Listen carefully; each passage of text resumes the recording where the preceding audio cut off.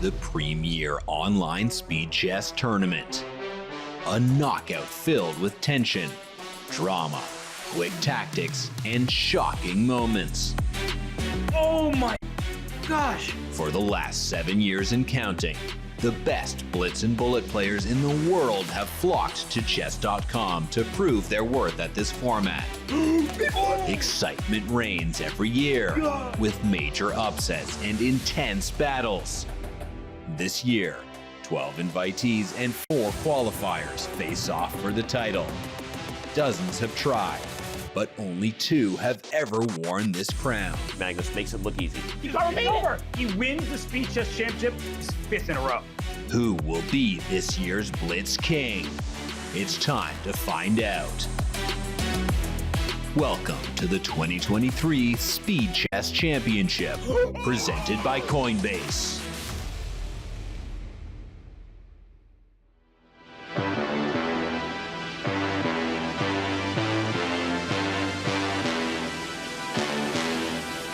Welcome back to the 2023 Speed Chess Championship presented by Coinbase. We are excited to welcome Coinbase as a presenting partner of the Speed Chess Championship. Earlier today, Maxime Vachier-Lagrave demolished Gukesh in what was a very one-sided matchup. And right now, we have an excellent matchup in store for everybody. I'm Grandmaster Robert Hess. Alongside me, Grandmaster Daniel Naroditsky. And Danya, we have Magnus Carlsen taking on Vidit Gujrathi. An incredible match to round off our doubleheader, Robert. I cannot wait. Anywhere we see Magnus Carlsen, we know it's going to be an amazing match. But Vidit, definitely a formidable opponent. He is not just going to fold over and die. He is a blitz player with a pedigree, and he is determined to score the upset of the SCC. Yes, Magnus Carlsen, he is the favorite, pretty much whatever matchup he plays. And we see he takes on Vidit Gujrathi. The games will start in just about 8 minutes from now. And facing Magnus, it's never, ever easy. We know how strong he is in all formats, but the Speed Chess Championship is one that he himself has said, it's maybe the ultimate test of SCC prowess, of Speed Chess prowess.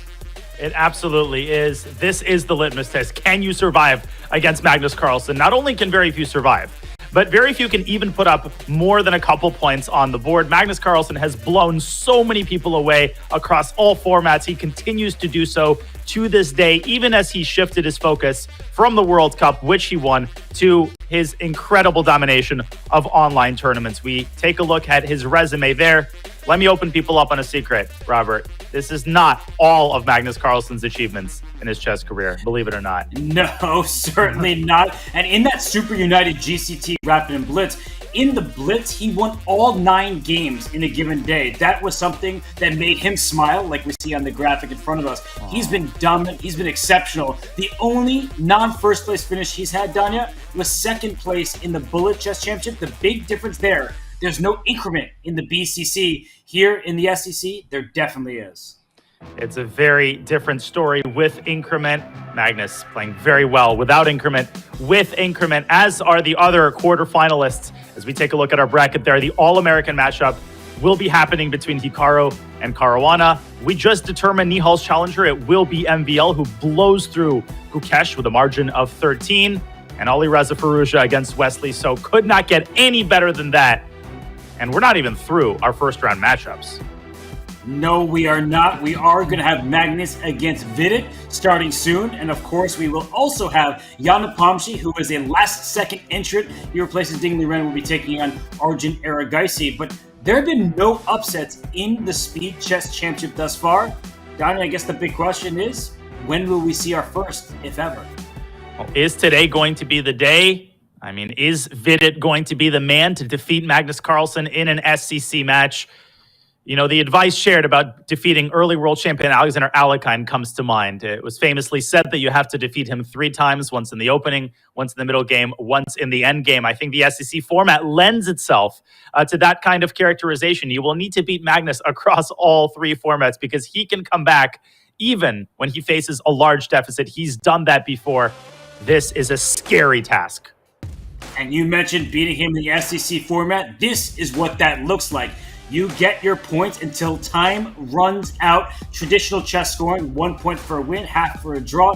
If we're tied at the end of regulation, we get 4 games of 1+1 bullet chess. And if it still remains tied, if it's deadlocked, we get Armageddon with bidding. We start the show with a full hour and a half of 5 minutes plus 1 second added per move.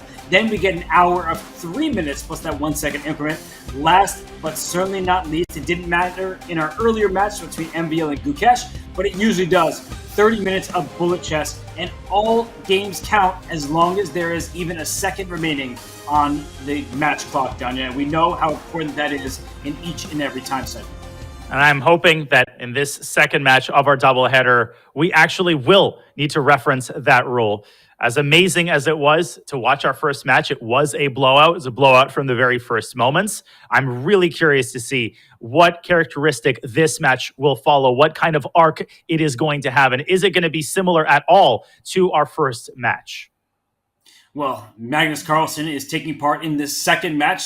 Of course, a fan favorite, the #1 rated player in the world for so long. It's easy to forget his many accomplishments, but he did not win the Speed Chess Championship in 2022. He's looking to recover in 2023. And let's break down this opening match. We're thrilled to have Deloitte, a leader in their field, as an official partner for the Speed Chess Championship. Their dedication to excellence aligns perfectly with the ethos of chess and with the Chess.com mission to grow the game and sport of chess. Deloitte is the official data insights partner of the SEC. Let's dive right now into our Deloitte game analytics. And here they are, Danya. The first thing that pops out to me is that huge rating from Magnus, 3256 blitz rating on Chess.com.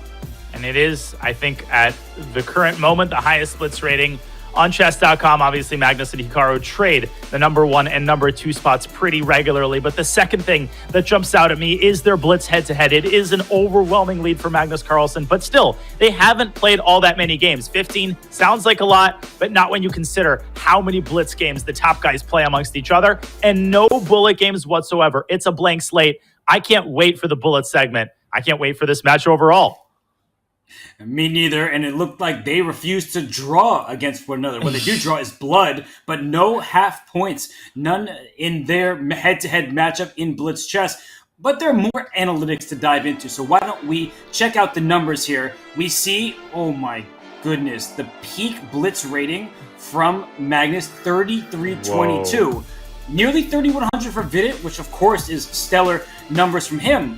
But 3,390 in Bullet. Danya, Magnus, he's a monster in all time controls. He really is. There's only 2 players who have ever reached a rating of 3,300 or higher on Chess.com. One is Hikaru Nakamura, the other is Magnus Carlsen. I will be repeating that kind of information consistently because they are the only 2 players who have achieved this level of dominance over all forms of online chess. But of course, Magnus, very experienced in the SEC, an incredible game rate. His likelihood to win any individual SEC game is well over 50%. That's a pretty terrifying stat. Yes, because that may seem like he only wins 56% of time. That's not win percentage. That's individual games that he wins. He draws more. He barely loses. And, well, Vidit, he is going to have to take down Magnus today in every single time control. So let's dive into the smarter chess predictions. Danya, you and I, we regularly disagree. So let's look at today's smarter chess prediction of this match. Ooh, it's a lopsided prediction, 20-8 final score. What do you think of that? And this is a particularly lopsided prediction, even more so than the previous match. Again, for Vidit, 6.5, 2.5 is not an acceptable 5+1 score. We saw what happened to Gukesh when he lost the first 2 games. MVL never looked back. Well, Magnus is exactly the same way. If he can get off to that big start, and if he can follow Smarter Chess's prediction in the 5+1 segment, yeah, I think it's going to be a blowout. So yet again, I'm a broken record, but I'm going to repeat it one more time. The first 30 minutes of this match are absolutely crucial if Vidit wants to defy the expectations.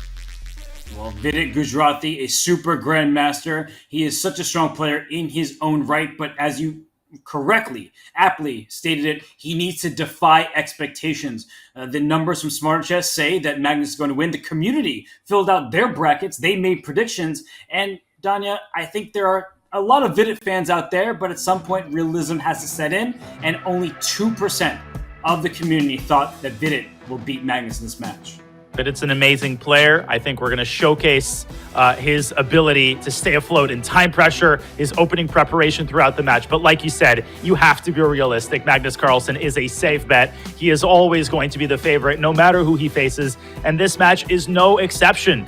We see over 5,000 of you filling out Magnus Carlsen as your winner, and we will see if Vidit will score the upset of SCC history. And I think it's safe to call this the upset of SCC history if Vidit can score the shocking win.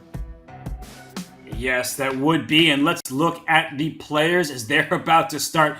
Magnus Carlsen, he is on vacation, it would seem, but that background does look familiar. And look at his shirt.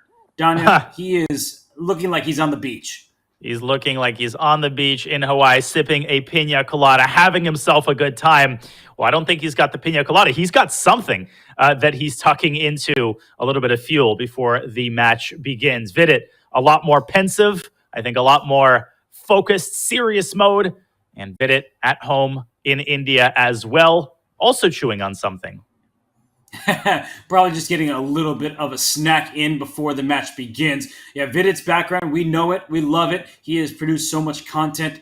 He has so many fans in India and around the world. And he would love nothing more than to beat Magnus Carlsen. And I will say again, because earlier this year, done it in the Pro Chess League, Vidit beat Magnus Carlsen in the matchup between their two teams. So Vidit has done it before. He needs to do it again and again and again and again, because that's the only way, as you put it, to defy expectations. He's a hydra with many heads. You need to chop each of those heads off, and you need to do it on several different fronts. You need good positions out of the opening. You need to not allow Magnus to put pressure on your clock. And by all means, you need to exploit all of the tactical opportunities that Magnus grants you, because there will be very few of them. You cannot leave a single point on the table if you want to defeat the best player in chess history. And let's see if Vidit is up to the task. I'd also mention, Robert, he's got a lot of experience in RCC formats. He's got experience in the increment format. He is a very fast player.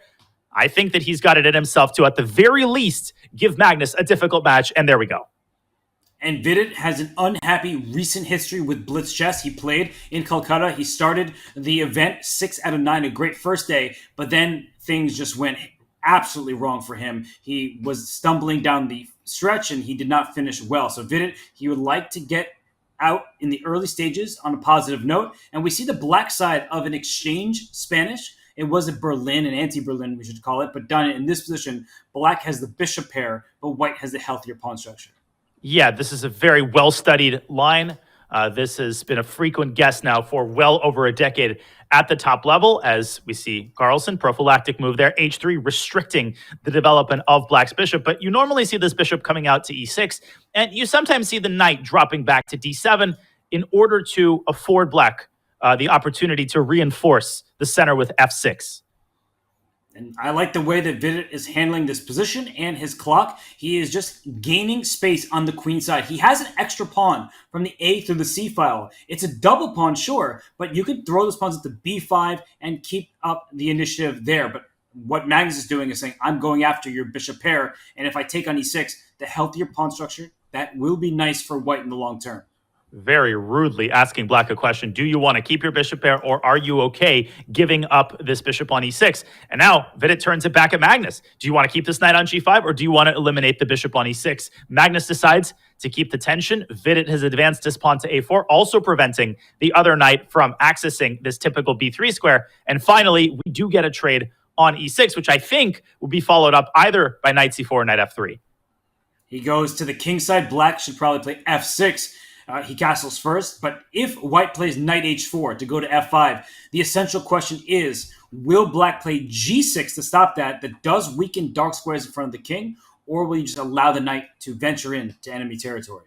Knight h4 seems like a pretty low-risk way to pose further questions for black. I do like Vidit's position. I think he's displayed a fantastic understanding of these anti-Berlin lines, and he just needs to continue making small improving moves like h6, maybe even bishop b7 to prevent knight h4. You called it, Robert, b5 continuing to expand on the queen side. And I think the position is at the very least equal. Definitely not worse for black. B5 is one of those risky moves, though, where you do gain space, but your C6 pawn is a little bit tender now, so you do need to be careful. That said, I like the activity of his pieces. He's staring at the D pawn. He's also staring at the E pawn. So bishop E3, maybe black takes on D4 with the pawn because that E4 pawn is in the queen's sights. And can also meet bishop takes d4 with c5. That's the power of having doubled pawns. You can send one of them forward and then the other one forward to defend b5. A big decision here for Magnus Carlsen. He can, of course, release the tension on his own terms with d takes e5, but that opens up the diagonal for black's bishop. That also allows black to jump in with the knight and reinforce the pressure on the e4 pawn when the knights get traded on e5. So Magnus going for a more flexible approach, getting the bishop out to g5 and trying to maybe cover the f6 square. And he wants to go bishop h4, bishop g3 at the right moment to stare into black's center. What black does not want to do is play e takes d4, allowing c takes d4, where that c6 pawn is an easy target. And then you need to keep the pawn in c6 because the b5 pawn is tender. So that's the downside of pushing pawns. If white goes for the c file, that pawn is in trouble. But if black could put that pawn back on b7, darn it, you can just pick it up and put it back there for a second, just hover. Then, all of a sudden, black's queenside feels very safe. Yeah, b5, b7. If you could even do that one time per chess game, that would completely change the tenor of the game. But look at Vidit, bishop a5. Ooh, is right. That forces the rook away. Now queen takes c4, eats into white's center. It doesn't win a pawn, Robert, because white will be able to take on c6. But that seems like a better endgame for black. Of course, white has this isolated pawn on d4. The c7 weakness is defended by a bishop. Now the question becomes, does black go bishop b6 to hit d4? He says, no, I'll go rook e2 first. But is bishop g3 an impending threat? And is black in a bit of danger on the c7 square? Rook e2 was a very tempting move, but it was a one-move threat. And king f1 will toss the rook away from e2. This is not a stable rook. You're absolutely right. Bishop g3 reinforces the attack on c7. And how many times have we seen Magnus do this? He's slightly worse than an endgame. You think you're not risking. 2 moves later, you already feel like you're on the cusp of getting crushed. This is what he does best. And he does it especially well within the confines of a limited time control when you don't have as much time to figure out the right defensive setup. And I feel like Vidit is starting to lose the thread here. Wow, b4, just making his bishop look like a bystander. And you can see on Vidit's face, he's not a fan of the last few moves. And Danya, I thought you were going to say that Magnus is especially dangerous when he's eating food, because we have seen him do that in all of the events he plays online, where he gets that nourishment, and then he is recharged and ready to go. And you can just sense it. He gets into the zone. He starts feeling confident. And at some point, when you're sitting across from him virtually, of course, I assume Vidit is not currently in Oslo, you just feel this total sense of hopelessness. And I felt it for the last time in my Bullet Chess Championship match against Magnus. You go down 3 or 4 points, and in your mind, you try to pep yourself up. You try to say, let's go, let's get some games. But you know deep inside that Magnus is never going to relinquish a lead like that. That's the most debilitating feeling in all of chess. You know what else is debilitating? White's attack on c7 comes from 3 different sources, and black can't defend that pawn. And you know what a good move for black would be? Rook to e2. But he did that move too quickly, which allowed the king to take control of that square. Because if black could play rook e2, if the white king were on g1, then white would have to deal with the b2 threat. You wouldn't have time to pick up c7. So unfortunately for Vidit, this is getting quite bad for him. It's a difficult situation, and he's down 2 minutes in the clock. 2 consecutive mistakes. That's all it took. And the position went from clearly better for black, maybe slightly better for black, to perhaps now borderline winning for white. Magnus dropping back to c4, reinforcing the d4 pawn. I think Vidit is trying to get his knight around to a6, so he's found a way to defend the c7 pawn. The thing is, Robert, that's not the only problem in black's position. In fact, that's one of a million problems in black's position. Both rooks are in danger of getting crushed here. The e4 rook might be the first one to get trapped. And to some extent, white doesn't even want to win a pawn, because with all these pawns on the board, black's pieces are completely stuck. So bishop b6 seems to be the only move that I see that saves the day against knight c6, which is a pretty nasty threat. But bishop on b6, it protects c7, it attacks d4. So even if white wants to play knight c6 takes b4, black does have a counter against white's center. 30 seconds for Vidit. Magnus has kept himself armed with 3 full minutes on the clock. I think he would likely win this with the time situation reversed. given 3 extra minutes on the clock, I think Vidit's position is utterly hopeless. Bishop b6 is the only move. Otherwise, f3 literally traps the rook, but it doesn't matter. This is a moot point. Game 1 is going to go to Magnus. What is he considering here? I mean, he's going to have to lose on time. He's down under 10 seconds. Vidit needs to make a move. Whoa. c5, but knight c6 resigns.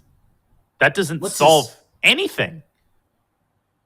I think he just overlooked it. He could still go knight c6. I don't get it.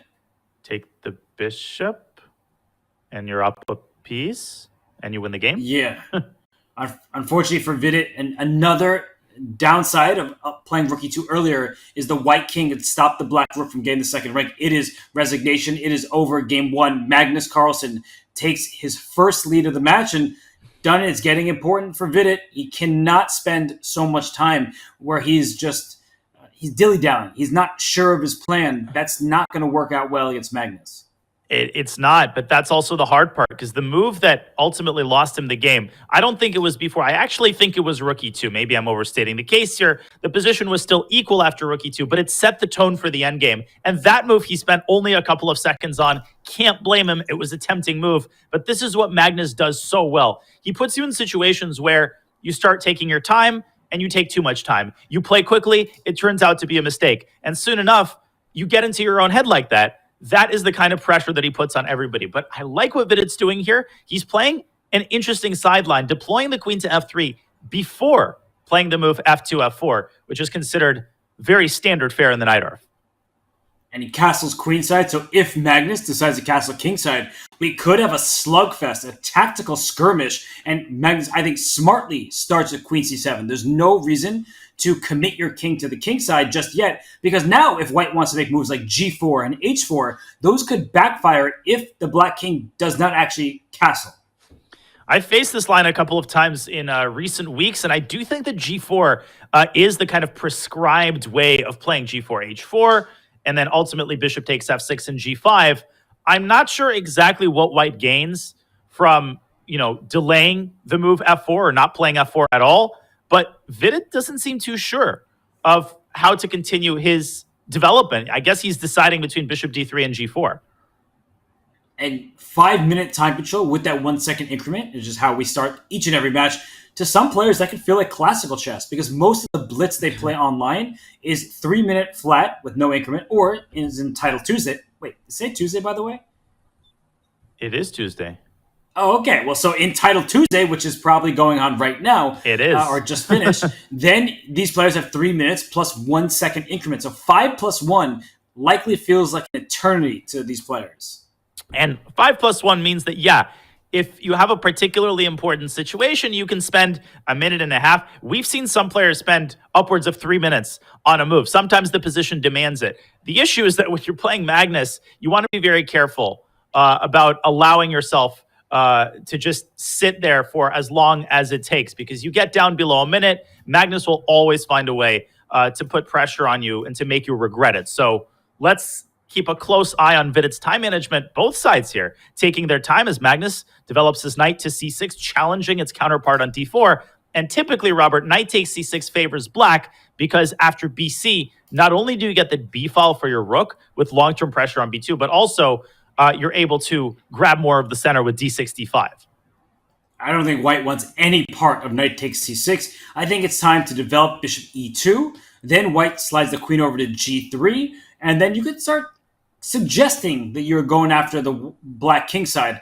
All that said, some of black's moves are quite easy. If you play bishop e2, black plays bishop d7. If you play queen g3, I'm not sure if there's actually that big of a threat at the moment. So is there a threat from that white queen? Like, what is white's next turn? Yeah, that's a great question. I don't believe there is a threat. I mean, bishop f6. Bishop f6, so g7 is not actually under fire. You could drop your bishop back and try to play this like some sort of a Taimanov down a tempo, but a one-move threat against the g7 pawn is not dangerous. Black could even conceivably castle kingside, and white doesn't have all that much beef on the kingside to attack with. So Magnus, he ignores it. He plays bishop d7, and a big moment for Vidit. He has to spin something out on the kingside. And he plays f4. He's going for a kingside initiative. Black can play h6, but then white will slide the bishop back to h4 rather than trading on f6. And then the g7 pawn is really under attack in some of these lines. Look at this. Bishop h4 How is black going to deal with the g7 pawn, as it does appear to be hanging? Well, I've seen rook g8 played a suspicious number of times, which seems terrible because your king is then stranded in the center. Normally in these lines, you do not go queenside. Your queenside is too compromised. But maybe Magnus is trying to quickly shove through the move g7, g5, which is a very powerful positional move. It's also trapping the bishop if the queen remains on g3. But even if the queen were to move, Robert, g5 carves out a very, very nice outpost for the knight on e5, and that could justify the placement of the king in the center. But look at Vidit. Is he going to go, ugh? Why did he go giving up back? the bishop pair? Bring up the analysis board, because you and I had our head in the same direction.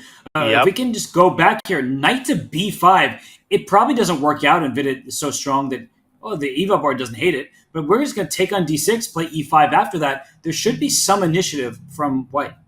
And then you could even follow up with knight takes f7, discovering an attack on the bishop. You've got 3 pawns for the piece. And, the position is wildly complicated. But instead, Vidit makes the tepid move, knight d4 to b3. I thought that Magnus is going to go kingside here because without a dark squared bishop, white's got 0 attacking chances. I'm also surprised that Magnus went the other way. I still think black is a great position, both sides improving the placement of their kings. But this just doesn't seem to be the kind of strategy with the white pieces that's going to win you a game against Magnus Carlsen.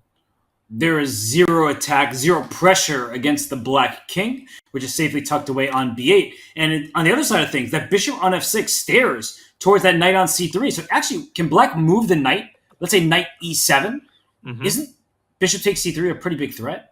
Great call. I think Magnus has this move in his pocket. It's also kind of hard to prevent because black has this monopoly over the dark squares, which means that there's nothing white can do with this knight. He tries to protect it, and Magnus goes the other way. Knight a7, threatening to jump into b5 and apply potentially decisive pressure on this knight. Rook c1, I think, might be forced.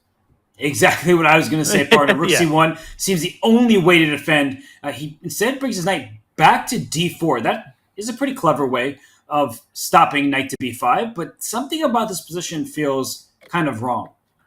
Now, obviously, Magnus could repeat the position once, and Vidit would not mind a repetition, but I would be shocked. I would be shocked if Magnus acquiesces to a draw here.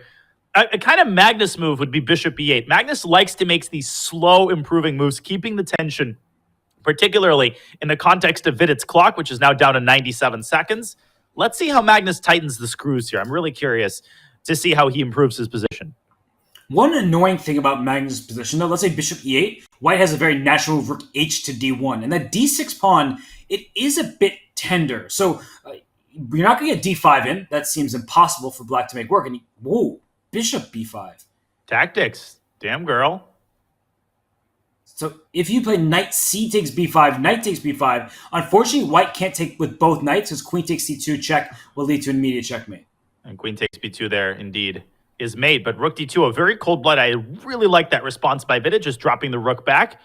Now Magnus could play this move, bishop e8, that we were talking about earlier. And he's improved his position marginally in that the rook, one could argue, is inferior on d2 versus d3, because now the knight on c3 is under a little bit more fire by the rook on c8. Magnus massaging the weaknesses, applying more pressure, watching Vidit's clock tick down even further. And this queen on e3 is loose. That knight on d4 cannot move. e5 is not a winning threat because the knight can then go to f5, but you need to be careful about these things. I think that shows some good caution. Rook to d3 protects that queen. Great move. And e5 from white's perspective there would have run into an unexpected pin along this diagonal. So Vidit unaligns his rook and his queen, which is good for future prevention of moves like bishop g5. And Magnus, once again, the ball is in his court. He's made all of the kind of low-hanging fruit types of moves. Is he going to start resorting to moves like king a8? Yeah, I say that as he plays it. You called it, but look at this. We have queen to d2 being played by Vidit. He's lining up all of his forces against that d6 pawn. Vidit with some majestic maneuvering here. The way that he's reshuffled his heavy pieces, bringing to bear a semi-Alekhein's gun on the d-file. He's threatening knight b3, and suddenly it's going to be Magnus who's under some serious pressure in the center, not Vidit. The d6 pawn is such a weakness that at some point black may make a move like bishop to e7, but that doesn't look pleasant. Why are you backtracking? And let's look at the clock, Danya. Suddenly, I think for the first time in the match, Vidit is ahead by a very important almost 15 seconds. He's trusted his instincts. He was very careful. And now Magnus feeling some frustration as he lifts his rook up to d7. I think he's preparing to double on the c-file and exert more pressure on the knight. It's still a position where anything can happen. I'm still very worried about the influence that this dark-squared bishop exerts in the long run, but Vidit with another good, cautious move, closing down the b-file and opening up a direct line of fire against the d6 pawn. And if you play rook c to d8, adding another defender over there, there could be some knight a4 tactics at the right moment. So be very careful here. I like knight a4. And you're going after that b6 square. The queen could slide over to e3, and you could conceive of a scenario where knight b6 is virtually unstoppable, and he's found it. Yes, and the queen slides back to d8, and what's the next follow-up? Queen e3. This is looking scary. Rook c6 might be forced here, but Magnus is on the ropes here. And look at the next knight. Move. And the rook goes back. Unfortunately, I don't see a good discovery. Like knight f5, those type of moves, you just take it. You'll get two minor pieces for the rook. It's not worth that sacrifice from Vidit. It's definitely not. I think he's going to end up going back to b3 or maybe going back to f3. No, he's got f5. He's attacking on the other side. Magnus pushes e5. Is there knight e6 here? Probably not. He goes back to b3.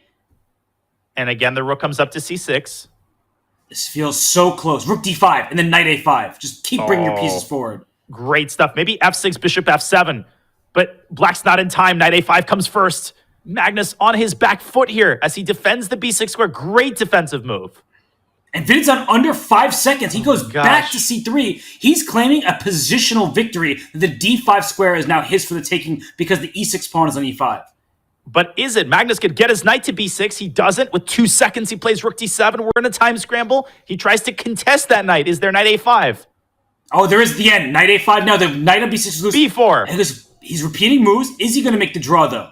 No. No, he doesn't. Queen comes back. Magnus making some improvements now. Uh-oh, this is a bold scramble. And look at Magnus. No threat. His pieces are coming out. Oh, I think there was an a4 tactic available for just a half second there. There was. That would have won a minor piece. Now we've got a knight versus bishop battle. And the rook is stranded on b6. And the rook is pinned. The rook comes up to d5. The king escapes. But that rook can't get out of there. It can't. And Vidit can continue improving his position. Magnus trying to get his bishop to f7. Now the rook finally gets out. But now d6 is under fire. Oh my gosh. Wait, d6 is gone. It's not under fire. He's taking it. And if he takes on e8, is the rook endgame winning for white? Well, you can't blame him for going for it either way. He has now eliminated all risk, but we know how good Magnus is at holding these pawn down endgames. Can Magnus pull out the miracle save in the second game? Vidit trying, massaging, chiseling his way into black's position and now improving on the king side. I think he has it. He should play g5, and he does so. And the e5 pawn is loose, but somehow this doesn't work for white? No, because of g4. And can black play this for a win? How does white stop the pawn? If g3, I guess... Wait, he had maybe g3 there. This is just complicated. But now we're seeing mass liquidation. 2 pawns against 1 pawn on the queen side, which the kings are on. This is a draw at this point. This is Magnus a dead draw on b4. Well. b4 is a really, really classy move. It doesn't matter how many pawns you have on the b file. It's going to be a dead draw. Magnus identified that 2-on-1 position and went straight for it. So Magnus is going to escape, but Vidit Gujrathi gave him all he could handle, and Magnus barely survives. That was an incredible game, and that was an encouraging game for Vidit because he didn't get off to the kind of start he wanted in the first game. He got off to a bad start in the second game as well, but he managed to turn it around, and he managed to show that he can basically play on equal terms in a time scramble against Magnus. Unfortunately, that's still not enough. You need to put the finishing touches on a game like that, and Magnus rewards himself with a bite of what seems to be Thai food. I can feel like that's some sort of curry, but not the Steph variety. No, Magnus looking more like a golfer than a basketball player right now with the baseball cap and the Hawaiian shirt. He's making me hungry. We've been commentating for so many hours. He's making me hungry too. I've got some food in the fridge, but it will have to wait until after this fascinating match. We've got another anti-Berlin. I feel, Robert, in the early going, that particularly when Magnus is white and Vidit is black, we might be getting a lot of Ruy Lopez's. Magnus doesn't like to vary his opening choices unless he truly feels that a change is well warranted. And thus far, he has a 1-point lead. Even his game with the black pieces, despite Vidit playing nicely and getting an advantage, the advantage was never so huge. Maybe there was a moment where there was a winning edge just because of the time scramble. But look at this position. This is very Magnus-esque. It's just a closed maneuvering position. And Vidit, in the first game, he struggled when the queens came off the board. It was a weakness in his camp that he couldn't defend adequately. And here in game 3, Vidit's opening, I think, a success once more. Anybody who watches high-level chess semi-regularly should know that this can also happen out of an Italian, this type of structure, maybe even this exact position.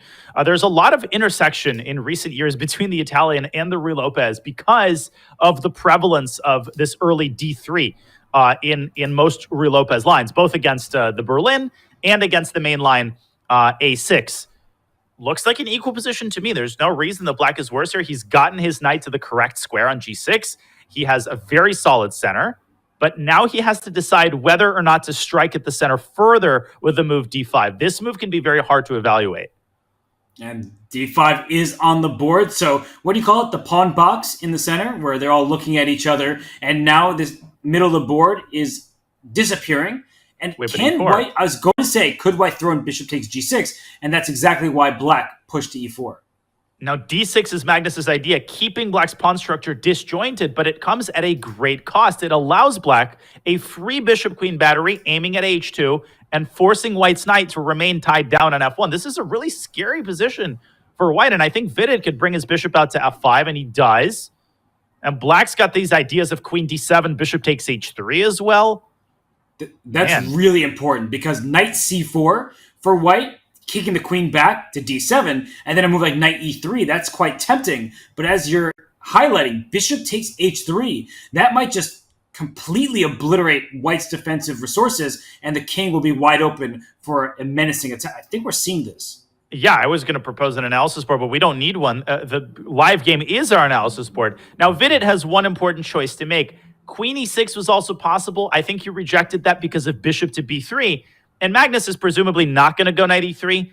Maybe we can pull up an analysis board now. I'll show this preemptively. Knight E3, how powerful is bishop takes H3? Really freaking powerful, because after queen H3, white is paralyzed. Every square is protected. Let's make some random move. What is black's follow-up going to be? Black's follow-up is going to be knight to H4, followed by knight F3. This is completely unstoppable. Look at how harmoniously, how congruently black's pieces are placed on the king side. Now, if not knight E3, what on earth does Magnus do? Well, Magnus is figuring that out. He seems bothered. He's moving about in his chair. I don't see an easy choice for him because bishop takes H3 still feels like a threat. The good news without having a knight on E3 is that perhaps a rook can slide up to E3 for white, but I would not want any part of bishop takes H3. So, Donna, is there a way to, I guess, knight E5, but that gives up a pawn, and it's a pretty clean pawn. That is the kind of prescribed method in these desperate situations. You want to jettison as little material as possible in order to keep yourself afloat. If that's a pawn, then that's a pawn. And I think you might have to bite the bullet and throw a knight onto E5. The idea is to open up a line of negotiation between the queens so that you could get those queens off the board. I think he's going for the exchange sacrifice instead. He's gone for your initial suggestion, Robert. Now Vidit has bishop F4. He's also got knight D5. And I think Magnus is planning to just leave the rook on E3 and give up an exchange, maybe put a queen on H5. I don't know. I think it's a good practical try in a blitz game, but it does look worrisome. And look at Magnus. He's trying to dig deep in this game, but Vidit, he's up over a minute on the clock and has the initiative. Bishop F4, I'm with you that white can play knight G3, give up this rook on E3, and claim that the position is closed enough that minor pieces can actually potentially outshine a rook. And it's really annoying when you're on the superior side of a position like this and you're already, your mouth is watering, right? You're aiming for bishop takes H3 and suddenly you're like, man, I'm going to have to convert an exchange up, and you start seeing ghosts because you're playing Magnus. And when he's got two minor pieces, it seems like he's got 6 of them. Vidit goes for a different approach. He chases that knight out of C4. He forces Magnus into playing the move we were discussing earlier, and we will in fact get a pawn up endgame for Vidit. We know what happened the first time they reached an endgame. Can he convert his material advantage? These are the chances that you have to exploit if you want to stay afloat against Magnus. And let's be clear, this position is not winning for Black. Black is up a pawn with great chances. But the difference sometimes is that Magnus, he tends to secure the full point from such a position, whereas players against Magnus or against Hikaru, they do not get the win. In fact, Hikaru and Magnus have won positions just like this in plenty of occasions. So Vidit, he has his work cut out for him. I think he could push this pawn up to a4 as Black here, just to keep those pawns advancing and connected. But where is the next target? You've already won one pawn. Where to next? I would go so far as to say that if I had Black against Hikaru or Magnus here, I would probably be playing for a draw. I'd probably be happy to secure a draw with an extra pawn. And you know how it is, right? You're feeling nervous even if you're up a rook against these guys. And for good reason, because of how incredibly good they are at manufacturing chances in any position. Now, a big question for Magnus, does he want to exchange knights with knight to e3? Oof. Knight e3 offers a trade on the spot. It's one of those positions done here where Black is up a pawn, so trading, at least how our coaches teach us, that's good for Black. Less material on the board means better winning chances, but with more material on the board, I feel like White has some weak squares to figure out, and that bishop on d2 in particular, it's not a happy piece. Excuse me, but I think that was another sloppy move by Vidit. I think he's allowed Magnus to play bishop e3 on the board. Why is this move so strong? Well, it attacks the knight, and it vacates the d2 square for White's knight, after which the e4 pawn is going to be under fire, and suddenly White's minor pieces have acquired a fair bit of coordination. Where is this knight even going? Knight c4, you just take it and then play knight d2, hitting both the c and the e pawn. Can Black, he plays bishop c7, so he defends the knight that way. That actually looks like a very good move, and I missed it completely because I'm, like most players, struggle with retreating moves. And suddenly Magnus goes the other way. Knight to g3, hitting the bishop, hitting the pawn on e4. And what now? Does he play a slow move like rook e d1? We should also point out the time situation. Magnus under a minute. So still pretty decent winning chances, I think, for Vidit. But it looks like Magnus is the one improving his position. It's important that you point out rook e rather than rook a to d1. Normally you put up rooks in the center, but Black has a4, maybe followed by a3 if the a1 rook is out of there. So I do think that rook e to d1, that is the precise choice. a4 still looks tempting for me from Vidit's side of things. And look at the clock. Vidit is up a minute and a half. Magnus basically burning the rest of his time trying to find the right setup. He does go rook a to d1, and he does allow a4, and it is on the board. And what does he have in mind against a3? I don't think he wants to play b3, but in order to keep his queenside pawns, he may have to. First of all, Vidit might refrain from a3, and he does. He instead tries to contest the d file. That leads to a trade of rooks. And Magnus using some tactics here to win the pawn back. Okay, can't Vidit just swap on e4 and then, take on e4, swap on b6, rook takes e4, and then there's rook d1 or rook d2, and White's king is not the safest piece. Absolutely not. And the b2 pawn is not the safest pawn. We're seeing just this. Is borderline losing, but knowing Magnus, he's going to find some way to activate his own bishop and get it to f7 before you know it. Yeah, that's the point, is that the black rook leaves the 8th rank. White gets a rook e8 check. Bishop takes f7. So here for Vidit, tough one. Do you play rook d1 check? I like rook d2. It's less forcing because you're not giving a check, but you're hitting b2 and threatening a3. Let's not forget about that little pawn push. And Magnus is Magnus, but with 15 seconds left, defending an endgame that has so many moving parts is really difficult. There's b2, there's f2 that's hanging, and if Black captures it with a rook, then he sets up the possibility of a discovered check against White's king. Vidit doing a great job here, pausing, understanding, yes, I have a big choice, and let's see what he ends up choosing. He's now down under a minute himself, and your clock ticks a lot faster when you're facing Magnus Carlsen. Rook f4, blundering rook d1 and bishop c7. And Vidit recently, this is the first win in the match for Vidit Gujrathi. We have a 1.5 tie. Danya, that was good conversion from Vidit. What a statement. What a statement in terms of the game. What a statement in terms of the fact that Vidit won it with Black. And in terms of the fact that he's had very comfortable positions out of the opening. One could say in the Najdorf game, he messed up a little bit. But Vidit is able to take these games onto his own terms. That was a huge confidence boost. And I'm sure many people in the chat are rooting for Vidit Gujrati. He has so many fans out there, and he is the underdog against Magnus Carlsen. But on the scoreboard, which does all the talking, there are no underdogs right now. We have a tied match.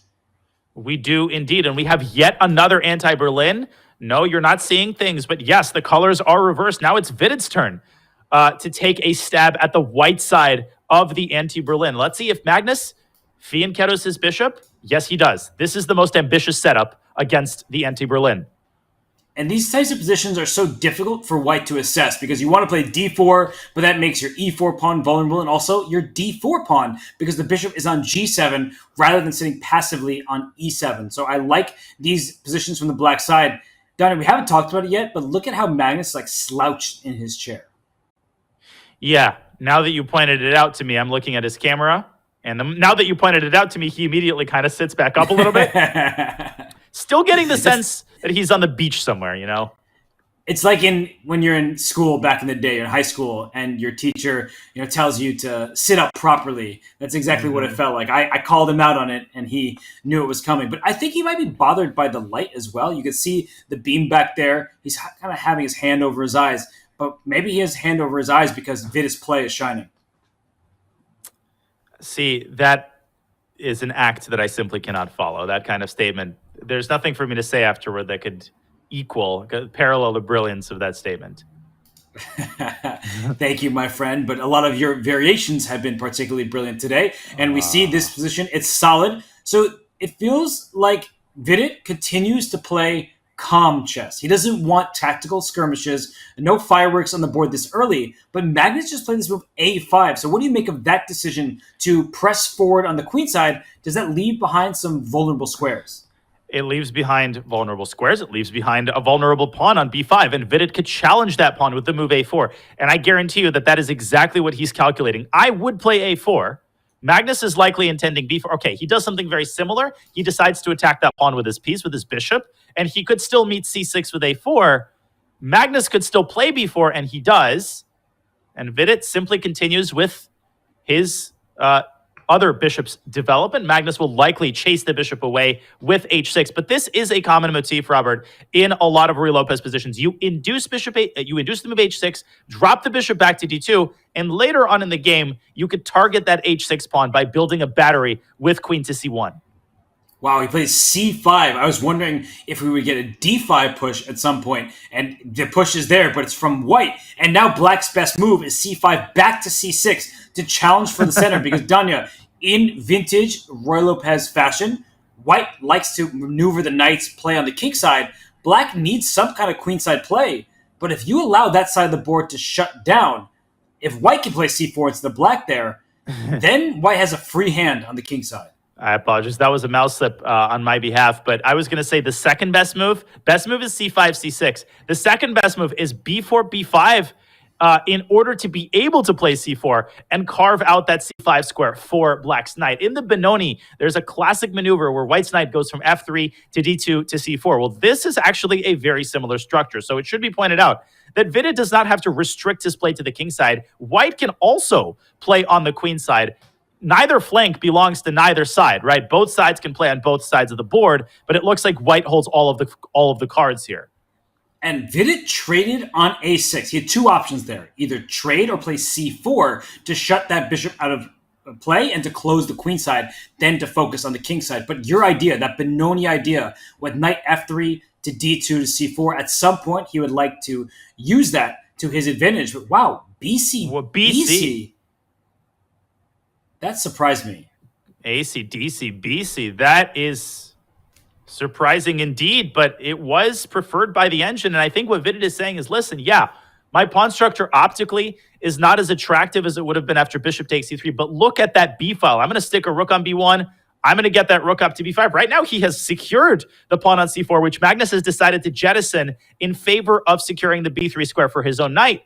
But I don't think he's fast enough, is Magnus, because of the vulnerable rook on a6. Exactly that. If black could play knight b3 here and rook a8 at the same time, black might even be better. But now, Vidit can take this knight on c5, and yes, as you're pointing out, black can play rook c8, but that bishop on g7, what bishop? That's a big pawn. It's like in some King's Indians when the position doesn't open up. Instead, it's a more strategic battle. You regret that the bishop is over there. That's a total dud of a bishop, and Vidit has just eliminated Magnus's only strong piece. Now I would move the queen away to d3 so that Magnus didn't have knight d7, and you can continue improving your position. Put a rook on b1, potentially play c4 and knight d2, and ultimately your goal is to chase this rook out of c5 and set your extra pawn on the queen side in motion. Magnus is obviously going to try to prevent that from happening by establishing a bind on the dark squares in the queen side. And black might play h5 at some moment and bishop h6 because he hears us making fun of that bishop. That bishop on h6 stops a rook c1, also stops knight d2 from happening. White wants to play rook b4. Okay, I said that, he does it. And play c4, bring the rook to b1, things of this nature. But at some point, I think black desperately needs some play of his own. Absolutely, and Magnus trying to generate play of his own by getting his knight to c5. This move makes a lot of noise, but it's largely a paper tiger. Vidit calmly drops his queen back to c2, and now knight b3 loses a lot of its luster, Robert, because the f3 knight can drop back to d2. You called it. Great call by you. h5 on the board. Magnus trying desperately to maximize the pieces available at his disposal. Bishop h6 is coming next. If he gets bishop h6 and knight b3, then that would have stopped a knight to d2. But that's why Vidit went knight g3, which is doing nothing and dominated by black's pawns. He reroutes it to d2. I saw a featured chat just before that Vidit's positional prowess is on full display. This has been an amazing set of moves from him. Vidit is a positional player at heart. Of course, as a 2,700 plus GM, he is universal. He can do absolutely everything. He can play a mean Sicilian, and he did in their second game. But at his core, he is a positional wizard, but he's gone rook b6. He's going straight into the tactics, and I think he's blundered some sort of knight takes c4 shot after rook takes b6. And he's realizing it now because knight takes b6, black just plays rook to b8, and there are problems down the b line. So this does not look good at all for white. He's going to end up playing rook takes b6, so I'm not going to put these moves on the analysis board. Instead of rook b6, he should have... No, he's got knight takes b6, and apparently he's losing now. So rook b8, knight c4 back. Maybe you just trade and bring your queen up somewhere, but I don't see it just yet. Queen a6 apparently is a really powerful move, and there's a specific reason why. I'll play the moves on the board really quickly. I think Magnus might be attracted to rook b3, a collinear move. But if we could pull up an analysis board before he makes his move, takes queen a6, and if queen to b4, then suddenly, whoop, knight d3, hitting the queen takes d6, get the knight, and the knight guards e5, knight takes e5, queen takes e4. White doesn't have nearly enough pawns to warrant the loss of a piece. Guess what, Robert? Was there ever any doubt that Magnus was going to spot this sequence? No, and he's so strong that he is always on the lookout for moves that turn the game around. He trades rooks in a pawn down position, queen a6, and you see Vidit, he's like, what did I just do? Queen f1 defends the knight, but it loses sight of the e4 pawn. Danya, black is having all the fun right now, and Vidit is under a minute. Unbelievable how quickly things turned around. It took 4 moves. Rook b6 was the start of it. Vidit should have bit the bullet and recaptured with a rook. That was equal. Now he gives up complete domination. Queen comes into e2. Everything is collapsing. And Vidit is going to lose a heartbreaking game with the white pieces. Does he have any chance to move his knight, and after knight takes e4, play queen b6, covering the f2 pawn, hitting d6, maybe at some point queen a7, so like knight f3 here, I feel like it does give white some hope, even if it should be a winning position for black. Oh, it might give you some hope, but black is going to capture all of the pawns. Okay, I think I've made enough references to that particular quote, and he's doing just that. I think it's the only chance for white. Queen b6, I agree with you. Magnus needs to find a couple more accurate moves in order to finish off this game. Maybe queen to a2, going after the d-pawn, deserves attention.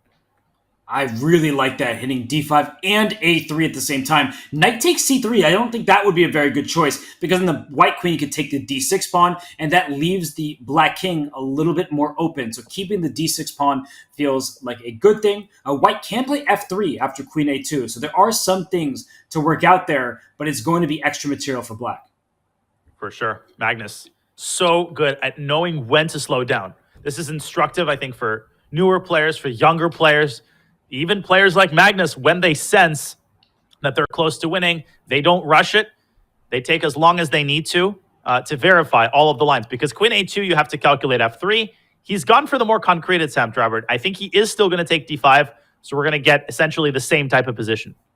I prefer this much more when you're down to about a minute on the clock. And Vidit, he's down under 5 seconds. Here, I think Magnus with queen d3 or even queen d4 is not out of the question. Whoa, what a move. Doubled pawns doesn't matter because of his domination over White's knight. That king, is it going to get up to f5? It is. King yes, f5. And you could take d4, but that doesn't matter, says Magnus, because knight endgames are most similar to king and pawn endgames, and black is up a healthy extra pawn. And he could be up 2 after knight d2, but instead he uses his king to chop off White's last chance, and Vidit resigns the game. Exquisite endgame technique. Every single move in that last sequence was the top engine recommendation. There were no chances for Vidit once the queens came off the board. But it's a shame for Vidit, because until he played rook b6, he had played every single accurate move. And then trading rooks, which sounds like a good thing when you're up material, it completely backfired because black suddenly went on the offensive. So now here, in this next game, we have a London system. We are 5 moves in after knight d2 was just played by Magnus. But this type of position, it's been all the rage at the highest levels. Vidit doing the right thing of slowing down, but we have seen the London so many times now. We've had a couple of Londons in the bullet segment of the Gukesh MVL match. In that match, I think bishop f5 made an appearance, and then Gukesh developed his bishop to b5. Let's see what Magnus trots out. He is taking his sweet time here. There are a lot of moves, right? You can play e6. Bishop f5 is the most principled line, though, and I think it's been the choice of most top GMs recently. So we might get a reprisal of the exact Gukesh MVL line after bishop b5. Bishop b5, it goes after that knight on c6. White would like to play moves like after that queen a4, knight e5, and so on. But right now, for Vidit Gujrathi, on the black side of things here, he wants to keep the game as solid as possible. He is doing just that with his queen on c8, and Magnus doing Magnus things, going after the bishop pair. Knight h4. And there are many ways to meet this move. The typical response is bishop g6, but you also often see black dropping the bishop into e4, trying to induce f3, and only then going back to g6. But Vidit taking the simpler approach, bishop g6 on the board. Magnus has secured the bishop pair, and he's gotten yet another one of those Magnus cagey types of positions.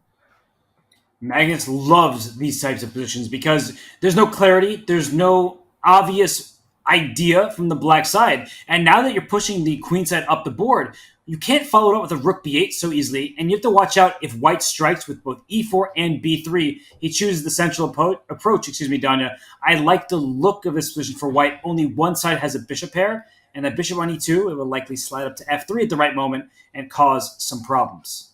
Well, he chooses a central approach. Magnus's play is beyond reproach. I think he's got a solid advantage here as he deploys quite likely his bishop to f3. Now, Vidit is going to get, all of the typical moves in on the queen side. He's likely going to play b4. I think you're highlighting the issue, Robert, which is that it's not enough to advance your pawns. You need pieces to back them up. What exactly is your next move, right? Are you going to play bc? Okay, but who does the b file open? Like you said, you can't go rook b8. I think it only favors white. I think Vidit should just keep the tension and castle himself. But now that white is castled, castling makes sense for black. Until white committed the king, I think it was smart to keep the king in the center because h4, h5 ideas do at least look scary. And for Magnus, one of these big questions. Wow, a4 by Vidit. a3. You need a trade. You cannot play b3 because if you close the queen side, you have no pressure of your own. And the typical idea here is knight a5 and knight b3. You can do it now, but watch out for the bishop on e7. It's undefended in the event of knight a5. So maybe a move like queen d7 to solidify your center and lend an important supporter to the bishop. And he's done it. And now he's ready to play knight a5. This looks annoying for white, but as we see in French defenses and openings like the London here, even if you get knight a5, knight b3, white will move the rook away, move the knight to f1, and go for the kingside. I think that white should consider an e5 pawn push at some moment, but the downside of pushing your pawn in the center is you release the tension. And why do you need the tension? If black has such an easy opportunity on the queen side, you need to have some open space for your own pieces as white. Speaking of releasing the tension, that's exactly what Magnus Carlsen did with e takes d5. Vidit recaptured with the pawn, keeping and maintaining the integrity of his pawn structure. Of course, now d5 is, one could say, a bit of a weakness, and Magnus would love to target that pawn with his knight. A maneuver that comes to mind now is knight d2 to f1 to e3. It's going to be essentially a battle between white's bishop pair and white's play against black's center and Vidit's ability to generate play on the queen side. I think we are likely to see knight a5. We might also see a move like bishop d6 trying to disarm white's bishop pair. No, we do see knight a5, and here we go. And the rook for black probably has to come to a5 at some point just to keep that d5 pawn safe and sound. There are some tactics that he plays it. I was going to say there are tactics not just on the d5 square, but on the diagonal, because the bishop on f3 sliced across the board to that rook on a8. This doesn't look bad for black, at least not to my eyes. How does white make any progress? It doesn't, but it might in a couple of moves. I'm really worried in the long run about how weak this d5 pawn is. And no, white can't capture it, but what white can do is play bishop takes f6 and try to find a way to involve this rook from a2. Maybe bring it, obviously not jumping over the queen. Maybe the queen can move back, but bring the rook to e2. And then there's going to be all sorts of tactics where you can take on d5 using the undefended nature of the rook on e8. It feels to me like a couple of moves down the line, black is going to start experiencing tactical problems with this pawn. Can Magnus find a way to orchestrate these types of tactical ideas? I think he's off to a good start with h4. And I think knight h7 made a lot of sense there because the pressure that was building on the king side felt very difficult to deal with. White was going to play g3, king g2, rook h1, and so on. By playing knight h7, you force some pieces off the board. White doesn't have forever to play g3, king g2, and all that. There is an opportunity for black to have played g5 or f5, things of that nature. So I like queen d1 a lot as you're highlighting rook e2. Danya, this is starting to look very unpleasant for Vidit. And there's no longer pressure on a3, so the rook is free to roam about the cabin. Look at just the harmony that Magnus always manages to achieve between his pieces. Rook e2, and now is it time for tactics? Vidit puts his rook on a defended square, preventing any knight takes d5 shenanigans, but that's not the only direction that the knight can go in. The knight can go from c2 to b4. It can even go up to g4, trying to exploit the alignment of black's queen and black's rook. After knight g4, you cannot take the knight, and you have to allow white to take on f6 and cripple black's kingside pawn structure. He does just that. Magnus is in his element in this middle game. Such good call by you. This knight on b3, it looks great. It looks menacing. It attacks absolutely nothing. Danya, where does that knight belong? Maybe on f5. Maybe somewhere on the king side. Anywhere on the king side. But the knight on b3 is not doing its part to help black out. Great illustration of outpost not equally good, right? Not every outpost is good. A piece can be perfectly defended. It can be an advanced enemy territory, and it can be doing absolutely nothing. As Magnus makes a collinear move of his own, he puts not the knight on e5, but the rook on e5 to exert even more pressure on d5. Can Vidit defend that pawn tactically? Can he defend it with his rook? What's going on here? Rook e5, another collinear move. We've seen many of those today. And black plays queen e7. So there is a standoff in the center. Knight takes f6. Black plays g takes f6. So white is not in time to win this d5 pawn. I think Magnus overlooked the move queen e7. I think he thought rook a to d6 was forced, and then he would continue improving his position. He pulls all the stops out on the king side, h5, blasting through black's pawn cocoon. But can Vidit play g takes h5? And after knight f6, still recapture with the g-pawn. That looks right, because the rook on e5 can't go ahead and take on h5 because there's a pin down the e-file. So we may see simplification along the e-line. That should be good news for black, for Vidit, because the black king, which looks open for the time being, there won't be enough pieces to attack it with. In the previous game, the collinear move rook b6 was a mistake. In this game, the move rook e5 was a mistake. Stop making those rook moves toward the center. I guess that's the moral of the story for both players. And now Magnus has to be careful. If he loses a3, Black will be threatening to trade queens shortly thereafter with queen a1. So I think it's up to White to make sure that he maintains caution as he holds half a point here. And what moves come to mind? Because rook e3 and rook takes e6 are the only two. But after rook takes e6, black takes back with the rook on e6, you would like to keep swapping and end up with a pawn out on e6. Then you have this pawn chain that feels nice and protected. a3 is permanently loose. Are we seeing just that? We are indeed. I think Magnus will recapture on e6, f takes c6, and bishop takes h5 is a very important move, paving the way for the white queen to dive into g4, especially in the event of queen takes a3. And this might end, Robert, in some sort of a perpetual check, queen c1, queen f4. White might be the one delivering the perpetual. One way or the other, I'm getting draw vibes from this game. Although, as I look at the clocks, both players, about a minute left, that if the black king starts feeling out in the open, exposed without many defenders, I could see that going wrong. Like, let's say you play queen a3, and white plays queen g4 check, and either takes on e6 or plays queen g6. That does look worrisome. Which is exactly why Vidit played f5, guarding the g4 square with his pawn. But Magnus repositioning his queen to e1, hitting e6, and threatening perhaps to implant the queen on this massive outpost on e5. Your point is well taken. Suddenly it starts feeling again like that knight on b3 could not be more misplaced. And that's why he went queen e1, not queen e2. Because if the queen was on e2, there might have been a knight c1 to d3 rerouting of that piece at the right moment. But the knight is stuck. Black is not moving, frozen. God. And 20 seconds left for Vidit at this point. And he's making that face again, that grimace, right? That disappointed, gosh, I thought my position was better than it is kind of face. And for Magnus, every detail is taken care of. It's like a gourmet restaurant where the positioning of the asparagus is there for a reason. Queen e1 rather than queen e2. Even that was accounted for. As the bishop swings to e8, he's hitting a4. Vidit's getting overextended here. Knight c1. Watch out for knight e2 Queen check. e3. But is a Queen e3. Oh. Queen g5, Goodbye. queen takes e6 check. You lost the key pawn in the position. And you're going to lose another one on d5, but it's not over yet. Vidit has finally gotten his knight into the game. Magnus continues to capture pawns, but I don't think he's got enough time here to figure anything out. He goes f4 to protect the d5 pawn, and he might have f3 if white isn't looking out for it. The bishop comes back to d1. Clearly, he was looking for it. And he's going to throw in a check, I think, on d7 and try to find the correct way to involve the bishop in a direct attack against the king or not.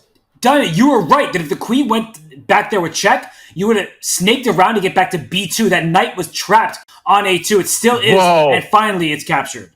And it's captured, and how fitting is it that the knight finally breaks out of prison, only to end up in an even deadlier prison on a2, where it is finally put out of its misery by the white queen and by Magnus Carlsen's wizardry in any strategic situation. Magnus Carlsen takes a bite. He also takes a lead of 2 points heading into this first break. And as chess players do, they stare at the games, what could have been, what improvements were in the air. But for Magnus, 3.5, 1/2 over Vidit Gujarati, you couldn't really ask for that much more, Danya. You really can't. This has been very high-level chess. Vidit should really hold his head up high. He scored a victory. He's gotten very close in all of the games. He needs to do more of what he's been doing. He needs to keep his head up, and he needs to keep his spirits high. I think if he continues playing in this style, we are in for a closer match than we had this morning. I definitely agree with that. It seems like the players, they've given it their all thus far, and they have been close individual games that come down to the wire, and Magnus Carlsen has just been that accurate. And he'll need to remain accurate if he wants to not just get past Vidit, but win another Speed Chess Championship. We'll find out if Magnus has what it takes. We'll have the remaining portion of the 5+1 when we return to the Speed Chess Championship presented by Coinbase.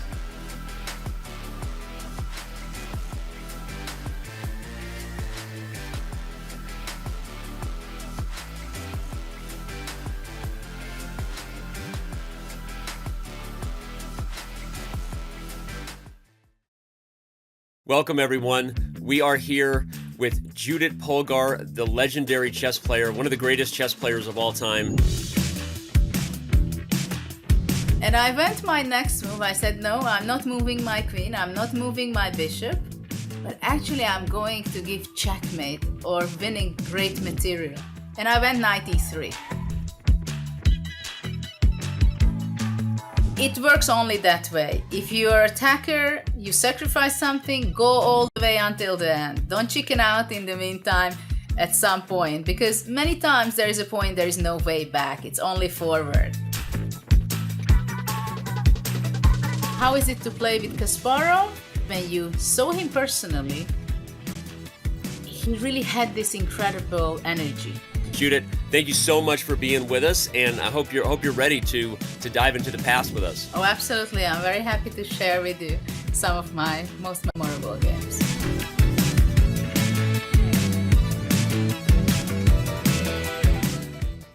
I'm Andrea. And I'm Alex. And we've been playing competitive chess since we were 6 years old.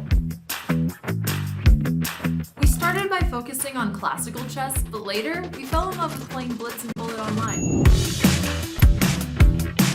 Chess has been around for more than 1,000 years, but that doesn't mean that we can't modernize it. Financial systems have been around for even longer. Sounds like it's time for an update. And Coinbase is doing just that, re-envisioning an entirely new financial system that is decentralized and fully transparent. Also, huge thank you to Coinbase for sponsoring competitive chess and making events like the SCC happen. Go to coinbase.com/update the system to learn more.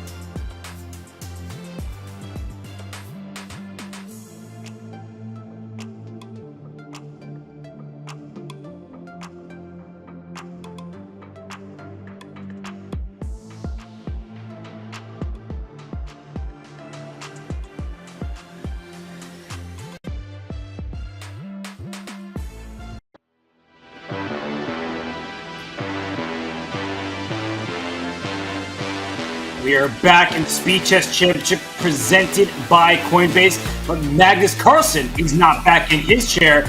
He just left. You can see it's spinning around, but there is Vidit Gujarati on camera. Danya, we know him very well, but we should introduce the public to Vidit Gujarati because some fans may not be as familiar with the number 3 ranked Indian player on Chess.com's live Blitz rankings. And he earned his spot in the SEC by going through in qualifier number 1. I'm honestly a big fan of Vidit. He sometimes flies under the radar because he's a little bit older than this exciting young generation of Indian talents like Gukesh and Pragnananda, but he has been really, really good for a really, really long time, as evidenced by that final bullet point. 2020 medalist in the Olympiad. He has a chess career that spans well over a decade and a half now, and he is a difficult opponent for just about anyone, including Magnus Carlsen, who is up by 2 as the next game gets underway here at the SEC. Yeah, Vidit is a good friend of Chess.com, and he's also a good friend of mine. When I was just recently in Tata Steel Chess India, we had dinner. His parents were there. They're very supportive, are his whole entire family. They're watching his matches, and it's a big opportunity for him to play against Magnus. Unfortunately for him, Magnus is out to a good start, but anything can still happen because the time controls, this is only the first one. It's a long match, and Danya, in this position, Magnus has great experience from his world championship, but Vidit, he must have some ideas of his own. This is a classic Rosalimo. Now, most of the Rosalimos we see nowadays are kind of souped-up Alapins, right? White plays C3. We saw it earlier this morning.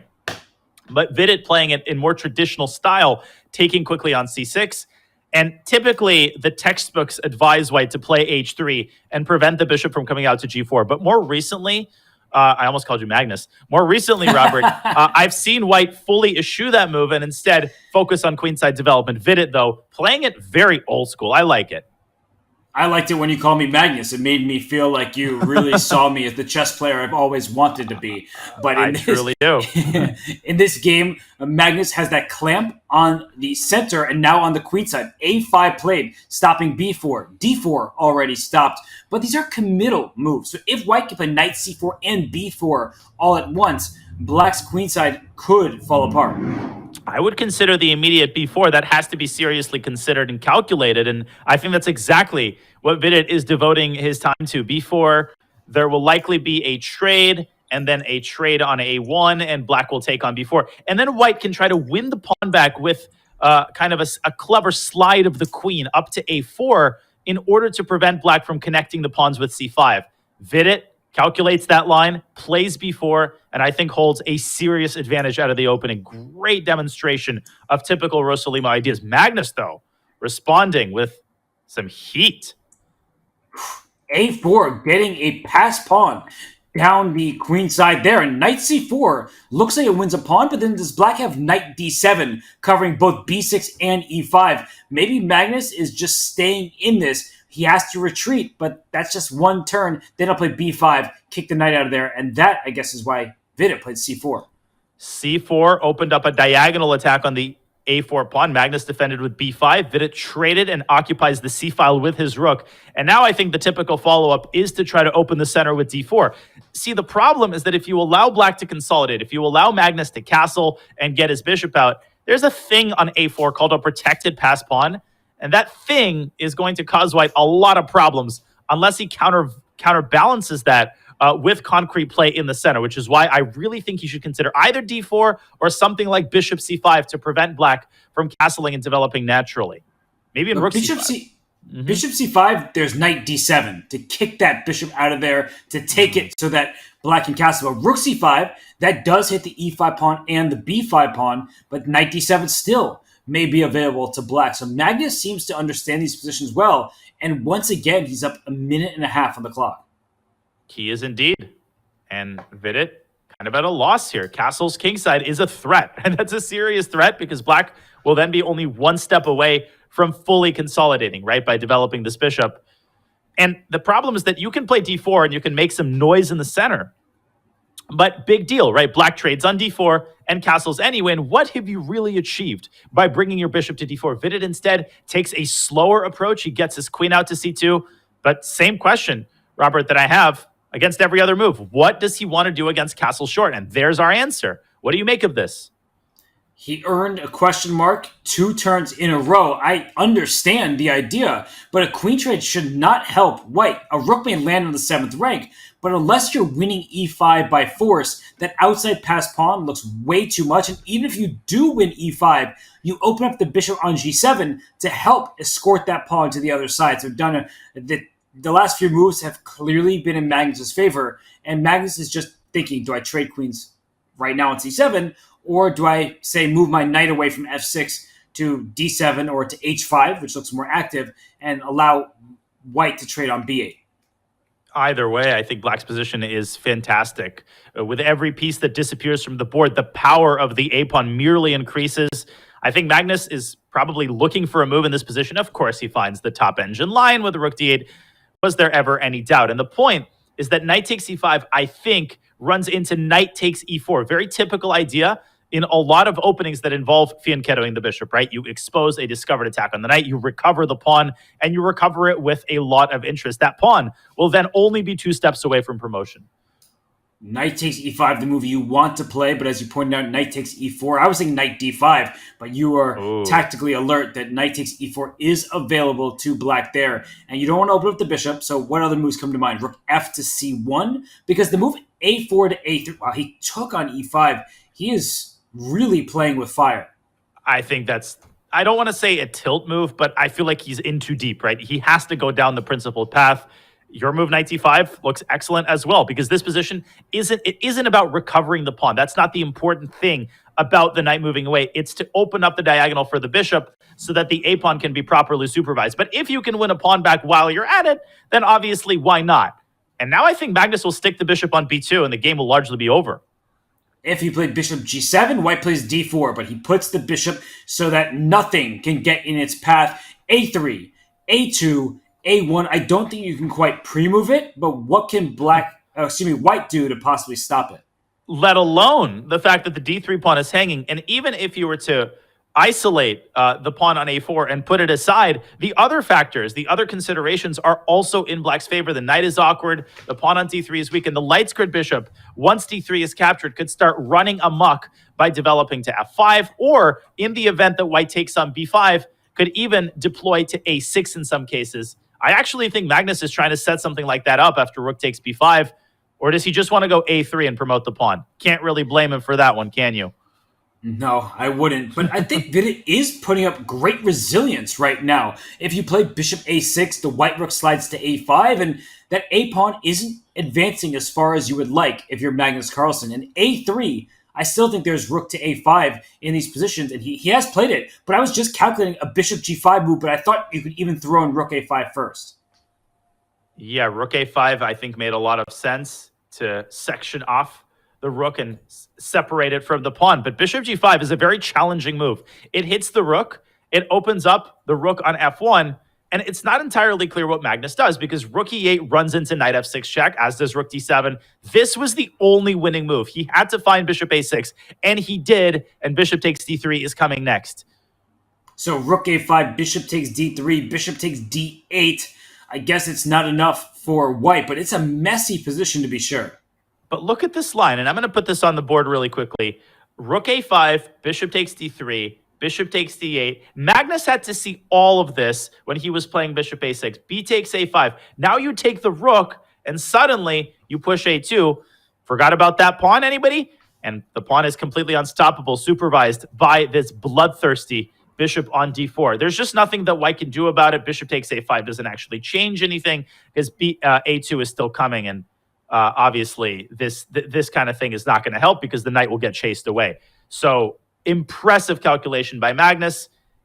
He has plenty of time on the clock, and he's going to win this game to get to a 3-point lead.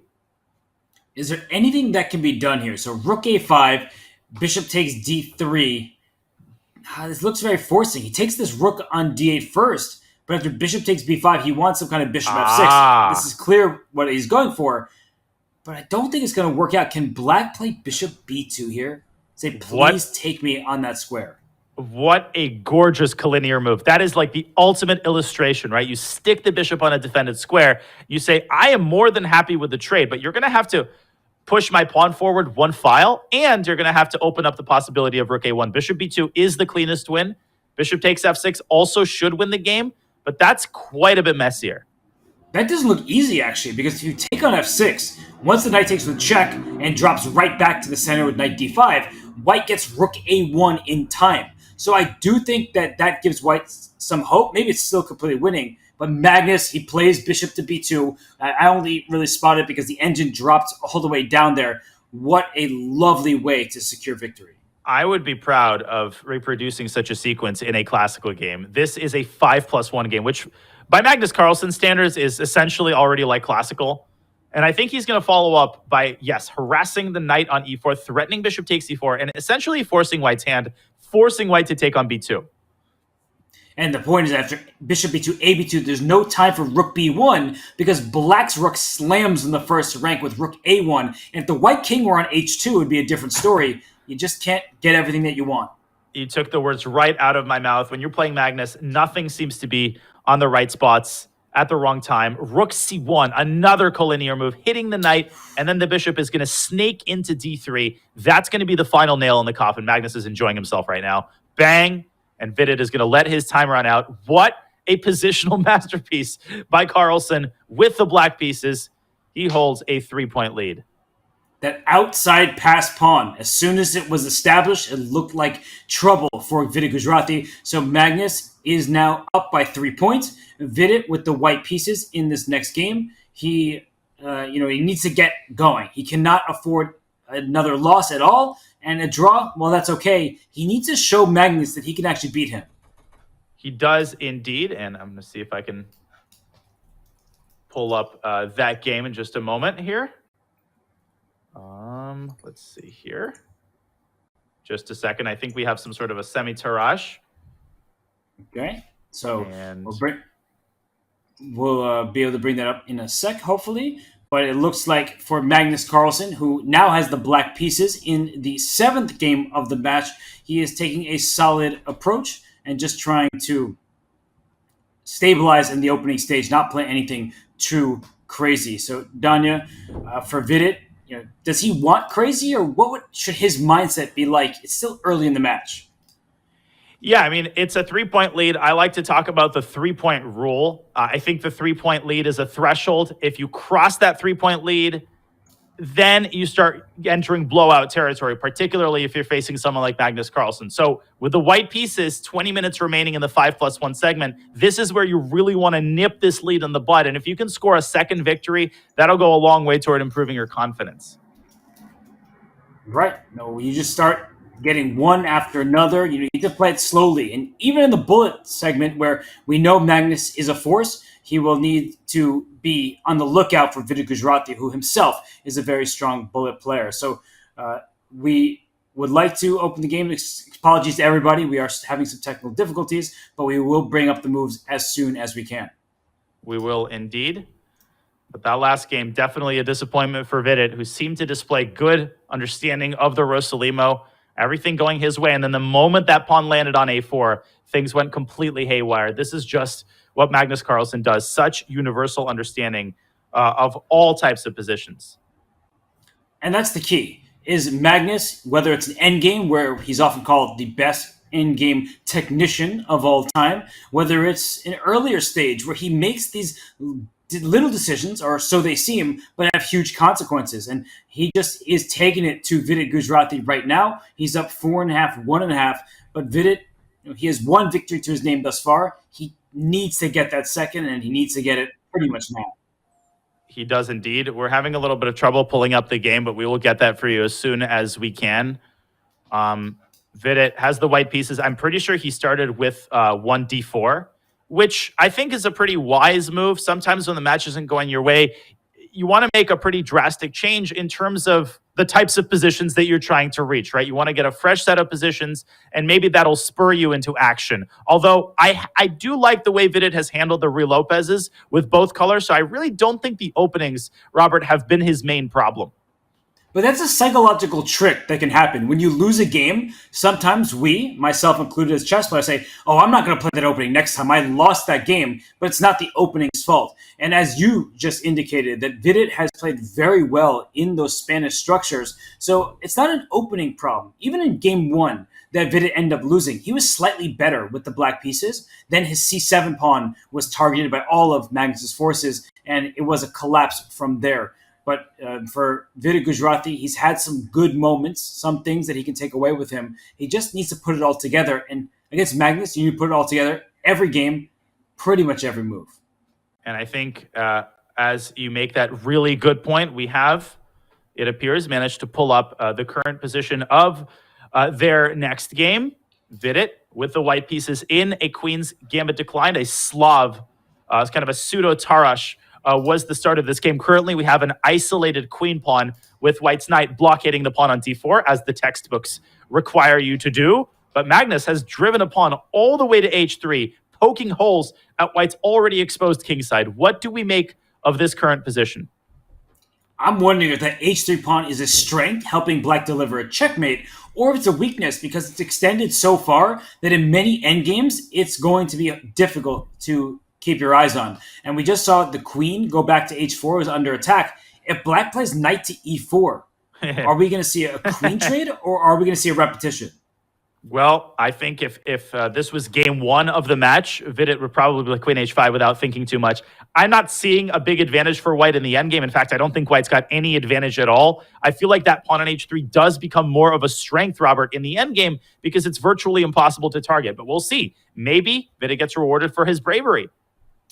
He swaps the queens with his rook f to d1. No bishop g4. Let's not blunder into forks. White would play the pawn up to f3. And instead the bishop sits on d7. So one idea I see for white is to go knight e2, knight f4. But you need to time that very well because there are some pins along the diagonal.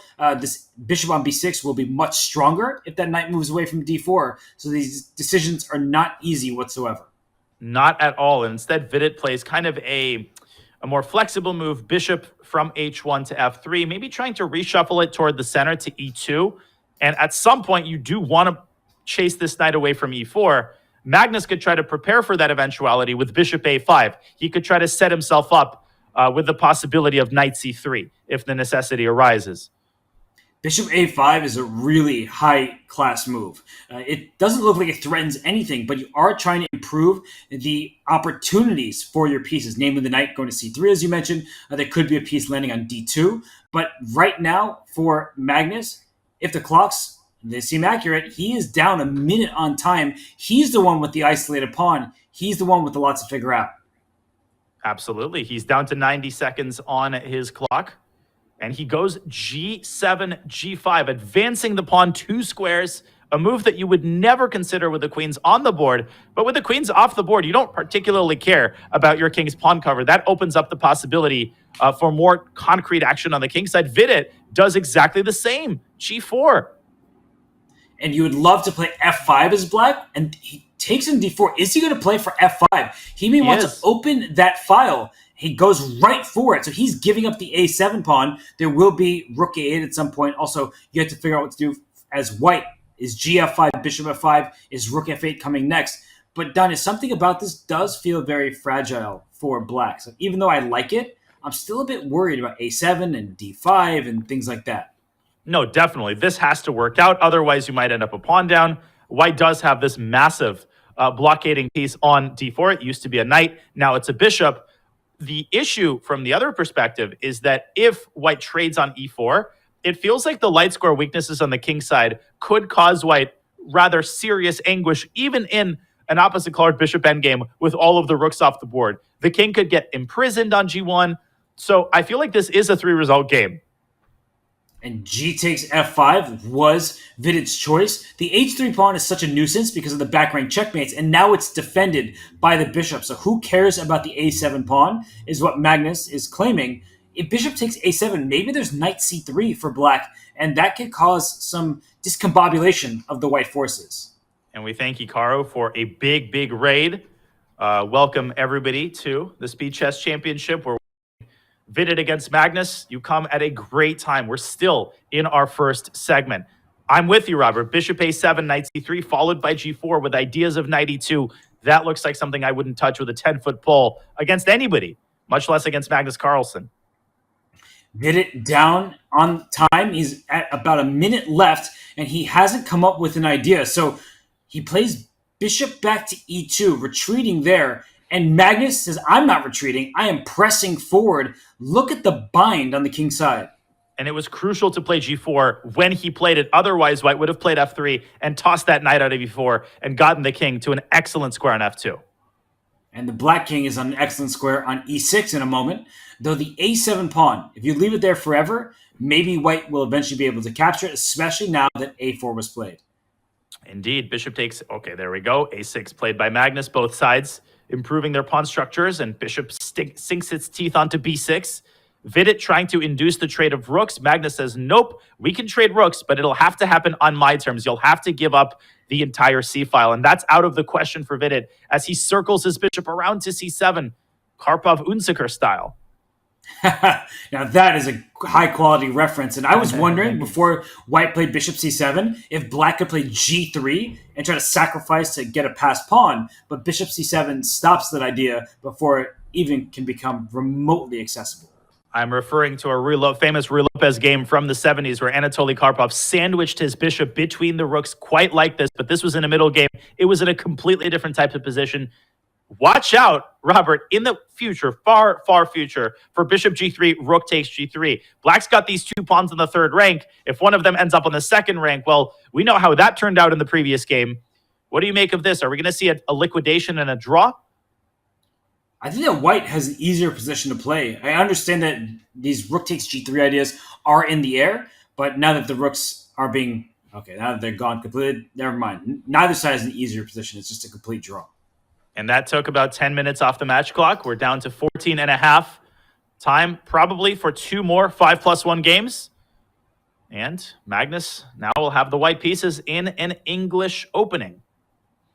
Magnus mixing it up, having some fun with his opening choices. And I always like this line for white because now that black has committed the pawn to c6, you're not worried about the queen getting kicked if it went to d4. And now we see that the pawns are alive. But Danya, in this structure, white can hit black with an f3 move in the near future and open the board up.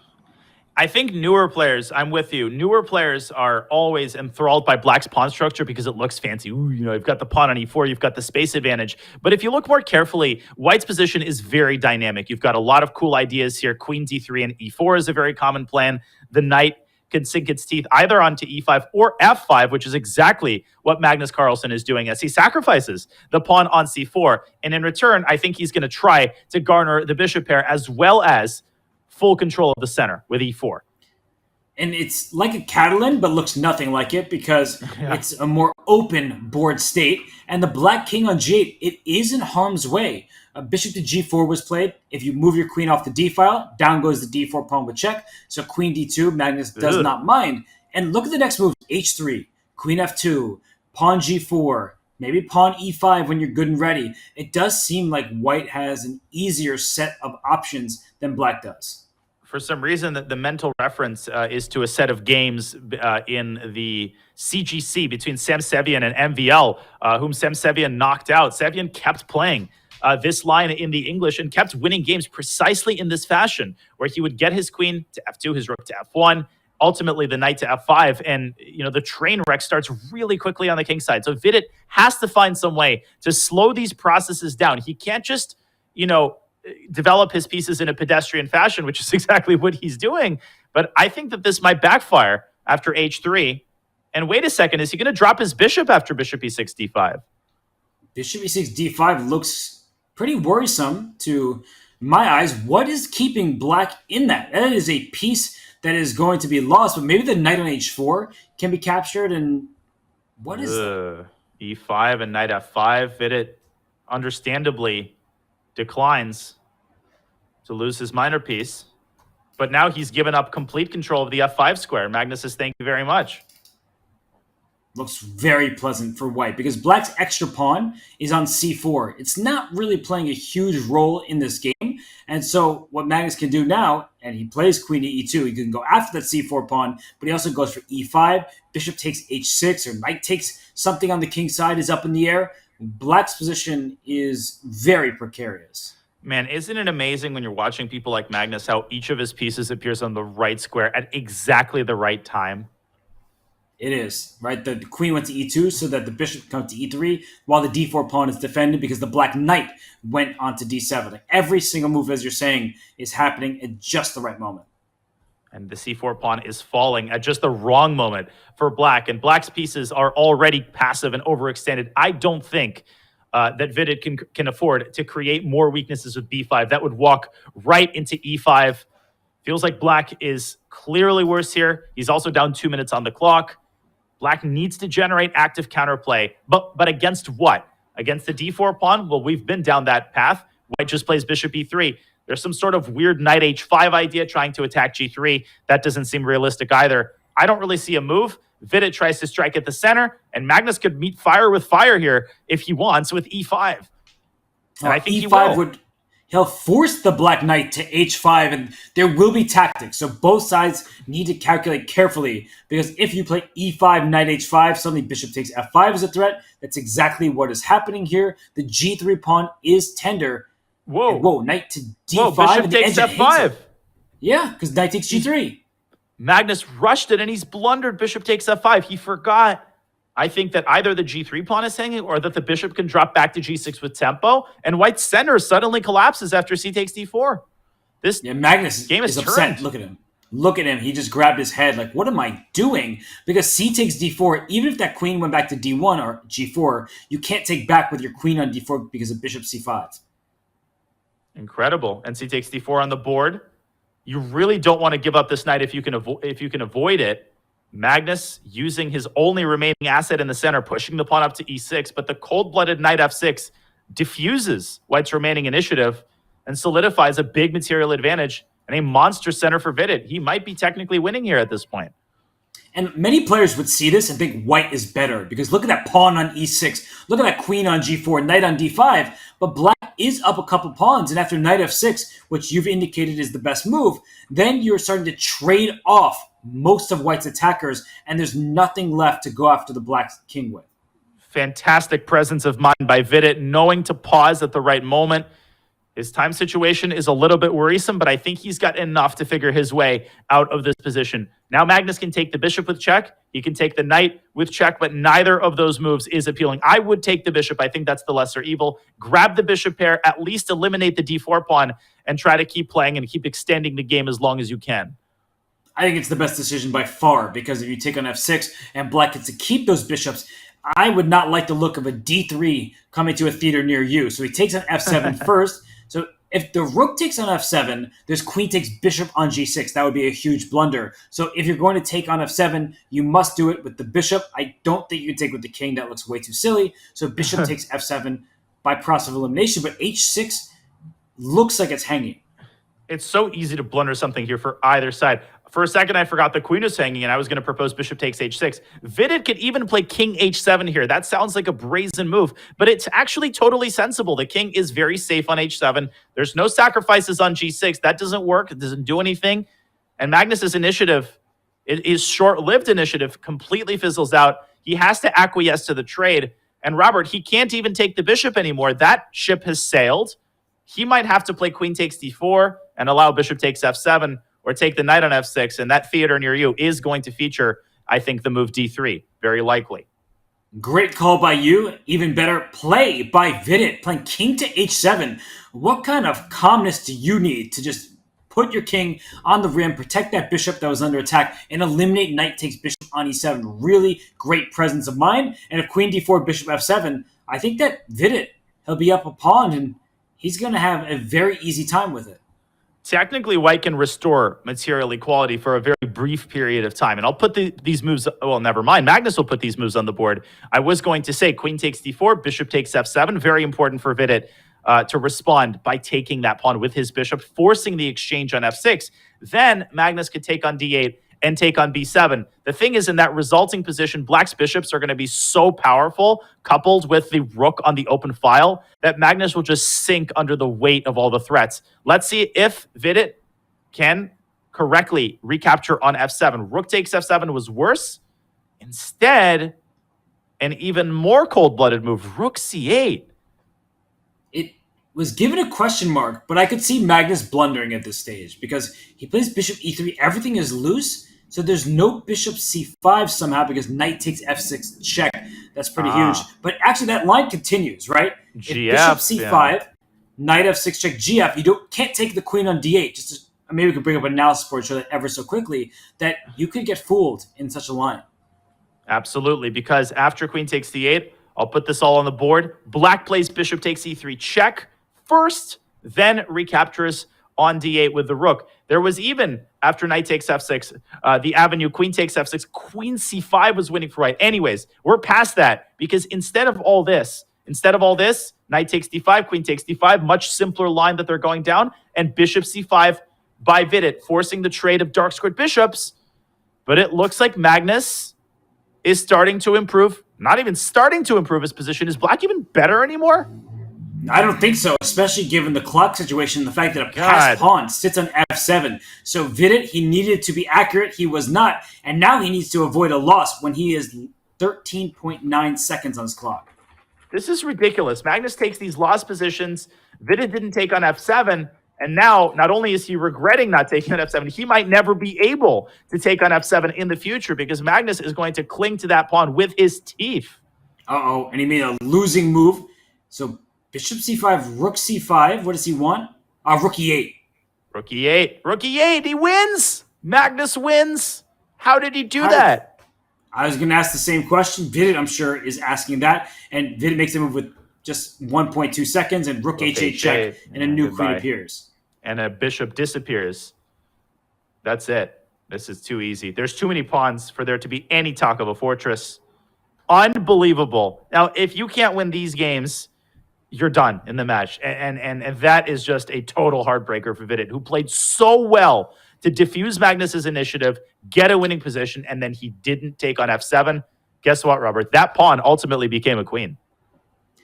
That pawn reached the other side, and right now Magnus Carlsen has a 4-point lead over Vidit Guzrathi. He is just cruising, but it's been a bumpy ride. That's been clear. But somehow Vidit, even when he's up a pawn, he just can't put Magnus away because Magnus is that resourceful. He really is. And even when it seems like he's blundered or he's lost, he's still always up on time. He always has at least one thing going for him in a particular position. If he's worse subjectively, then the position remains complicated. If he's worse subjectively and the position isn't complicated, then his opponent has 2 seconds. Something always goes wrong for you when you're trying to convert an advantage against Magnus Carlsen. I love what I'm seeing, a King's Indian and a structure that I am very well familiar with, kind of a Marozzi bind against the King's Indian. And the bind means that black can't easily play b5 or d5, but that e4 pawn, it does stick out, and black can target that. So here in this position, white, I think, typically plays f3 just to keep the center firmly under his control. Yeah, f3 is kind of a sine qua non of these types of positions. You don't want to constantly have to deal with the possibility of h6 and g5. Okay, rook e1 is also possible. You can try to drop the bishop back to f1 and play without f3, but I'm a little bit skeptical, and Magnus could consider actually h6, g5, and knight takes c4. I wouldn't rule that option out, especially given how adventurous Magnus seems to be feeling today. I think that's a very legitimate try for black, and h6 was indeed the choice. And if you play bishop h4 and g5 happens, isn't black just going to simply steal the e4 pawn? There's no useful discovery. Yes. Which is why I don't understand Vidit's choice of rook e1. I mean, f3 doesn't really have all that many downsides in this particular structure. Now Vidit has opened himself up to a world of hurt down the e-file. What he might have overlooked is that if he moves his bishop away, pinning the knight can still take on c3 because the queen on d1 is targeted. This is a very classic trick in these King's Indian structures. Where is white's compensation is my question. I don't see it. Question. Knight takes e4, queen takes e4. That queen is in danger on the e-file, but the d4 knight is loose, so you'd have to spend a tempo saving that piece, in which case you are in big trouble. So right now, Vidit is calculating, but Danya, I hate this position for white. You're going to be down a pawn, and you'll be lucky to have full compensation. And not to keep harping on it, but I just hate that this was unnecessary, right? I mean, Vidit's thinking right now, why on earth did I allow it, right? Why am I even in this situation to begin with? I could have played f3, enjoyed myself a nice slight advantage. Instead, he's got to search for compensation where there is none to be found. If he trades on e4, the queen recaptures, hits the knight. He's going to have to waste another tempo. I like bishop f3. I think this does keep, relatively speaking, some semblance of an initiative. Magnus's piece is still disjointed, but the rook has to escape the 7th rank now and move back to a far more passive residence on e3 or e2. That's sad because once the rook drops back, black can play rook d8 to defend the d6 pawn, which is under threat, and eventually get the bishop out of c8. So black is up a pawn. White has more coordination for the time being. I'd rather be up the pawn, though. Absolutely. And Magnus has a lot of ways that he can continue improving. He can play knight c7. And you know what the best thing is about being up a pawn? You can give it back at the right moment with interest. So even if you give d6 back at some point, it doesn't mean you're going to be worse. Ooh. Maybe you're even going to be better. What do you see? Is there bishop takes d4, knight c2? Actually, that is tricking yourself. I think we should show this. a3. Yes. Do not play bishop takes d4. Rook takes d4, knight c2, rook takes d6. Beautiful. And you pay the price for not having your rooks coordinated. Whoop! And white wins. And look what's happening in the game. He went knight b4, and after a3, he dropped his knight back, Danya. So this is not what Magnus really signed up for. Why would you bring your knight to b4, only allow it to be kicked back? Suddenly, Vidit has the upper hand. Apparently, c5 was the only way to justify the placement of the knight, but that's such a difficult idea. Then knight c2, knight d4. This is computer stuff.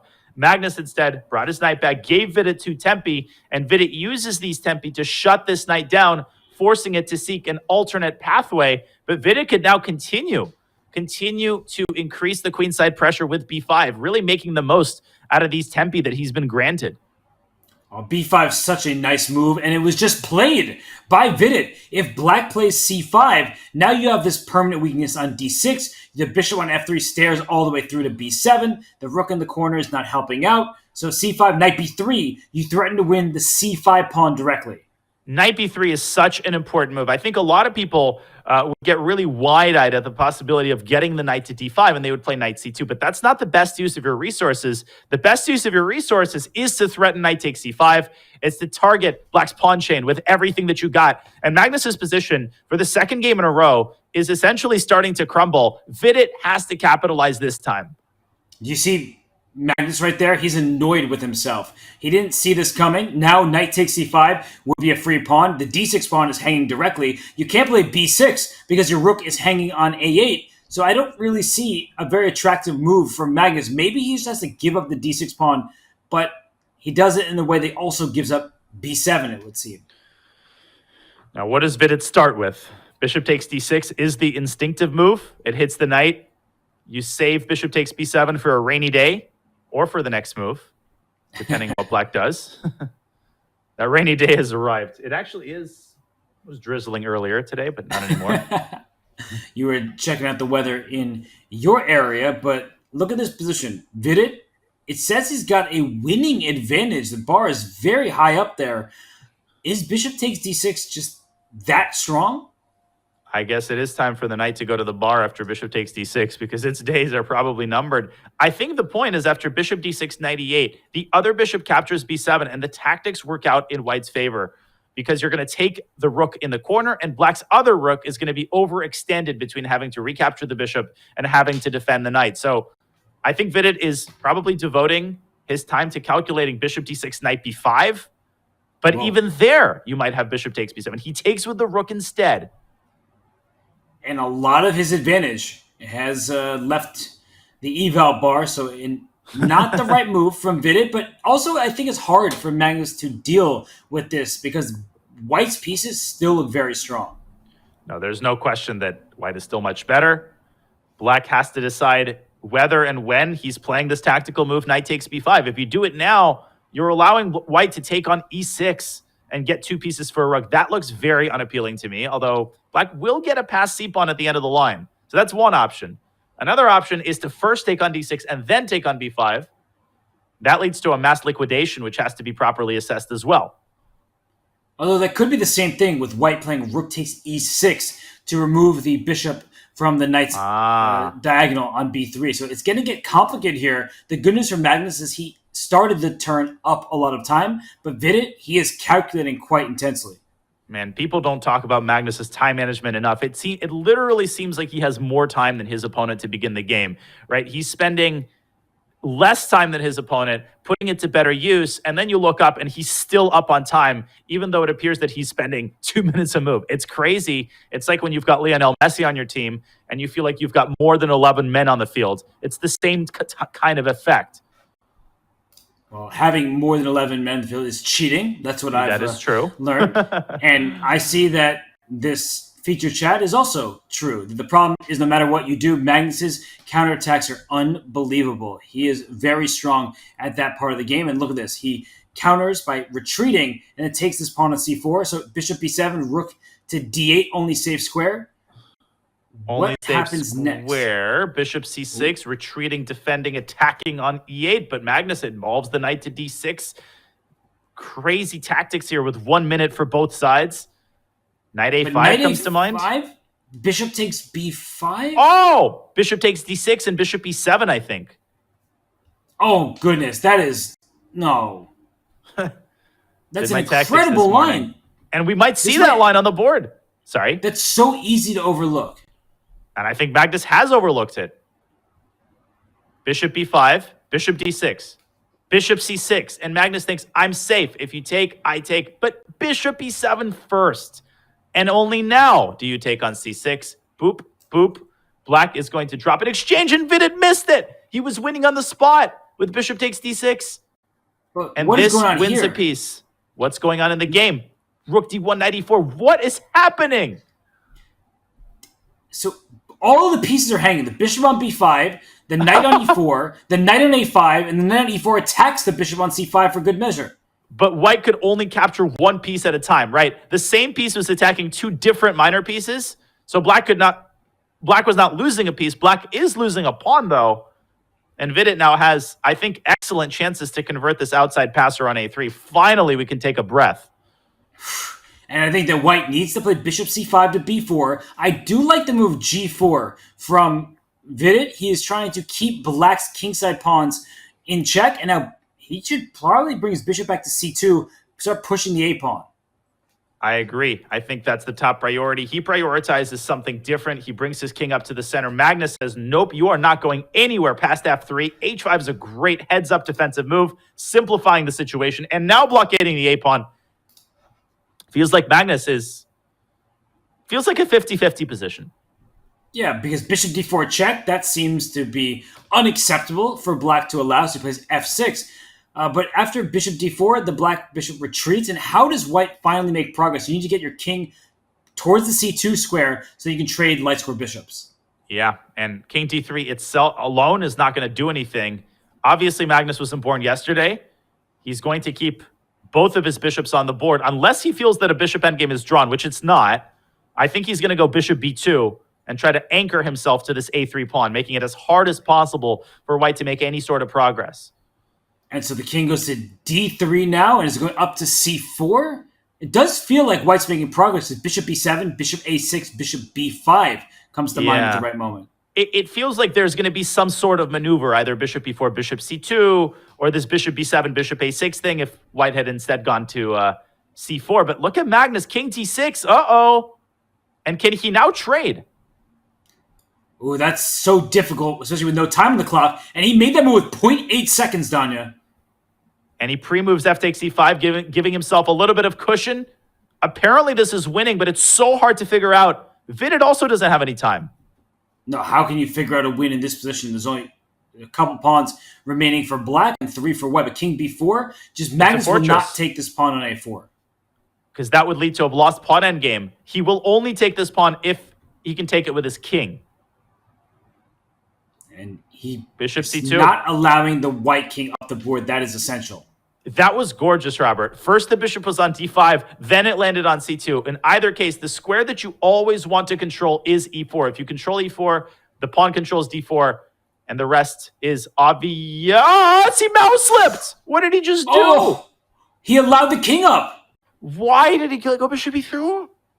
He made a and now he's losing. Mistake. Yeah, he's losing because the white king just gobbles up the pawns. And he resigns. Unbelievable. Vidit Gujrathi just unleashed his potential. He steals an endgame from the best endgame player of all time. And Magnus Carlsen still leads this match, but instead of leading by 4, it's down to 3.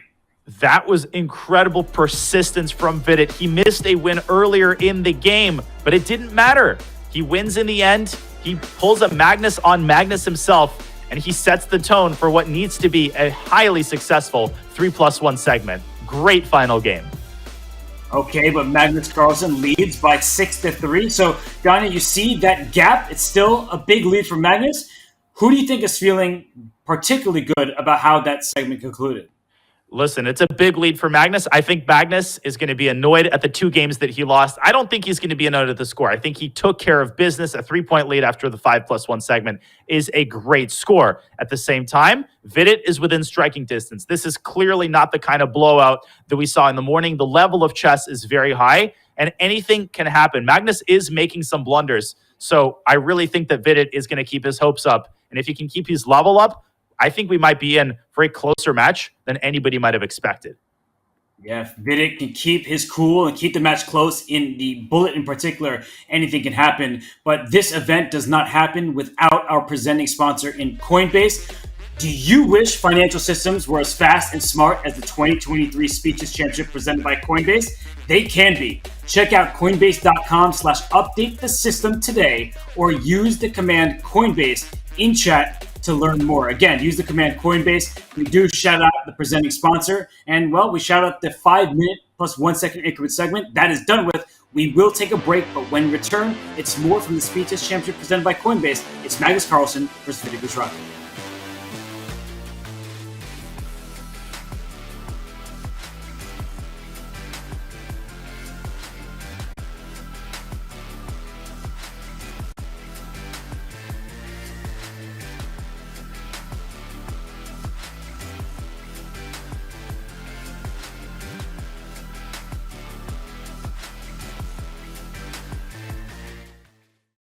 God, it's the same thing every time. Why didn't you en passant, bro? I swear to God, en passant should be forced. All my friends watching, and this day is taking forever. Play faster. If I could move this pawn backwards, it would basically be checkmate. Oh! And draws are dumb. I should be able to flag him no matter how many times I repeat moves. 1,400 years, and it's the same game every time. You know what? It's time for some updates. I'm tired of this. I'm doing it. Stalemate is now a win for the player who gets stalemated. You're welcome, Eric Rosen. Hey, it's the Rosen trap. Pawns can move backwards. Why has that never not been a rule? Pawns can move backwards now? Every piece should be allowed to en passant. What? That's not even possible. How? Ship it. Dunzo. Update. Enter. Why is it ending? There's just 2 kings on the board. What is this purgatory? This is so awesome what we're doing here. Guys, we're changing chess. Why can't people just move however they want, whenever they want? Wait, what? Checkmate? Do I not get to move? From now on, C4 actually explodes. Pawns are weak no more. Pawns can promote on the first move. Update! Take that, fool! Woo! I'm not sure I made the users as happy as I thought I would.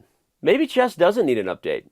Financial systems do need an update, though. Coinbase is working on just that, re-envisioning an entirely new financial system that is decentralized and fully transparent. Thank you, Coinbase, for sponsoring competitive chess and making events like the Speed Chess Championship possible. Go to coinbase.com/update the system today to learn more.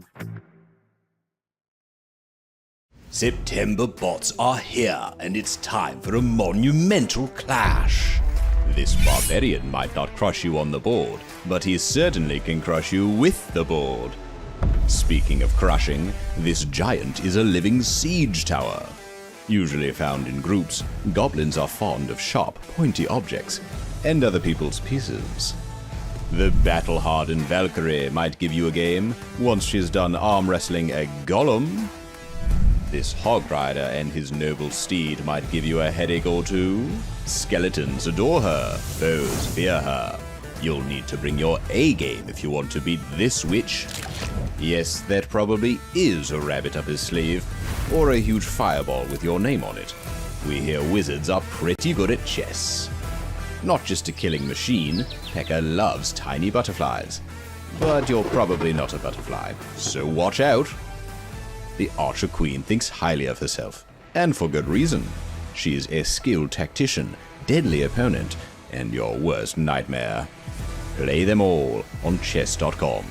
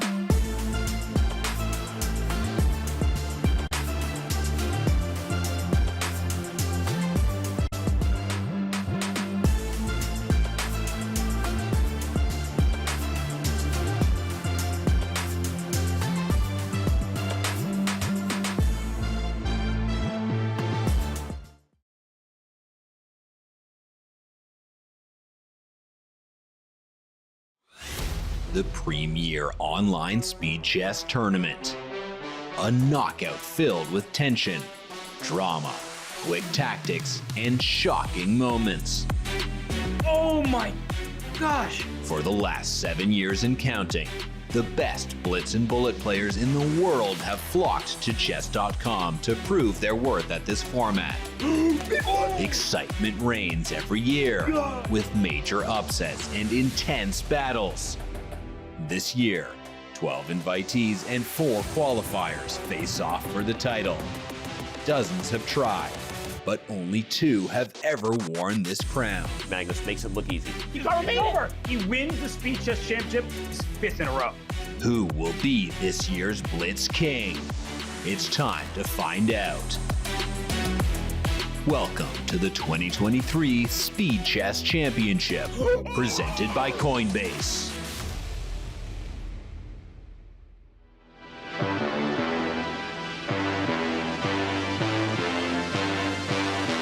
Welcome back to the 2023 Speed Chess Championship presented by Coinbase. If you thought this is just another event for Magnus, think again. He is the 2-time Speed Chess Champion. He may be getting a little doze in there, getting a little nap, but when it comes to the Speed Chess Championship, he gives it his all. Danya, when Magnus was interviewed, he had this to say about the SCC. The Speed Chess Championship is by far my favorite event on Chess.com. It's sort of the pinnacle of speed chess and a tournament that shows who's who. I'm excited to be participating again, and we'll try to do even better than last time. We know what happened in 2022. Hikaru Nakamura defeated Magnus in the epic finale.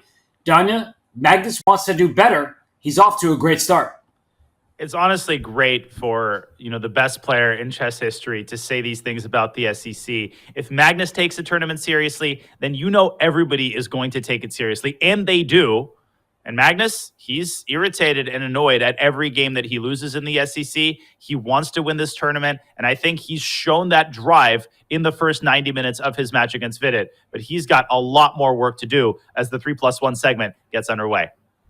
Let's dive right into the action as Magnus Carlsen leads by 3 points. He did let an endgame get away from him. He had the right drawing defense. He had a fortress that he doesn't even believe in to begin with, but he should have made a draw with proper play. He slipped, Vidit takes a win, and now it's 6-3. So, Danya, heading into the 3+1 here, do you think that Vidit's going to mix up his openings because he can't keep the status quo? I think he should. In general, I always err on the side of mixing up the openings and trying to get different positions, particularly if you're on the losing side of the match. If you're Magnus, he can play literally anything, and he is playing literally everything. We see a type of opening that we haven't had yet this match, a type of structure that sometimes happens in the London, but this originated out of a kind of Catalan-Slav mixture and a big decision in the early going. Typically, you do not see black trading queens in this version, I think. No, Queen A6, that is a good move. Usually, I was going to say it's a good move, but the engine gives it a question mark, so what do I know? I think the problem is that White hasn't castled yet, so White can play Bishop F1 right now, and E4 is a monster threat. Do you think he finds that move, Bishop F1, threatening E4? I think he does, because normally the White King is castled when Black plays the Queen out to A6. He goes for it. Now, wait a second. This is a very serious threat. And the problem, to add insult to injury, if Black sticks the knight on E4, White can still extract a lot of the benefit of that discovery with E3, and the Queen cannot depart the B7 pawn. And if Black plays B5, you bang on B5 with a fork coming in with the bishop. This is, seriously bad for Black.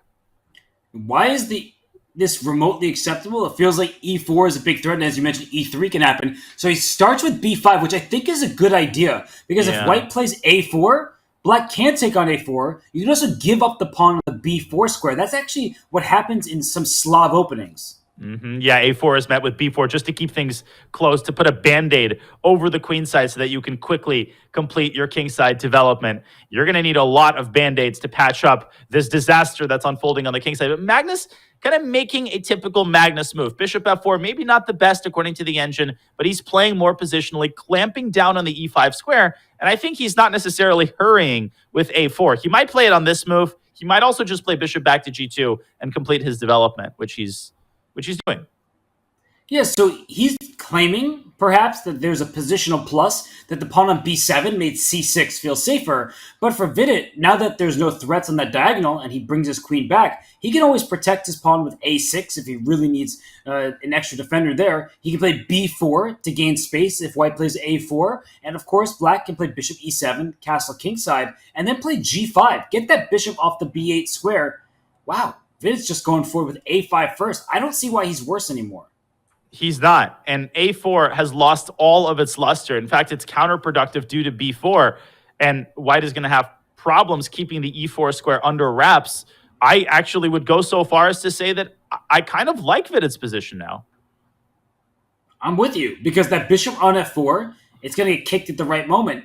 Not a single pawn has been traded. Let's repeat that. Not one pawn has been traded in this game, which makes the board feel very clogged. So what are the plans that you see, Danya, for white in this position? Well, there's only one, right? One wise man said the side that controls the pawn breaks controls the position, and the only conceivable pawn break, now this is a typical plan in such positions, is carrying out e2, e4, which is clearly what Magnus is preparing. First, he's got to decide where to put his queen. He puts it on b4. And is he going to follow up with e4? That's an incredibly committal move, because after the trade on e4, the d5 square is weakened, and you do not want to allow black to sink his teeth into that square. So you got to tread very carefully here. Knight b8. And look, he's threatening to win a piece. Knight a6. Whoa. And if the queen goes to a3, there's b4, and as you're pointing out, bishop d8 to a5. But why did Vidit wince? He made the move knight to b8, and then it seemed like he didn't like his decision. Is it because of Magnus's response, knight c3 to d1, vacating an escape square for the white queen? This is not exactly, a reason to, I don't know, to cry. But it may be the case that Vidit is at a bit of a dead end with this knight on a6, kind of having no prospects past a6. And he just castles. There's no bishop takes h6. Funny business. White doesn't have enough pieces over there on the king side to threaten the black king. He plays f3, taking away some knight g4 jumps. Danya, when is this board going to open up? We still have 0 trades. I really feel like Vidit should have tried to prepare e6, e5. You can get that move in and white's position starts to crumble. The thing is, Magnus's knights are incredibly passive, but I think Vidit is going for the more long-term strategy of doing what exactly? Preparing bishop f6. And ultimately, I think he is going to prepare e5. There was a crazy tactic there with bishop takes c5 and d4 trapping the queen. That was insane. That was insane. I was wondering why the eval bar went crazy. That is really nasty. Look at this. And I'm going to I have to show this. Rook d5. And the knight on a6 finally has its moment in the sun. Finally has its moment in the sun in terms of protecting the c7 square. The queen is trapped, and white basically loses on the spot, because once this pawn disappears, your entire center essentially crumbles. This doesn't help, by the way. It's exactly the same type of line. I guess here the queen can go to c7. But anyways, black is winning in the end. Let's go back to the live board, though. We've had quite a few moves. You know why that wasn't on Vidit's radar is because before the knight went to f2, the queen had that spot. But look what Vidit's doing anyway. He is just moving forward. Now there's this pawn on a2, which is a long-term weakness. It's essentially both sides are up a pawn, but in different parts of the board. That's a great way to put it, and Vidit continues to break apart white's control of the center. Now the rook on e8 is sitting pretty. Black's control over the e4 square is impressive, and Magnus is, again, struggling to create chances on the other side of the board. He's got 2 seconds on his clock as well. He's losing. Look at Vidit go. The e4 square is juicy. Just drop a knight in there right now. He does just that. And c5 is an opportunity as well for black, or bishop c5 if you allow it. And now bishop takes f5. Snap that knight off the board and find a spot for your dark-squared bishop on the long diagonal. Instead, he's gone queen d7. He can take twice on f5, but that would entail giving up the c6 pawn. Vidit down to 8 seconds himself. Can he keep his composure and time pressure? Magnus with 0.8 seconds. Barely getting the moves off. And that king on g2 looks open, but he finally takes that knight on f5. This looks great for Vidit. And the moves are easy. c4 is possible, but with 3 seconds on the clock, I wouldn't stir the pot. He plays these calm moves 2 seconds again. f5 was missed there, winning the exchange. All-out time scramble. This Black has all the control. E4, en passant, take that thing. He didn't take that thing. He didn't take it, and he's allowed Magnus to establish a pawn chain in the king side, and now the situation getting more complicated. Oh my goodness, now it's completely pandemonium. But the F5 is loose, and he goes D3. What a shot!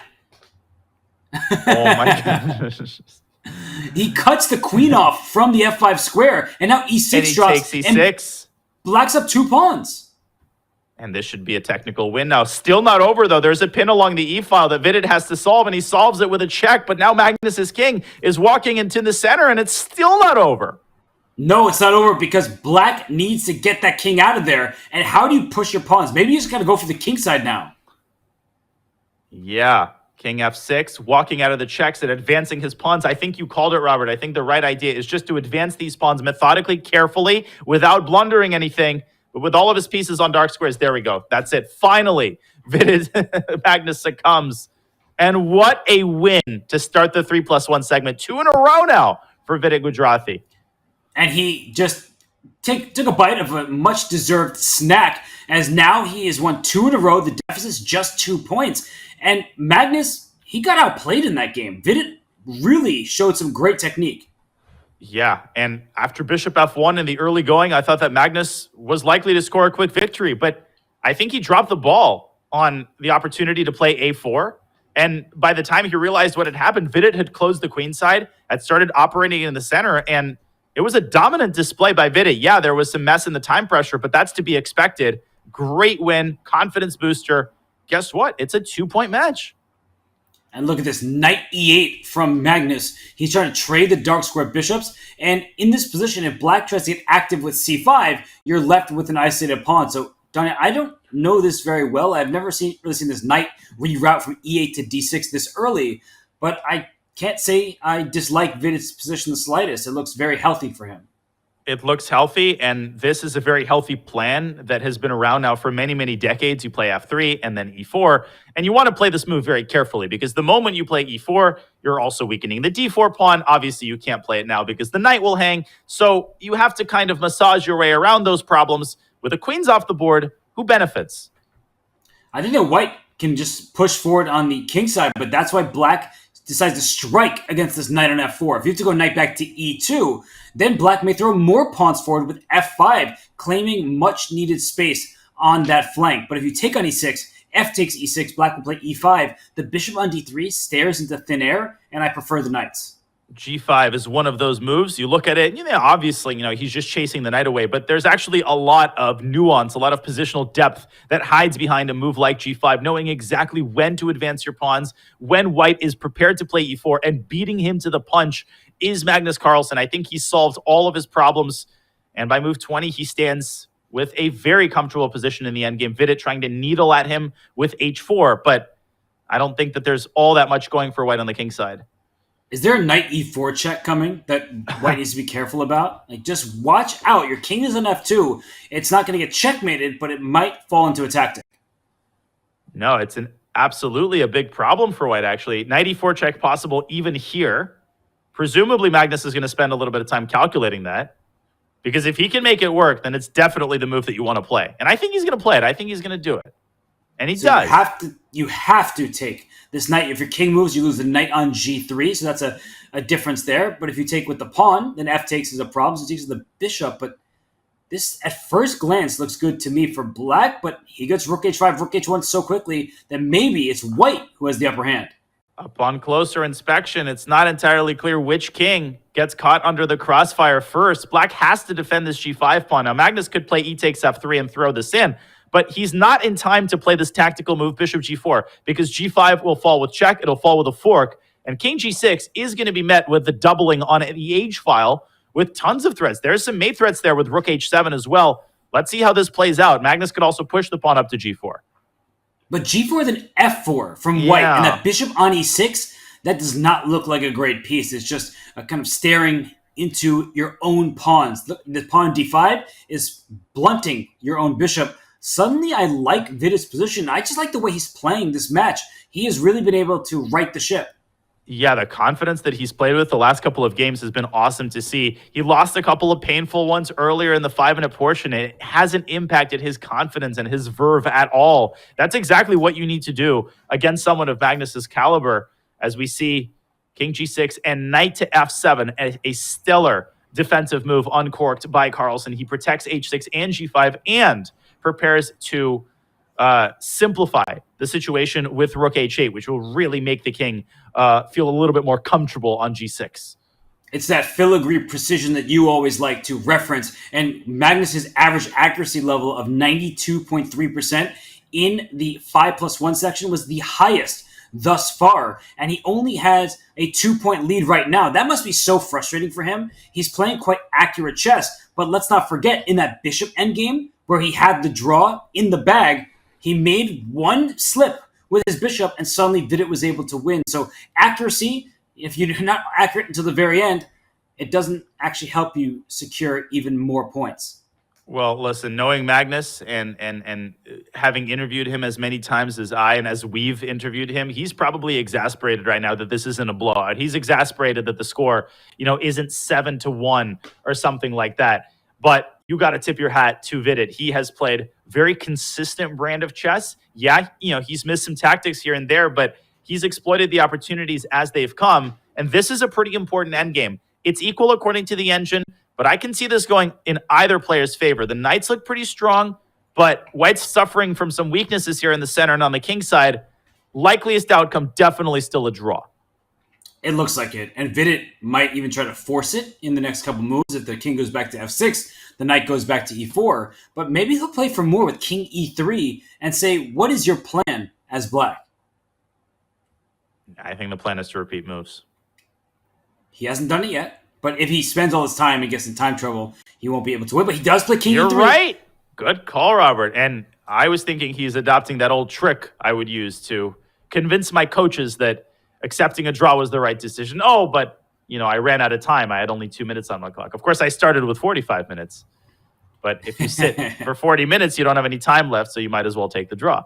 And what do we have here? The knight swings over to the queen side using the entire board as a canvas, but Magnus simply drops his king back. I love the placement of black's knight as it guards the g-pawn as well as important squares throughout the center.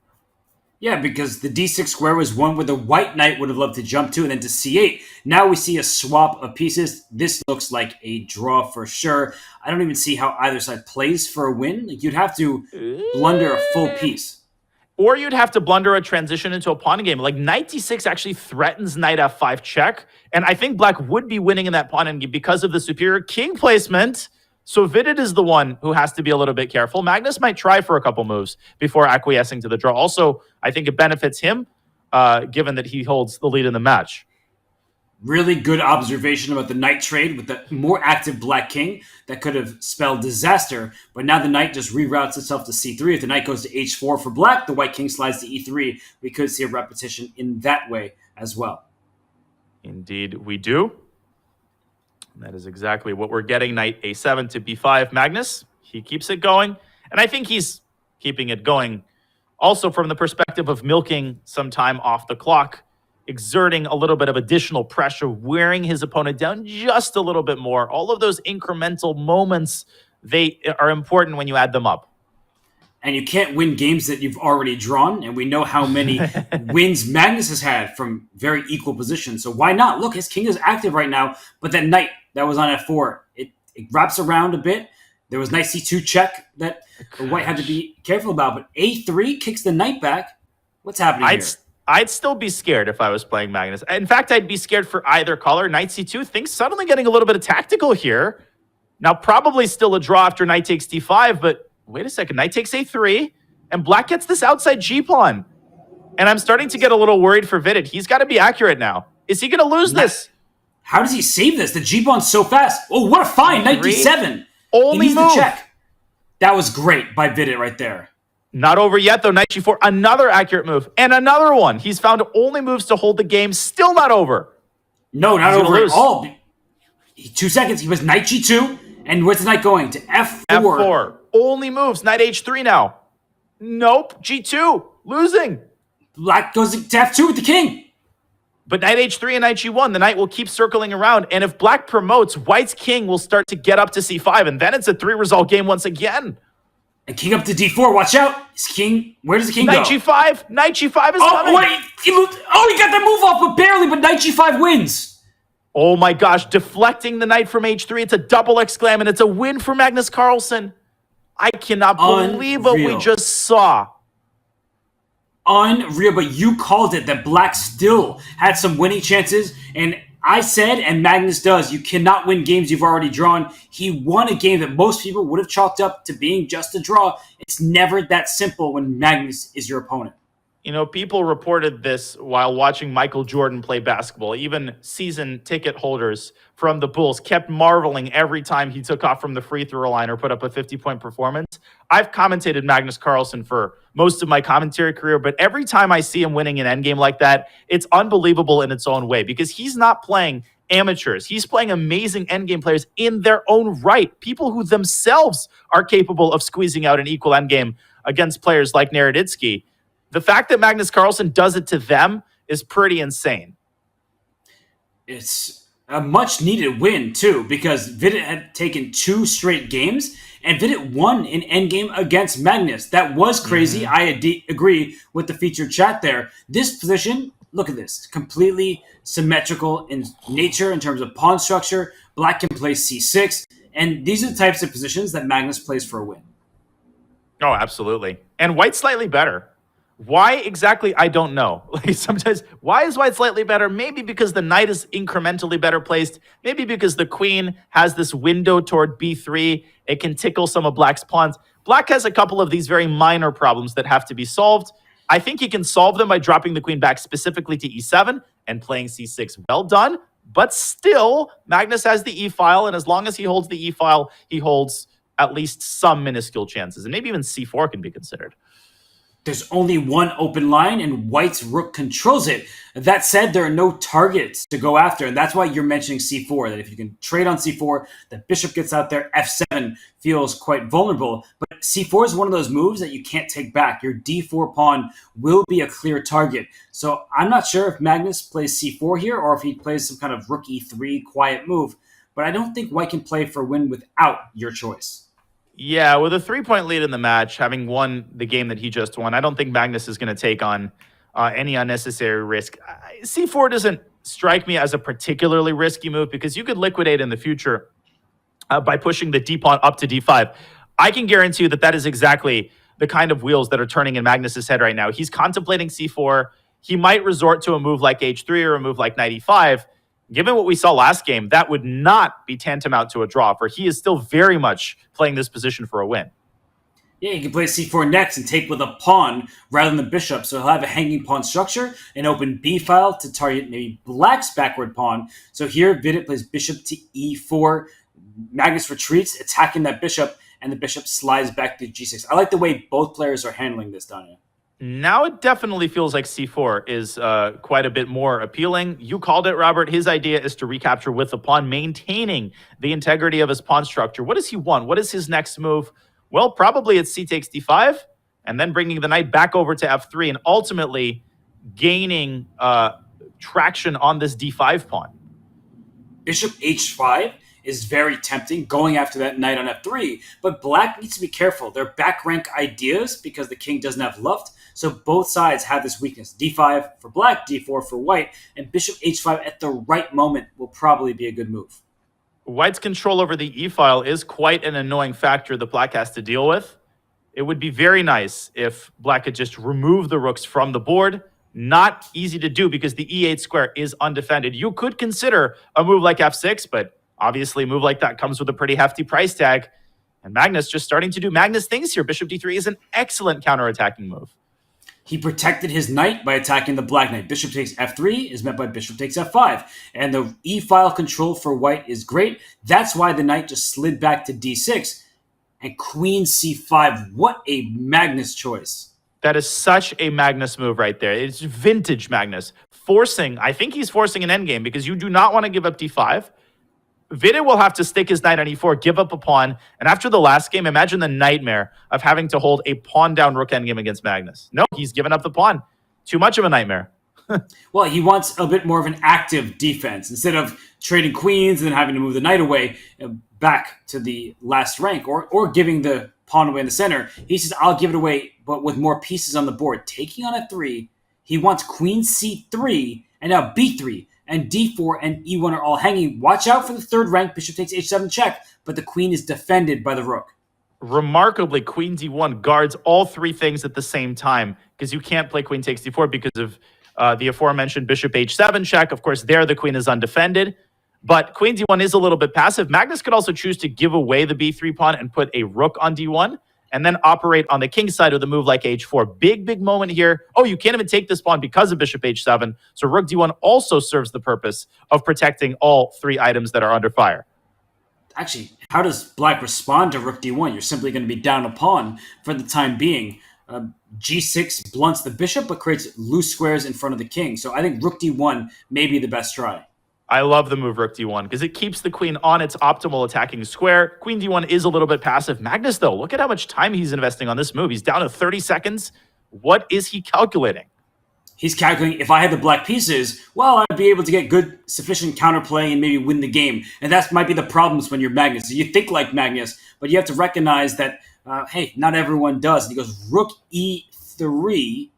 Whoa. He's mad at himself. Wait, his idea is queen takes b3, bishop takes h7 check.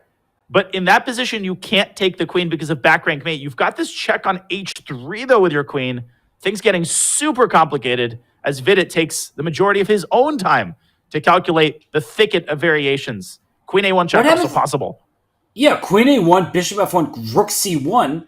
Queen just barreling down the first rank, but queen e2 threatens a counter back rank checkmate on e8. That is a much needed defense. And Vidit, he is down under 16 seconds now. He made his move, but Magnus simply makes a luft. And this is exactly the kind of position Magnus wanted. He's got a good bishop against a relatively bad knight. I think it's a minuscule advantage for white. In a time scramble, though, knights are very valuable pieces. So easy to miss some sort of freak tactic or a fork. Let's see how Vidit handles this very important time scramble. We might get a queen trade and a draw, but the way that these previous time scrambles have gone, I think we're in for some adventures in this endgame. Yeah, why a draw? Look at this position where the knight on d6 now is defended. It goes back to b6. That's a great move. I have to say, it frees the rook on the 6th rank and gets your knight active. Rook c3 was possible there. Instead, he reroutes his knight to c5. Knight takes a4. Does that work? No, it doesn't because of bishop b5. And rook c3 checked him with king d2. So great awareness from both players. The knight goes back to e6 to check. He'll go back to c5, maybe? Magnus advancing, expanding on the king side, trying to deprive the knight of key retreating squares. Vidit going back and forth, but it seems like Magnus is starting to make progress here on the king side. I'm looking at Vidit's clock. He barely is getting his moves up. 0.7 seconds. This is a bullet scramble. Now start trading pawns. And Donna, let's not forget, the light square bishop, the h8 corner are not a match. So Vidit should know his task. He does indeed. Rook f7 check is Magnus's idea. He's loading up a trebuchet on the f-file. 1 second for Magnus. 0.4 as he made his move. And he's going to bail out, I think, to a draw. Yes, he will. He's going to take b6 and h6, but it's going to be rook and 1 pawn versus rook and 1 pawn. And just throw away the a pawn. Put your king in front of the h pawn. That is a draw. Wow. So we did get our share of adventurous, but I think a draw. Fair result for a very balanced game. A good result for both players in that one. I thought that Vidit held very steady. I mean, this is the thing about the Speed Chess Championship. Even when you're facing a 3-point deficit, you could still be proud of the way you're playing. I think Vidit is playing a very, very strong match. Magnus Carlsen a year ago against Fabiano Caruana, he only gave up 4 points that whole match. So the fact that Vidit's already there and keeping this close, it's showing that Vidit is in good form. I remember that match like it was yesterday. I think we can make a categorical statement that to not get blown out in an increment match against Magnus Carlsen already means that you've basically played to the best of your abilities. And that's very true here. Not only is he not getting blown out, he's very much in this match. All he needs is a win, and it's back to a 2-point match. So this one going to be a very important game going into that midpoint break. And this position needs a midpoint break. We need to open up the center of the board because it's very close. And now Vidit took on d5 because the knight on d7 is a lousy piece. The knight on c3 is much better. The pawn on d4 takes away both forward jumps from that d7 knight. Not going to lie, this is not the most riveting position that I've seen today. I probably would prefer a Najdorf, like the one that they had in game 2. But you take what you can get. Vidit gets his rook over to c1. Notice that he brought the F rook over to c1 just to keep the other rook in reserve on the queen side. Magnus initiates a bunch of trades. And are we going to get a substantive transformation of the pawn structure? No. Vidit is going to keep the status quo by moving the queen away from the pin and leading to a bunch more trades. So it seems like Vidit okay to try and make draws. And one of the things that you have to do in the SEC is play that psychological battle. Does Magnus actually want to make draws with Vidit? The answer is probably no. We saw their head-to-head entering this matchup. I think it was like 12 wins for Magnus, 3 for Vidit, and 0 draws. They do not draw against one another. So maybe Vidit saying, come on, let's split this point here. I'll steal some of your rating points, and it's not a bad result for me. Yeah, this has been a just ultra-balanced game, but you can totally understand why Vidit is playing with an abundance of caution. Every draw against Magnus Carlsen is an achievement in its own right, but at some point, you need to start coming back in this match. And maybe Vidit's strategy, Robert, is to drag this match out to the bullet, to keep it at approximately a 3-point lead. Maybe he believes that his best chance at a comeback is in the bullet segment. I don't know. I mean, we can ask Vidit afterward, but I think that he's been playing really, really well. That last game, I think some people in the chat were saying over 97% for both players. That essentially tells you all that you need to know. Well, the shorter the time control, I do think the chances go up for players who are lower rated. So I don't blame Vidit if that is his match strategy. He does not want to lose more games in this blitz time control, and it's impossible. To lose, I was going to say, for white, but then I was going to say we've seen Magnus win so many impossible positions. Yeah, we've said that before. It's impossible to lose against anybody except Magnus Carlsen. Is Magnus Carlsen going to try to unbalance the game with e5, or is he just going to keep shuffling his knight between c6 and e7? Well, he has no choice, actually. He can't play e5. Oh, yeah, because it's under control. Now, after knight f4, you can't play e5 because the d5 pawn is loose. So we might see this back and forth. That will lead us to the midway point of this time control. A draw feels like a fair result, and Vidit hasn't confirmed it. There it is. There it is indeed, and we reach the exact midpoint of the hour allotted to the 3+1 time control. The lead remains at 3. The match just kind of hanging there in the balance. This game will be aborted, I'm pretty sure, because we are at the halfway break. Or not. Looks like, yeah, it hasn't been stopped just yet, but we are exactly down the middle of the 60 minutes allotted to this time segment. But hey, if they play, let's commentate on the game that's happening here. By all means, I'm more than happy with the way this game is unfolding, especially because they actually have an e4 opening this time. They have a bishop's game, something relatively fresh. So we'll keep watching as long as this game doesn't get aborted. Yeah, this game, well, let's look at this. It feels like I'm in my childhood, and you love openings like this as well, where you just play a little bit of a slower approach, and you see that white temporarily has the bishop pair, and maybe he's going to keep the bishop pair, or at least keep a bishop versus knight, quote-unquote, edge. What a weird sequence of moves there. Knight a5, knight a4. Knights on the rim are amazing, clearly, as our elders taught us. The smoke has cleared somewhat. 2 pairs of minor pieces has been exchanged. I like what Magnus has gotten here. He's got the uncontested dark squared bishop. It could come out to g5 at a moment's notice and harass the knight. Instead, he takes the positional approach and expands on the queen side with b4 and b5. Magnus playing very adventurously to start this game. And that black knight just kicked around. It was an a5, now back to c6. Now it's to move again. Maybe knight d8 to e6. I feel like that's quite standard. Or, as you're pointing out, knight e7 to g6. They're 2 different options.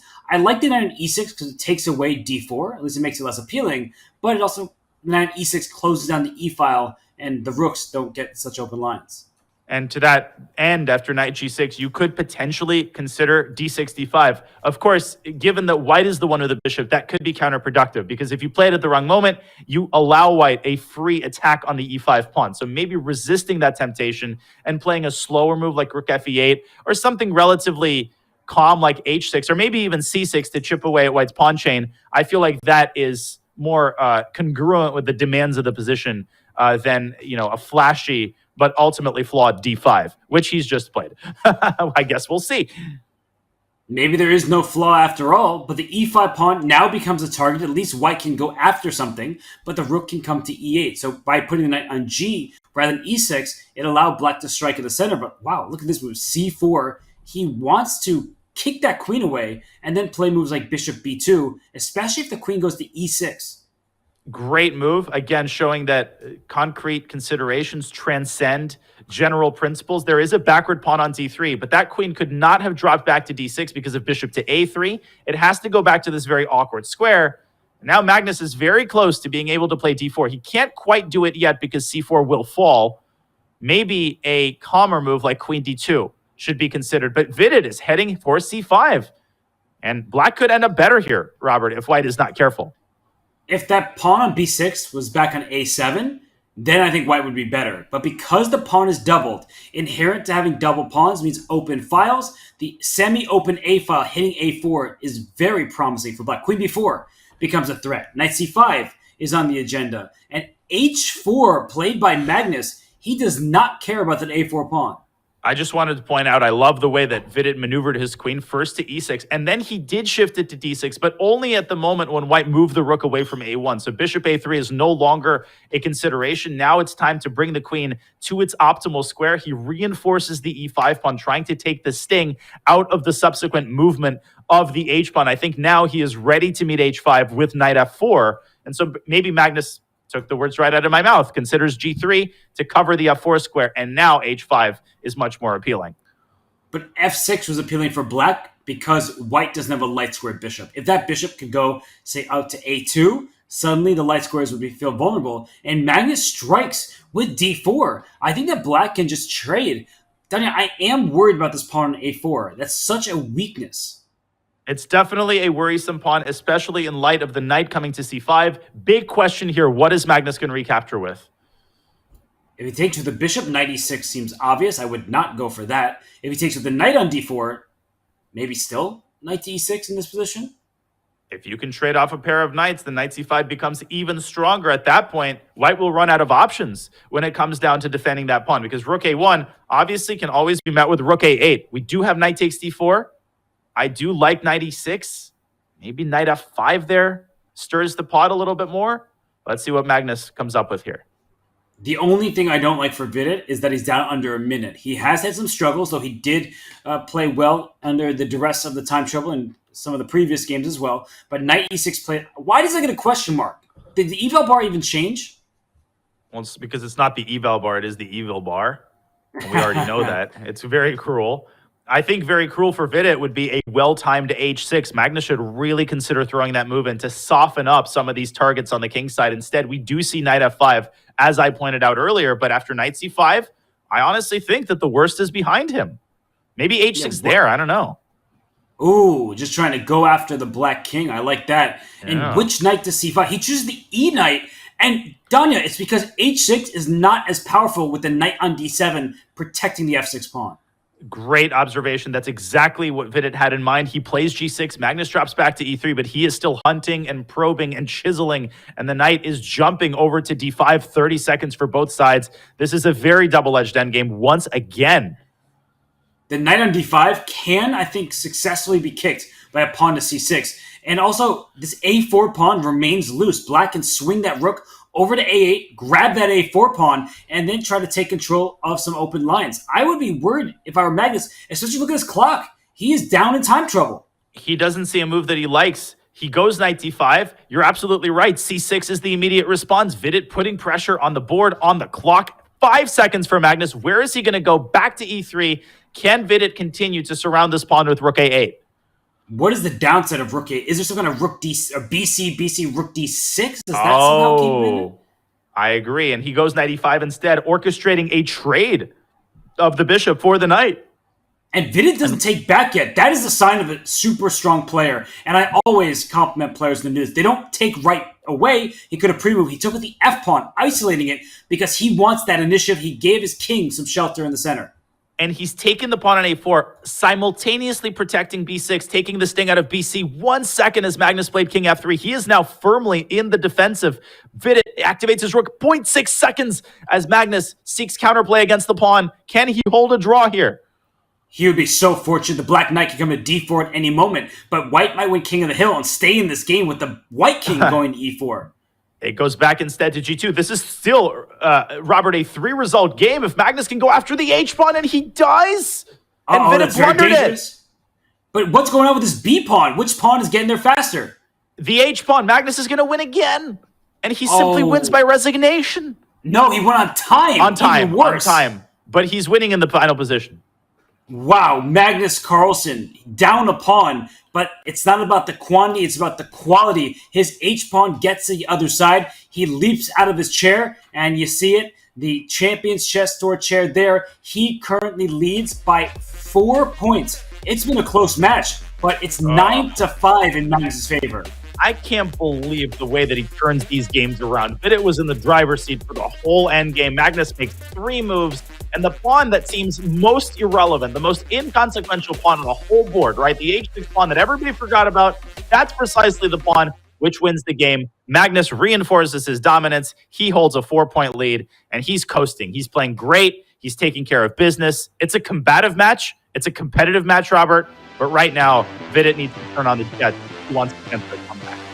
Even the sloppy games are still strong ones from Magnus Carlsen. He has a 4-point lead. The players will take a break, and so will we. This is the Speed Chess Championship presented by Coinbase. It's Magnus Carlsen versus Vidit Gujrati. More when we return.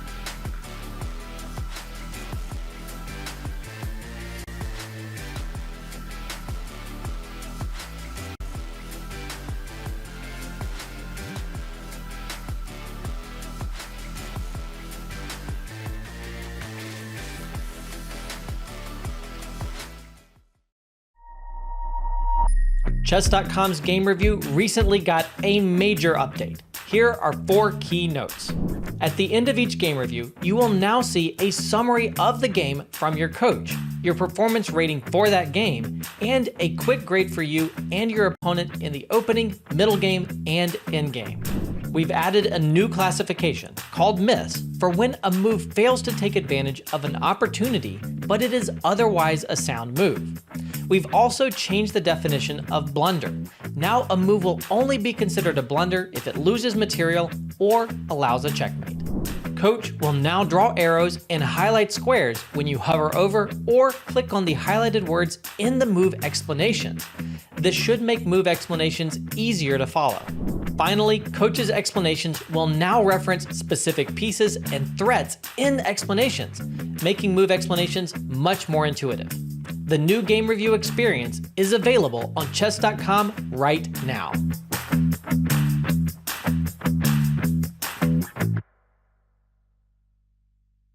What's the best way to follow any chess event from the Champions Chess Tour to the Candidates, Speed Chess Championship, Title Tuesday, FIDE World Championship, and so much more? Chess.com/events has all of the top chess tournaments played both over the board and online.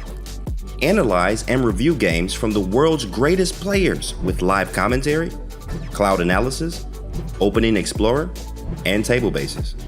Find all the key event information, including schedules, prizes, results, news reports, player bios, tiebreaks, and more. Even compete by voting for your predicted results. Explore chess.com/events today on web or with our iOS and Android apps and experience chess like never before.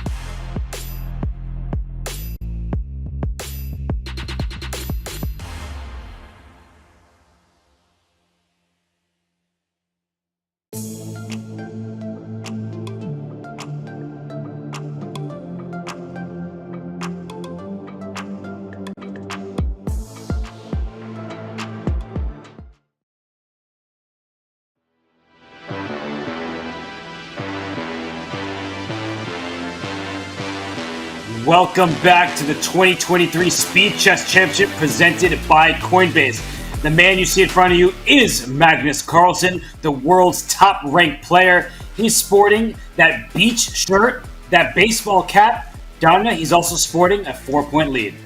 And he's also sporting one equal endgame after another that he keeps on winning. He's winning worse endgames.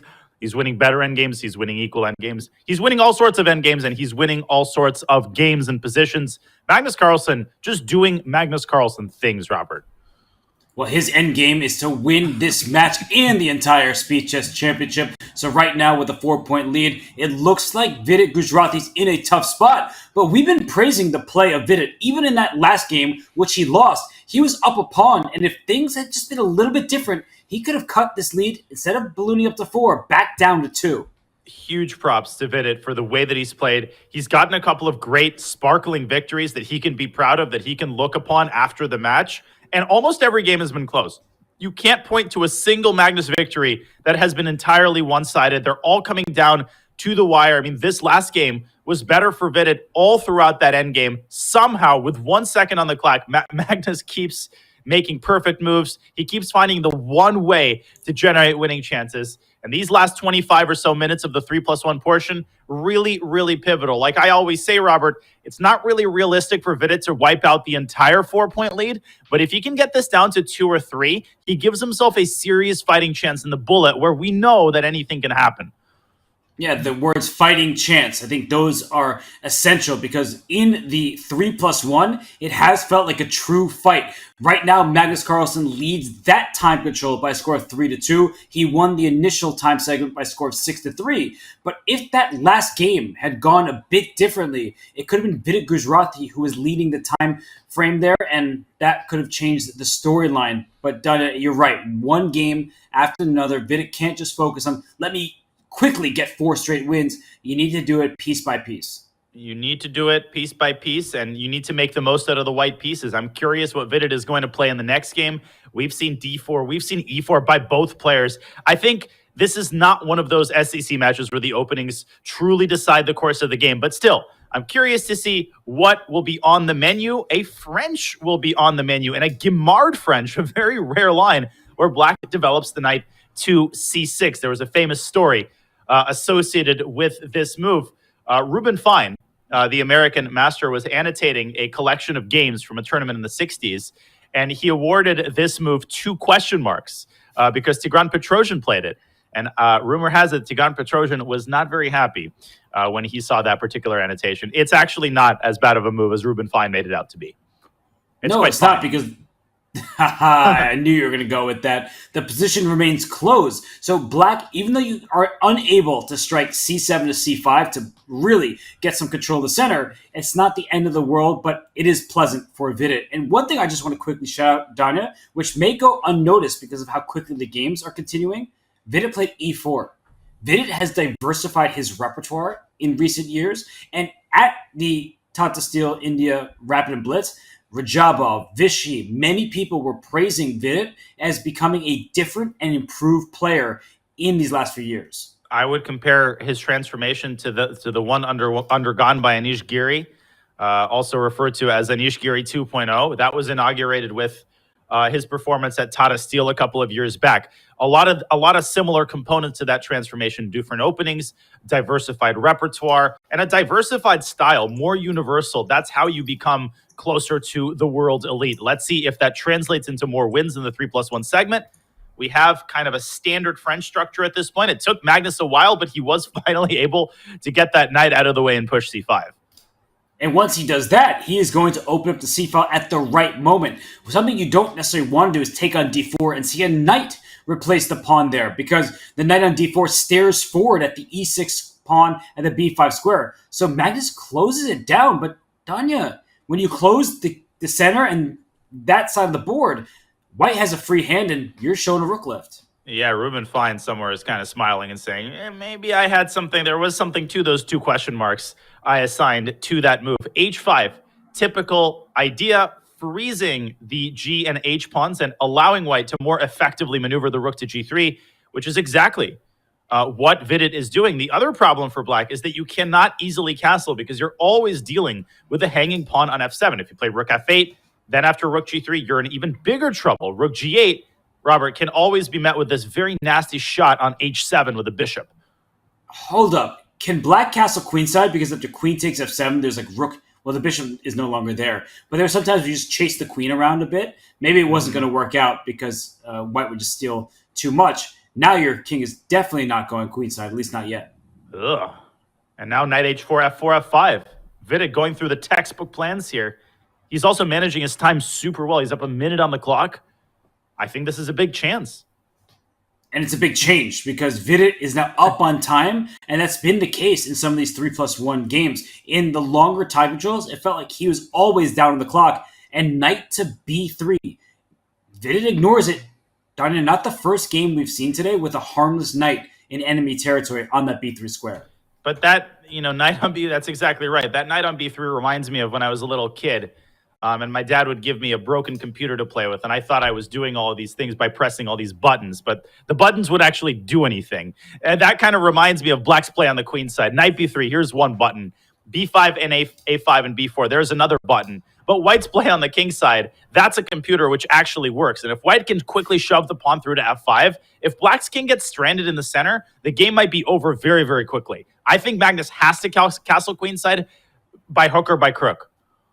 And he has to do it now. Look at his clock. He's down to 25 seconds. He's spending way too much time. He doesn't know what to do. I think he's got a castle, and he does. But he didn't find a satisfactory answer to this idea of pushing f5, which Vidit should do quickly, and he does. Takes it, and bishop f5. Yeah. How about that?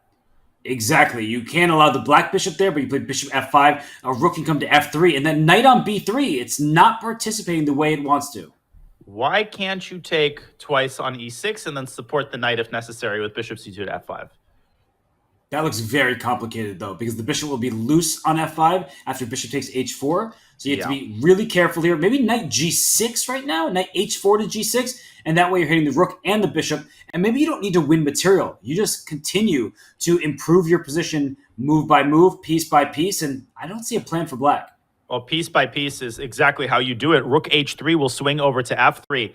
And I think you called it. White doesn't really need to hurry. I mean, as I said earlier, black does eventually have this idea of b5, a5, and b4, but that takes so much time. Look at Magnus. He sacrifices a piece. And that's a great practical idea. Bishop takes b2. He's going to pick up a bunch of pawns. And at the very least, he's going to develop some intrigue in this game. Great decision. I think it's the only try he had where he felt like he had a puncher's chance. And you look at this position, 2 extra pawns for black, but an extra knight for white. But b5, a5, b4, those moves happen very quickly. You need to be careful if you're Vidit.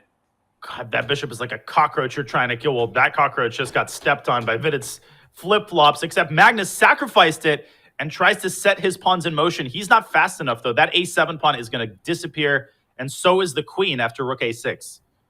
Yeah, this was not the best game from Magnus. I liked bishop c1, but after that, it was very convincing from Vidit. So those pawns, they may look a bit scary, but white has what? A queen and 2 minor pieces for the 2 rooks. And how many extra pieces do you need to beat Magnus? Of course, Magnus's b-pawn and c-pawn in the hands of anyone else would not be intimidating at all. When Magnus has those pass pawns, you're actually scared. I love the way Vidit is converting this. He sacrifices strategically one of his minor pieces in order to bring the other one in with tempo. E6. And here comes e6. That's right. The bishop is pinned. And, okay, that's also really nice. The rook is under attack. The d7 bishop is loose. And now e6. You can also take the rook, but he wants bishop takes f5, and that is not as easy as you would think. Okay, this is still completely winning. The bishop simply blockades the pawns, and now e6 is still a threat. The rook is also hanging. Somehow Magnus is still alive. He's protecting his bishop, and now rook c1 becomes an idea for black. E6 is a good one. The guy never dies. He never does. Rook c1, again, is on the agenda, but e7 is what white has. But how is it that Vidit suddenly has to calculate variations? He's down to 10 seconds. Rook c1 is a threat. Then rook takes b1 and rook d1. Now, wait a second. Rook a1? Queen C5 check. And E7. E7 should finally do it. Rook E7 and Bishop D3. Bishop B5. Queen takes B5. Whoa. Whoa. Wait, King takes Rook D1, E1? B1 Queen? Knight E2. Rook E7. Oh my gosh, Rook E7. And White has 2 minor pieces for a rook. Is there a checkmate? Is there going to be a game over at any point here? I think that you can trade queens. Probably that's the simplest with 3 seconds on the clock. But can you even trade queens? And where does Black's king escape to? Yes, you can. You can force the queen B6. trade. Bishop A6, trade queens. Great call by you and great execution from Vidit. Now he is easily winning, I would think, but it's never easy when you're playing against Magnus. Now Magnus is going to find some sort of stalemate. He's going to tuck his king over to H4, and he's going to give up his rook, and it's suddenly going to be stalemate. Just watch. This is well done, though. D7, and I think we're not going to get any kind of stalemate. This looks like game over. All credit to Vidit. He played amazingly. He kept his composure. But how long did Magnus survive in that game? I would have resigned that about 40 moves ago, and I'm a late resigner. Wait. You see Magnus? Vidit just won with the white pieces, and now Vidit somehow was given white again. That is a mistake. You see Magnus recognizing it. Of course, the team is going to restart the game where Magnus gets white. Time will be added to the match clock. Yeah, look at Magnus. He's like, what's going on here? Why would I possibly get the second move? Hold on, girl. He's like, no, I want the white pieces now. Great win by Vidit. That experiment in the Guimard did not work out for Magnus Carlsen. It was bad, really, from the first moves. Vidit knew exactly how to respond to that sideline. Yes, Vidit played an exceptional game. He broke through with that F4, F5, and that has cut the lead back to 3. And we saw the pre-match predictions, Danya. Everybody had Magnus Carlsen winning 98% of people. The smarter chess predictions at 20-8 would be the final score. That still may be the case, but it's not like Vidit got a few free points at the end. Right now, he is really keeping things close. He absolutely is, and there's some intermediate steps, some hoops you have to jump through if you want to score the upset of the millennium. The first is ensure that it's not a blowout. Sow the seeds of doubt and the seeds of frustration into the mind of the stronger player, which I think Vidit is doing. Magnus has shown a little bit of frustration, irritation perhaps, with some of the games that he's left on the table. And of course, the second step is to make sure that you stay within 3 or preferably even 2 or 1 going into the bullet segment. Okay, well, Vidit is within 3 at the moment. We do have a London system out of the gates in this game, and Magnus keeps going back to this. So he likes the London. It was played in the World Championship match that he did not take part in Ding Liren against Jan Nepomniachtchi. But when you look at this Queen B3 stuff again, what do you make of this, and whose position would you rather have? Yeah, this is a bit of a sterile line. It's a line in which it's hard to say which side plays where. Like on the one hand, sometimes white plays B3, but if black's rook is on C8, then you don't want to play B3. Both sides can play in the center, like white can prepare E4, black can prepare E5. So I'll be honest, I don't really understand these types of positions. I don't know exactly who's playing for the advantage. As a kid, I would probably choose black because of the space advantage on the queen side, but the computer always seems to assign a slight edge to white here. Sorry, I got distracted by the featured chat. There's only one player who is better than Magnus in endgames, and that is Tablebase. That's the famous grandmaster, John Tablebase. That was a really good one. So in this position, we don't have an endgame. In fact, we've had 0 pieces traded. It's all locked up here. White may try to go for E4, especially if they move Rook E1, and black may play for B4, but you can't play Rook B8. That's the one thing holding black back, is that Bishop on F4 is a nuisance. And you don't want to play B4 prematurely. That walks into the very thematic tactic. Knight D takes C4, and the knight on C6 is loose. And that is exactly what Carlsen is trying to set up. Vidit says, I wasn't born yesterday. He goes A6, leading to our first trade of the game on move 17. And the bishop slides up to E5. We may see the dark squared bishops come off the board, but bishop takes F6, followed by E4. That's one of the key ideas for white. And for Vidit, the question is, do you plug the square with your own knight? I think you can also try to jump the gun here, well, in a good way, with bishop D3. And the point is that after bishop F6, E4 doesn't come with tempo anymore, so you would have had time to play E6. But Vidit doesn't seem to care. He allows bishop takes F6, and I don't see any other ideas, any other active ideas for Magnus other than to trade on f6. So whether it's good or bad, you kind of have to do it, I think. And I think after bishop f6, e4, he won't take on e4. Many of us would be tempted. We're about to see this happen. I think after e4 is played, black will play bishop to e6 back to defend the d5 pawn in that way and say, you're going to trade on my terms. If he wants to take on e4, then probably he should recapture on f6 with the queen. That seems to be a better version of d takes e4. He could still play bishop e6. No, he does take on e4. And will we get... No, we will not get a knight versus bishop situation. We will get a bishop pair for black. I like Magnus's position, though. I think he's slightly better now. He is, because he's got control over the A file. He has a knight compared to that bishop on g7, which is staring to a brick wall. And rook c7 was played. I probably wouldn't trade pieces if I'm Magnus. I like bringing the rook back somewhere. Oh, it was queen a1. He's trading on his own terms. But is the queen on a7 really all that worthwhile? Well, Vidit says no, but why not? It looks pretty good for white because the bishop on e4 covers that a8 square. I really like bishop f6. It overprotects the e7 pawn so that the other bishop could move, and then the queen could potentially dive into f4. King g7, another great prophylactic move, bringing the king to a safer spot, moving it away from the 8th rank. Is Magnus setting up for rook a6 here? And what is his response then to queen f4? Ooh, queen f4 with the bishop hanging on e4, queen c1 check. Ugh. It might lead to a repetition, but also some big problems for white. And is black going to play g5, g4? That's a big question if you go on the offensive.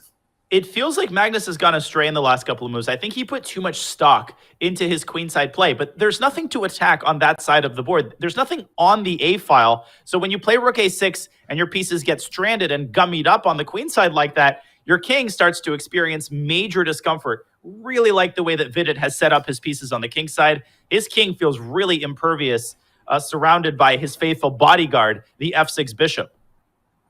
Looks impossible to get after that king. Queen f4 looks quite natural, but maybe Magnus has bishop c6 planned, where he trades the light square bishops, and that's what Vidit's concerned about. The b5 pawn will be loose. The bishop on f6 looks worse than that knight on f3. So I wonder if Vidit will go forward with queen to f4. I would not trade queens, that's for sure, but what else is there? Great call, and that's definitely the reason he stepped back to c7 to keep the c6 square protected. Now, don't go back to d6 and blunder the rook. That's an easy blunder to make. Queen c8 might allow knight e5, and so Vidit decides to change up the nature of the position to what I'm sure is Magnus's great relief. Now he no longer has to worry about the safety of his own king, and once again, it feels like white's position might be a little bit preferable. And look at this, g3. Magnus is trying to provoke Vidit into taking that pawn and losing b5. Vidit says, no, thank you. I need to keep that pawn. He can play rook b8 in the near future, play for b4 at the right moment. But as soon as you play b4, that c4 pawn is loose. And that knight is jumping around like a fish out of water, except it's quite a bit more dangerous than a fish out of water. It feels right at home, in fact, in this type of position where you can chisel away at some of black's weaknesses. But look at Vidit expanding on the king side, maybe bringing his king up toward the center. 20 seconds on the clock. That's my greatest concern for Vidit, is his clock situation. And he plays f4. So, wow, rook a7 is a pin on the 7th rank. The king escapes that. Well, the king's in the center now. I feel like Vidit has accomplished something. Okay, but so has Magnus in terms of centralizing his knight. Things getting very tactical. Bishop c1 tying itself down to the pawn on b2. Does Magnus calmly play b3? Or does he seek tactical complications with bishop e6? I like something b3 of that sort. Yeah, bishop e6 is the type of move you want to play, but it actually doesn't carry any sort of huge threat. So b3 seems to offer a trade. Then after the swap, bishop b2 for black anyway. c3 is loose. I feel like Vidit is handling this very well. That under 20-second, that is the thing that is worrisome. Bishop to c6, which is essentially the same as bishop to e6. We might get a trade on d7, and knight takes b5. And that, I think, likely will lead to a draw. It should. And we see a swap, rook to b8 now, or maybe rook d5. He plays the more active move. Great call. Everything's coming off the board. Yep, we're going to get liquidation. And Magnus has to find suitable arrangements for his knight, but that knight has plenty of squares. It's essentially a dead draw once this knight evacuates back to white's side of the board. which it just did. And G3, is he going to take it? No, he's too smart for that because you could take it and that's a theoretical draw, but that also will waste a lot of time off the match clock. And a big question for you, Danya, is does Vidit want another 3-1 game or would he rather get straight to the bullet? I think he would rather get straight to the bullet. I don't know. It feels like Magnus has been really at home in this game. And I think Magnus is the one who wants as many 3+1 games as possible because Bullet is very unpredictable. You just never know how it's going to go. You could be the greatest Bullet player in the world, and something could go wrong on that particular day. I think Magnus wants to build up the maximum cushion going into the Bullet, which is, I don't know, maybe not. He's shuffling his pieces back and forth. Just going to see a draw by the 50 move rule, I imagine, unless he plays G5. That's the only way to avoid the draw. But then the black bishop will take that pawn when it gets there. So this is a time-wasting strategy from Magnus. It's perfectly acceptable. It's part of the rules, and we've seen players like Hikaru use it to their advantage, so why not Magnus? And now, Vidit gets the white pieces done, and this is probably the final blitz game of the match. If Vidit can win this, he'll only be down by 2 points, and he will have a legitimate shot at the world number 1. Huge game. Just think about the difference between a 4-point match and a 2-point match. It's night and day. Can Vidit step up to the plate? He's got the white pieces. He's got Uri Lopez that he's felt comfortable and increasingly comfortable in the last couple of years. Let's see what he can bring to the table against one of the premier experts from the black side in Magnus Carlsen. And look at this position. There's an open A file. So white's rook on the queen side is probably the best piece on the board, at least relative to its counterpart. But black plays this solidly. You have an open file. So what? What are you going to attack over there? I think that white needs to trade a few pieces. We see the start of that with that knight to d5. But then this reminds me of a certain world championship match, not Ding versus Nepo, but Magnus versus Nepo. Yeah, I don't remember that match very well. Who won that match? Was it Nepo? Yeah, it's kind of hazy in my mind. But look at just the comfort level that Magnus is displaying in all of these Uri Lopez structure. He knows exactly where the pieces belong, when they should get there. And I already think that he solved most of his opening problems. Vidit trying to institute some more problems with d4. And we're going to get something really tactical here as Magnus immediately trades on d4. What do you make of this committal decision? And how is white going to recapture? If you take with the pawn, black plays c5. And this is, I think, what we're about to see. Where now black can claim, I'm up a pawn on the queen side. You're up a pawn as white in the center. And this is why I try to avoid saying it's even material. I think that doesn't explain things very well. But black has mobile pawns on the queen side. White has stuck pawn in the center. And I've harped on this before, but this is, once again, kind of like a Benoni structure. You get this out of a modern Benoni, and a lot of the evaluation in such position hinges on who controls the e5 square, who controls, this dark color complex along the long diagonal. That answer is very, very clear. It is clearly Magnus Carlsen. He's aiming at b2. His knight can jump to f4 or to e5, and the bishop on f8 later on in the game can join society via e7 and f6 once the queen moves, of course. I really like the way Magnus is handling this. If white plays queen c2 at some point, bishop takes h3 is also available. So you have to be careful in all directions. b3 was a smart move. That pawn was under attack. You can place a bishop on c4 at the right moment to stabilize. Now I think that white should play bishop c4 and say, well, what weaknesses do I really have?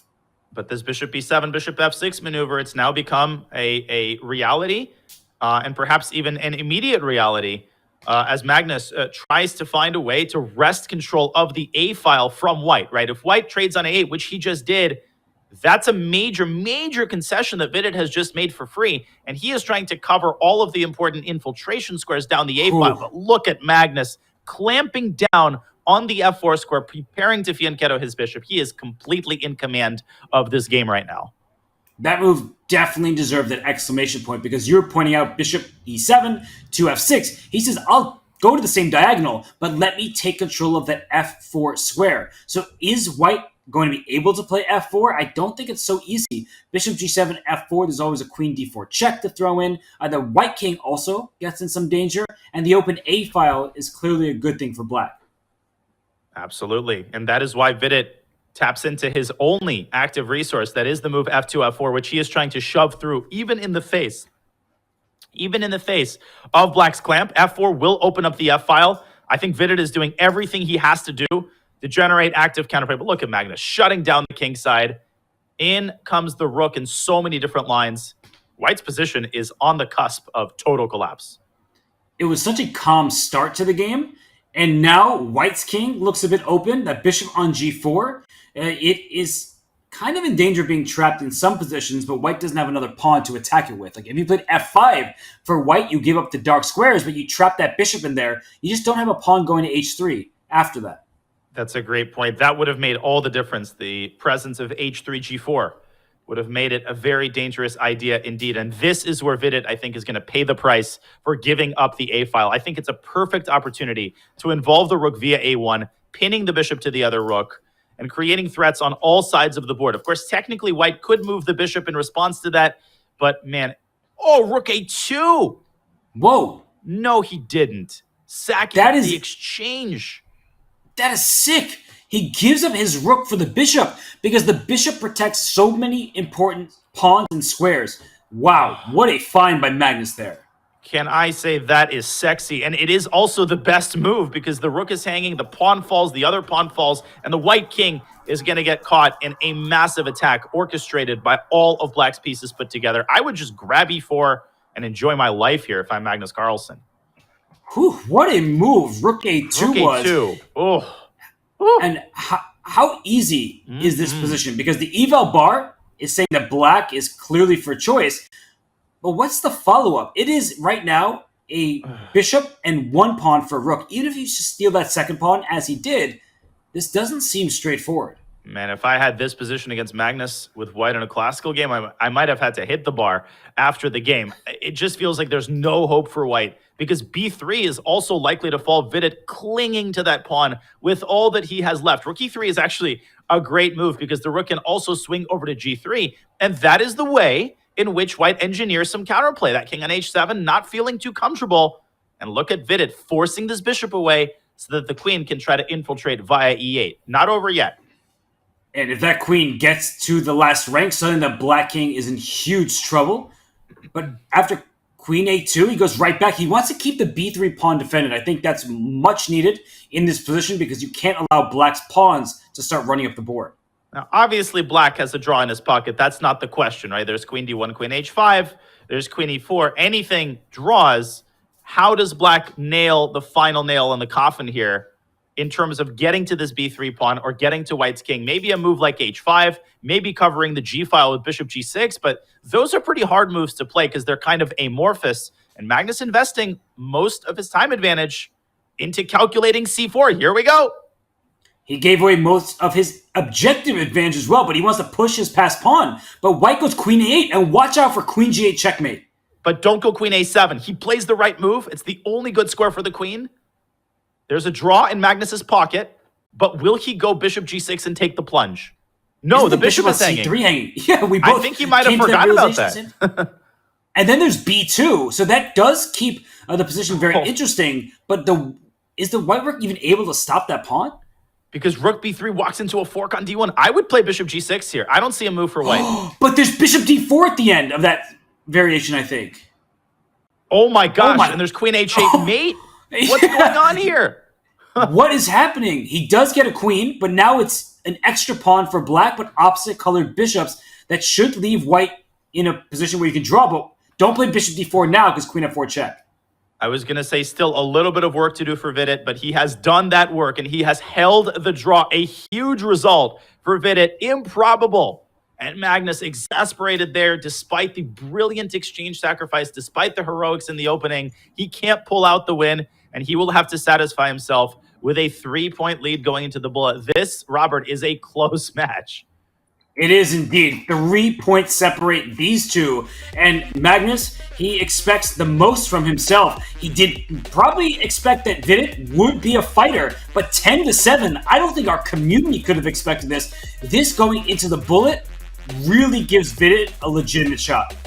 Yeah, Vidit is playing out of his mind. Yes, he's down 3 points against Magnus, but the fact that he's in this match going into the bullet, the fact that he has, as I put it at the start of this segment, a fighting chance tells you all you need to know about the kind of effort and the kind of resilience that we have seen from Vidit today. Can he cap off an incredible comeback in the Bullet, or will Magnus continue to do Magnus things? Well, I guess there's only one way to find out, isn't there? There is, but the players, they'll get a much-needed break before the action continues. We'll do the same, but before we get to our break, I want to give a shout-out to AG1, because AG1 is a new partner of the SCC. It is your daily support of key health functions from mental performance to energy and the immune system. It's the one product that does the work of many. To find out more, visit drinkag1.com/chess or use the command AG1 in chat. Thank you to AG1 for sponsoring the SCC. Thank you to AG1 for putting Danny Wrench on the graphic. Thank you, everyone, for watching. We will take this break along with the players, but when we return, it's more from this matchup in the Speed Chess Championship presented by Coinbase.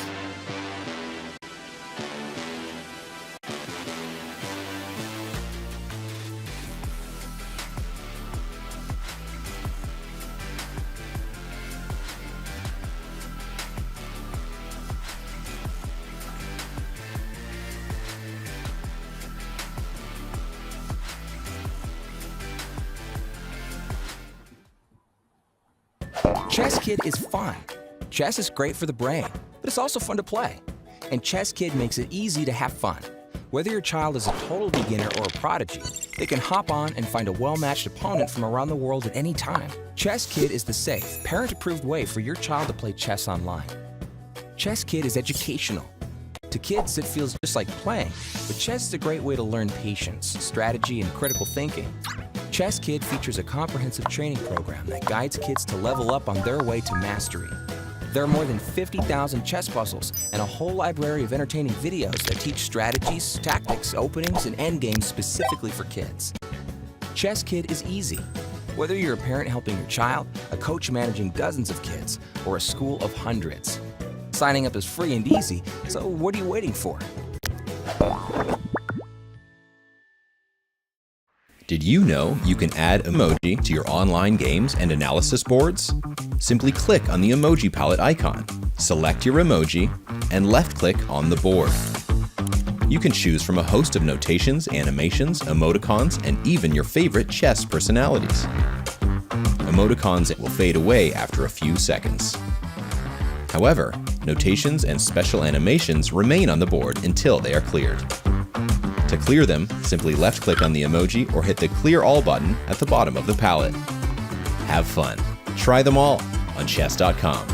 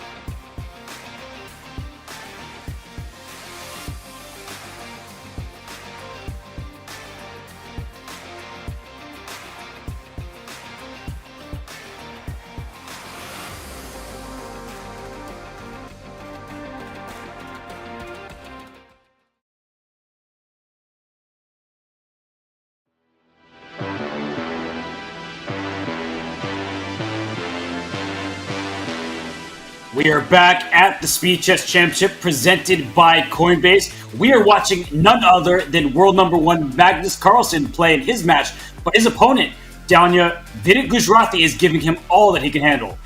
Absolutely. Major props to Vidit. Really, from move 1 of game 1, he has put his heart on the line in this match. Magnus has been doing Magnus things. He's won a couple of sparkling endgames.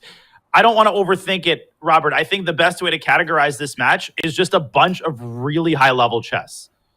It has been from both sides. Vidit, he is unleashing his potential against the top-rated player in the world, but Magnus Carlsen is number 1 for a reason. He has won so many events. He's actually won 4 of his previous 5 events heading into this competition. The only event he didn't win was a second-place finish in the Bullet Chess Championship. Hikaru, of course, won that one.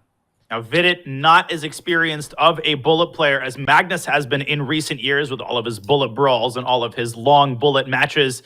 But Vidit's not bad. He's fast, he's tactically sharp, and he has a lot of experience in time scramble. So do not count out the Indian talent. Do not count Vidit out, especially with the way that he's been playing. We're underway with a Grunfeld Slav and one of the most boring openings in all of chess, Robert.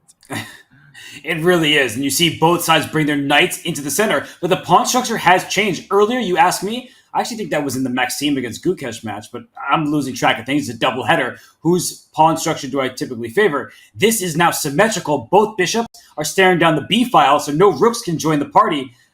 Danya, what's the plan here?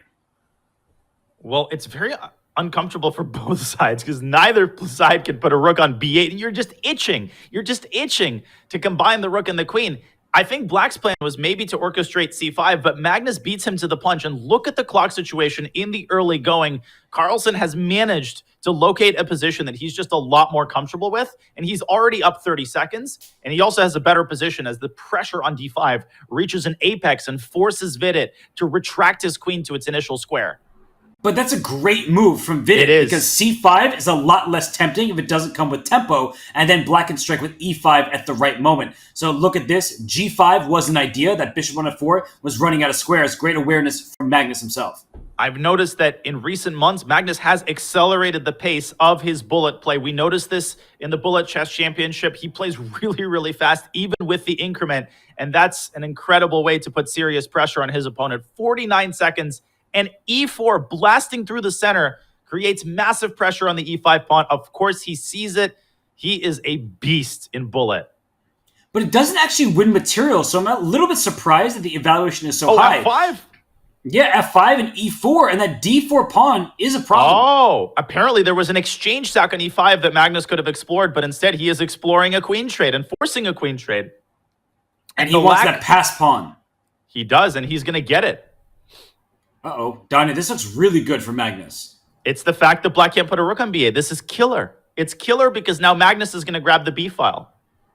And there's nothing that Vidit can do about it. He grabs the B file, the 6th rank, and pass C pawn. What exactly does Black have in return? Pawns all in light squares. Ugh. Rook B5. It's so easy to play this in bullet. A4. Really, any move improves your position. This is dead lost for Vidit, unfortunately. Game 1 is very one-sided. And it makes sense for Vidit to play this on, but in the upcoming games, if he's a lost position, he might need to resign right away to give himself a chance to come back in the match. Yeah, I agree completely. This is not resignable just yet, but if Magnus makes a couple more accurate moves, you can consider it. There was a devilish trap set by Vidit there. Rook takes D5, King E6 would have trapped the rook, but obviously Magnus, he sees such things in his sleep, and now it's time to start thinking about resigning, I think. Unfortunately, the white rook is too powerful. I mean, the A pawn can start pushing up. There it goes. And Black doesn't even get F4. You want to spring free a pass pawn of your own. You're not... Oh, A6 was nice. The most debilitating thing, Magnus still has 32 seconds. He has a full complement of half his time. He doesn't need any of it. He's playing instantly. He's playing powerfully. And Robert, we could confuse this for a 5+1 game. Such was the level that Magnus displayed in that endgame. He's the only person in the world who can display such a level playing instantly the entire game. it looked like a classical game for what it's worth. Totally. That was very high quality. No mistakes really from Magnus. He didn't sacrifice that exchange on e5, which he may have done in a classical game, but he played with exquisite technique. And this is a forcing variation. Donna, you're a King's Indian expert. Do you like this line for white or for black? I think white is slightly better objectively, but in a bullet game, very, very easy to play with black. You've got a lot of low-hanging fruit kind of moves. You could get the rook to d8, the other rook to e8. Of course, the biggest thing to watch out for as black is the health and safety of your d6 pawn. If you give that pawn away, your position collapses. Magnus has absolutely no intentions of giving that pawn away. And he just starts to try to trade off knights, and now that the knights are off the board, black doesn't really have this d6 pawn to worry about, especially if the king gets to f8 and e7, but that would be easier said in a queenless position. Rook takes d6 is possible here, but then Magnus would give away his queen for 2 rooks and get monopoly over the d-file. That does not look appetizing in the least. Great job by Vidit, creating some pressure on the king. Look at Magnus. Rook a6, rook b6. Just the deftness, the adroitness with which he handles his heavy pieces. It's crazy, man. Rook b2 is coming. Suddenly Magnus is better. Yeah, rook b2 doesn't work right yet Rook because B1. the queen came to stop it. But the rook came to c8, which wasn't the engine's recommendation. And look at Vidit playing king f2, going into the pin and up the board. One move on the queen side is followed by one move on the king side for Magnus as he freezes the progress of white's h-pawn. But how does he improve his position? Rook b2 has to be calculated carefully. Instead, he plays king h7, kind of biding his time, preventing a potential queen sally to h6. Vidit is in trouble once again. Rook 4 to d3? Can you just go after the a3 pawn, try to trade queens? And this doesn't look so bad for white anymore. I didn't see that move at all. I stand corrected. Probably closer to equal, if anything.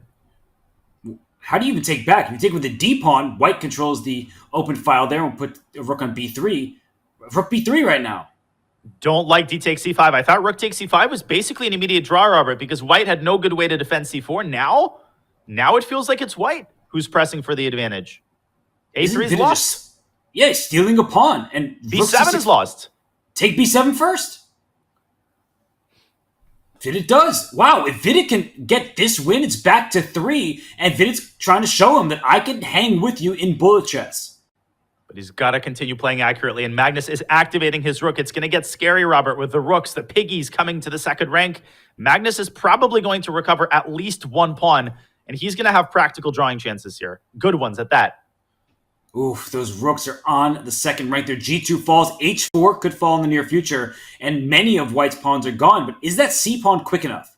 Push him, baby. Rock him, cowboy. c5 coming. Rook a7, blockading from c7. Magnus, bishop c8. No pasaran. But can Vidit nail in the coffin here? Does he get his king up to d4? What's the right approach? He might try to go rook b8 and rook takes c8 if he can get c7 in time. But I think the black rook would slide back through h1. And now it's both players. I mean, look at this game. White has chances with the more advanced pass pawn, but black can go after the white king. Magnus is going to win this game, it feels like. Vidit has faltered. He's brought his king all the way back to its most passive square. Everything back. I think Vidit's fighting for a draw now. He is, but at least he has stabilized all of his pieces, defend one another, and the white king can sit safely on h2. Trades are good. Pawns. Uh-oh. Watch out for rook d2 coming if you move your rook on the c-file. King f2. Vidit holding on. He's playing super accurately to hold on. Magnus could throw in h3, but he's saving that move for a rainy day. Whoa, Vidit is down. Making his moves. Oh, he's barely getting his moves off. Oh my gosh, and that pawn is still stopped. King g2, gotta move. No, he flagged. He flags. He needed his king over on g2, but Danya, he couldn't move his mouse in time. Oh, man. What a heartbreaker. What a great positional game by Vidit to start that endgame. And then suddenly, snap of a finger. I can't snap, but if I could, I'd make the snapping noise just to symbolize how quickly Magnus is able to turn these endgames around. He plays worse endgames for a win, and he is the only player in the universe who does that with total regularity across all time controls. He's incredible, and he is now up by 5 points. Vidit has been incredible in this match, but in those key moments down the stretch, it has felt like Magnus was just a little bit more accurate and a little bit, I don't want to say hungrier because both players want to win, but there's something about Magnus where he's ready to pounce no matter the position. No, completely. And this is a watershed moment in the match. There's still 20 plus minutes left in the match. This match is not over. You've got 5 games to play, but you have to start winning right now. And you have to start taking serious risks, but calculated risks. And I think he is. Wow, this is looking good for Vidit. This is the type of chess that I think Vidit fans wanted from him the whole way through. Don't be afraid of your opponent. Play the position. What is this? Is it a draw by force? It's a draw. And this is a classic technique, but a double exclam in a bullet game. Should I show this? I guess we'll wait for Vidit to execute those moves. He can sack his queen on b3 or an a1. Ooh, if he sacks his queen on a1, we have a game there. I think Vidit should go for that. He absolutely has to go for it. You can't really afford a draw at this point, particularly if you've managed to get a double-edged position. But it's much easier for me to say in the comfort of my warm office than against Magnus Carlsen. It's true. We don't have to play down a queen for some material. But Vidit, he makes the draw. He wants the white pieces, and he trades queens. So this variation is all the rage. But Danya, is it a good bullet opening? I think it's okay. I mean, if you know all of the typical ideas for white, if you know exactly where the pieces belong, I think that white can play this in bullet. I'm a little bit worried, though, because Magnus knows absolutely everything. And this g5, g4 idea, I think, is recommended by Erwin Lamy in his Chessable course on the Caros. Magnus clearly showing that he's done his homework here. Magnus looking at chess games? Who would have thought it? If you ever watched the documentary on Magnus, he devours all material on the game of chess. It sort of shows based on his skill set. But look at this. Just bringing a knight to f4, controlling these dark squares. What does white have in this position as black will, of course, play h5? Nothing. Ooh, knight g2. Whoa. That's such a good move. He wants bishop h6. Wow. Incredible. No, but this is positional mastery in a bullet game, and this is unprecedented. The way that Magnus has improved, if you look at his bullet performances over the last couple of years, how much faster he's gotten, how much crisper at bullet tactics, it's insane. He's threatening checkmate, right? If the bishop moves and a rook gets to d8, gosh, the white king has no moves. That's vulgar. Get that out of the commentary. We've got kids watching. Wait. He can play it anyway. Well, bishop e6, the knight can take. That's the good news because it covers the d8 square. But then how are you going to cover it after that? And if knight takes b7, you just go rook b8. But Magnus going very, very positional here. Can't really blame him. He wants to play with an abundance of caution. He's still much better because of his monopoly over the dark squares all over the board. This looks great. Bishop pair, open space. That knight on c3 completely dominated by that pawn on c6. I think that it's nice to play bishop e6 when you're a commentator, but it would have shattered black's pawn structure, whereas this position, there is no harm, and everything is looking good for Magnus. God, his piece is operating in concert like a practiced Philharmonic symphony. It's crazy. Every piece fulfilling its own role. Rook g2 apparently wins the game with a beautiful sequence of bishop checks. He's going to find it. You know it. You know it. No, he doesn't. Still winning. Not that easy to spot in a bullet game, but this looks great for black. You're just trying to weaken, to loosen the pawn chain and go after the base pawn. And what we take for granted so often in Magnus's play is I really like to draw attention to how he plays on both sides of the board. It produces an aesthetic effect even to someone who barely knows the rules of the game. Look at how one move is on the queen side, then the other on the king side, then the other in the center. He uses the board as his canvas to produce beautiful paintings, whether it's bullet or blitz or classical. And look at this checkmate on g4. That is sick. Amazing game. And you were being so descriptive. I felt like I was watching that be painted. And that final move, that final position, it's a photo finish. It's picturesque. It's another win for Magnus Carlsen. Diego Velasquez would be proud of that one. That belongs right in the Prado Museum. Magnus has got to be proud of that game. No, you were doing so well until you threw in that pun. Chat, come on, get involved. What do you think of Danya's pun there? Be honest, let him know. But Danya, I mean, that game was seriously awesome. I think chat is enjoying that. I mean, it's just such a beautiful thing to have a checkmate stem from an attack like that. Every move consecutive, every move part of a larger strategy, and it all ends in a checkmate in the end game. Just a treat to watch that. A treat for everybody except for Vidit Gujrati, who has seen a 3-point match. It's all the way up to 6. It has doubled that advantage for Magnus Carlsen. And here in this game, once again, black is solid. Vidit has nothing that he should worry about, but Magnus makes you worry just by sitting across from you or playing against you on the internet. Exactly. Doesn't matter if it's a symmetrical structure. Doesn't matter if there are no pieces on the board. He will always find a way to stir the pot. And he's still got a little bit of work to do. There's 16 minutes remaining in the match. He's got a 6-point lead on the scoreboard. One more win would essentially seal it. But Vidit not giving up hope. Let's see if he can get on the board with at least a draw in this game. In this position, it does look very solid for black. No weaknesses that I can see exploited. But Magnus wants some kind of G5, Knight G4 checkmating idea. He's going for the attack. His form is honestly unbelievable. But where to from here? Rook D8 check. He has to be careful not to overextend himself on the king side as he goes after Vidit's A pawn. That pawn cannot be easily defended, and so Vidit counterattacking some of white's vulnerable pawns on the king side. Great job by Vidit seeking active counterplay. And he's going to win the A2 pawn first. But now very unpleasant activity. But okay, Knight G8 maybe. Knight G8, it might be necessary, or he's going to force a draw if white keeps going back to A7. But what Magnus should do is make a 2-time repetition, and before he makes his 3rd time, just waste all of his remaining clock. Before he gets a chance to do that, it is Vidit who insists on playing for a win. I feel like that's a bit inadvisable given how passive he is. Magnus could start repeating again, but now Magnus says, hey, you don't want it? Okay, I'm going to play.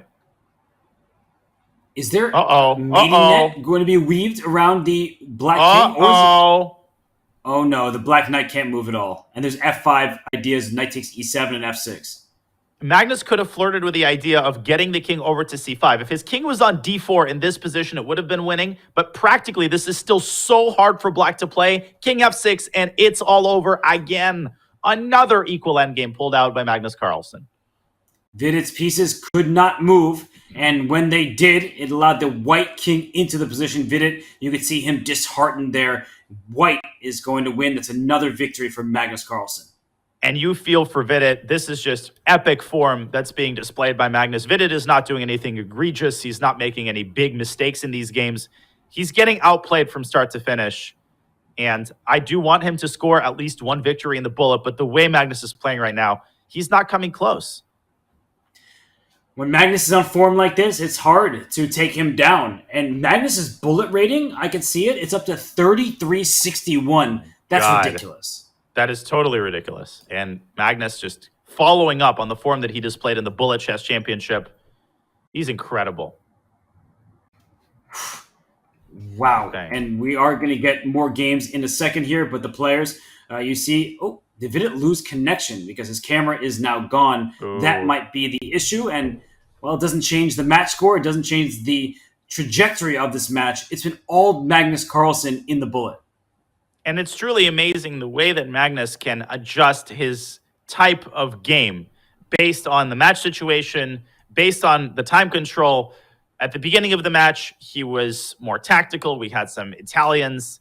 We had a Najdorf. But then as he settled into the lead, he started playing more positionally. And then as we transitioned to the bullet, he started playing purely on intuition. He sensed that Vidit is a little bit less practiced at bullet, Robert, and so he accelerated his pace of play to really accentuate, I think, Vidit's lack of experience.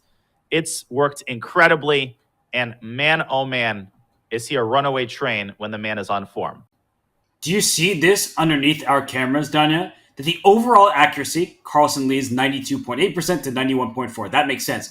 But in 3+1, wow, Vidit was slightly more accurate than Magnus was. That was 4-4 in that time control. But to say you played more accurately than Magnus and you tied the score in the 3+1, that is something to be proud of. Absolutely. We sing Magnus's praises, and for very good reason. The man deserves every plaudit imaginable, but so does Vidit. The final score of this match is not going to represent how close it was. Vidit was at times a single win away from getting this to a 2-point match. He was oh so close, and some of the victories he scored, he can really hang his hat on.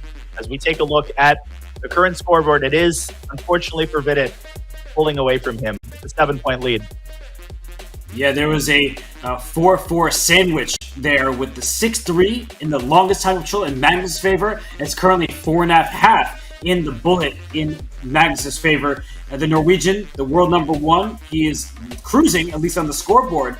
But the match has been very close throughout till we got to the bullet. I think it's amazing how this year already in the SEC, we're seeing some players in sparkling form. I think in years past, sometimes the form has been a little bit topsy-turvy, but let's identify a couple of players who've shown sparkling form thus far. Magnus Carlsen, obviously today. We saw Fabiano Caruana, who's been in great form for a while. Nihal Serene, MVL, crushing through the morning match. I can't believe that was today. Robert, we've got so many players in great form, and you know what that promises? It promises some epic final matches in the SEC this year.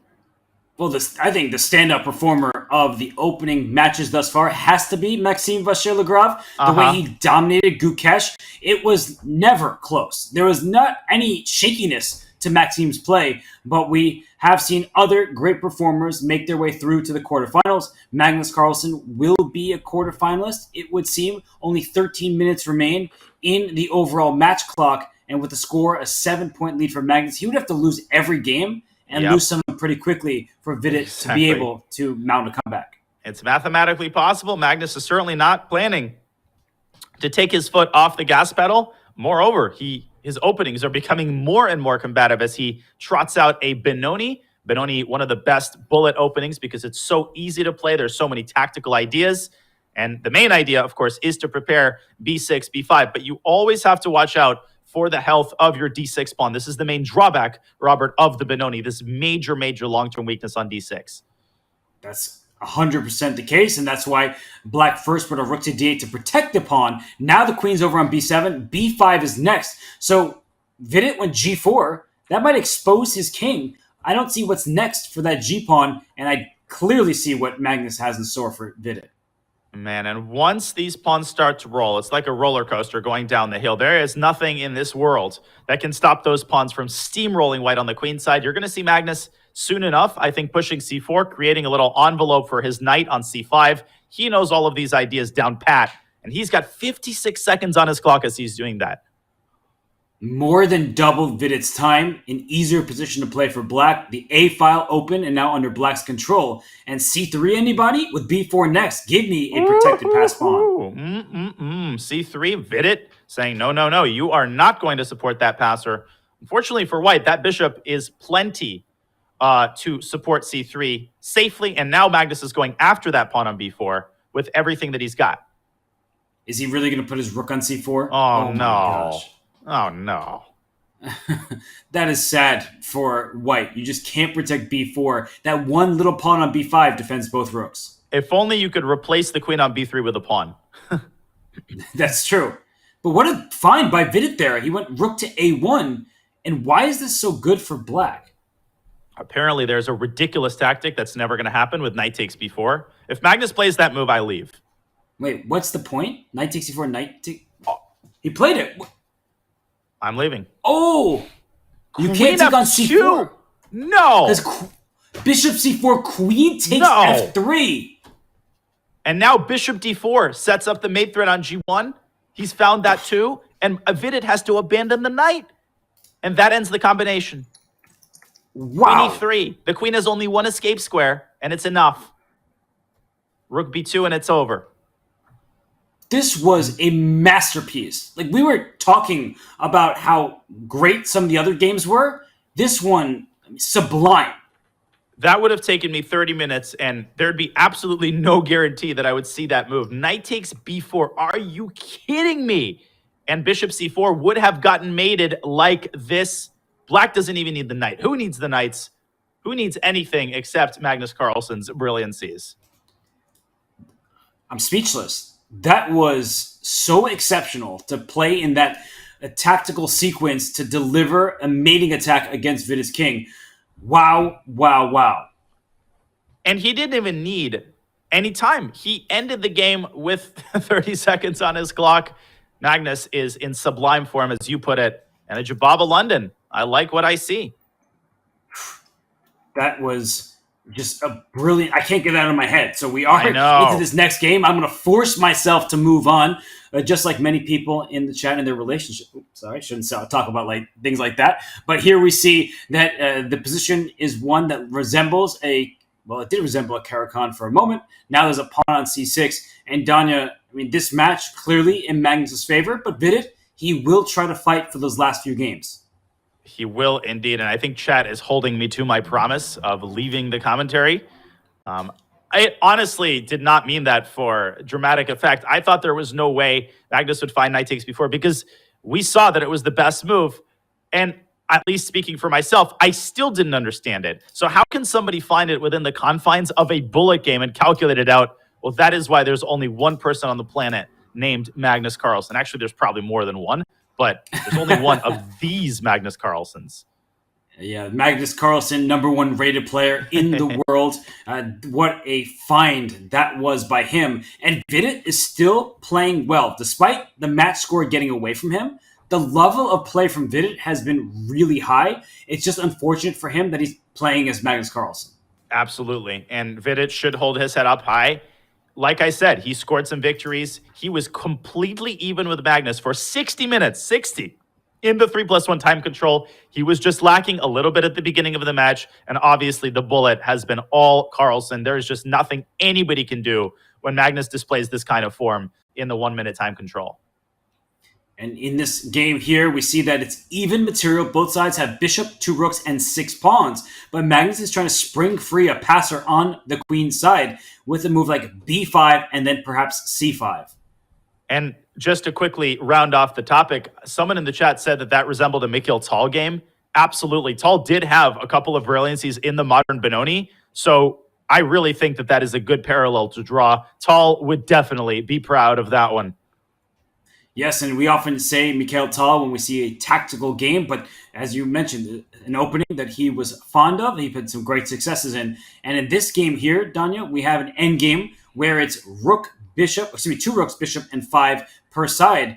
The center is opening up. I'm starting to like Vidit's position in the endgame. I'm liking Vidit's position as well. You can take on e5. That's a check. That gives you a tempo to escape the possibility of a fork. Vidit activates his rook a2, threatening bishop g4, threatening bishop takes b5, and forcing Magnus to drop his king all the way back to its initial square. And the black king could have gone up to f4, but instead it goes back to d6, so he retreats. And the d4 pawn being loose over here, is there some kind of tactic with rook takes e2?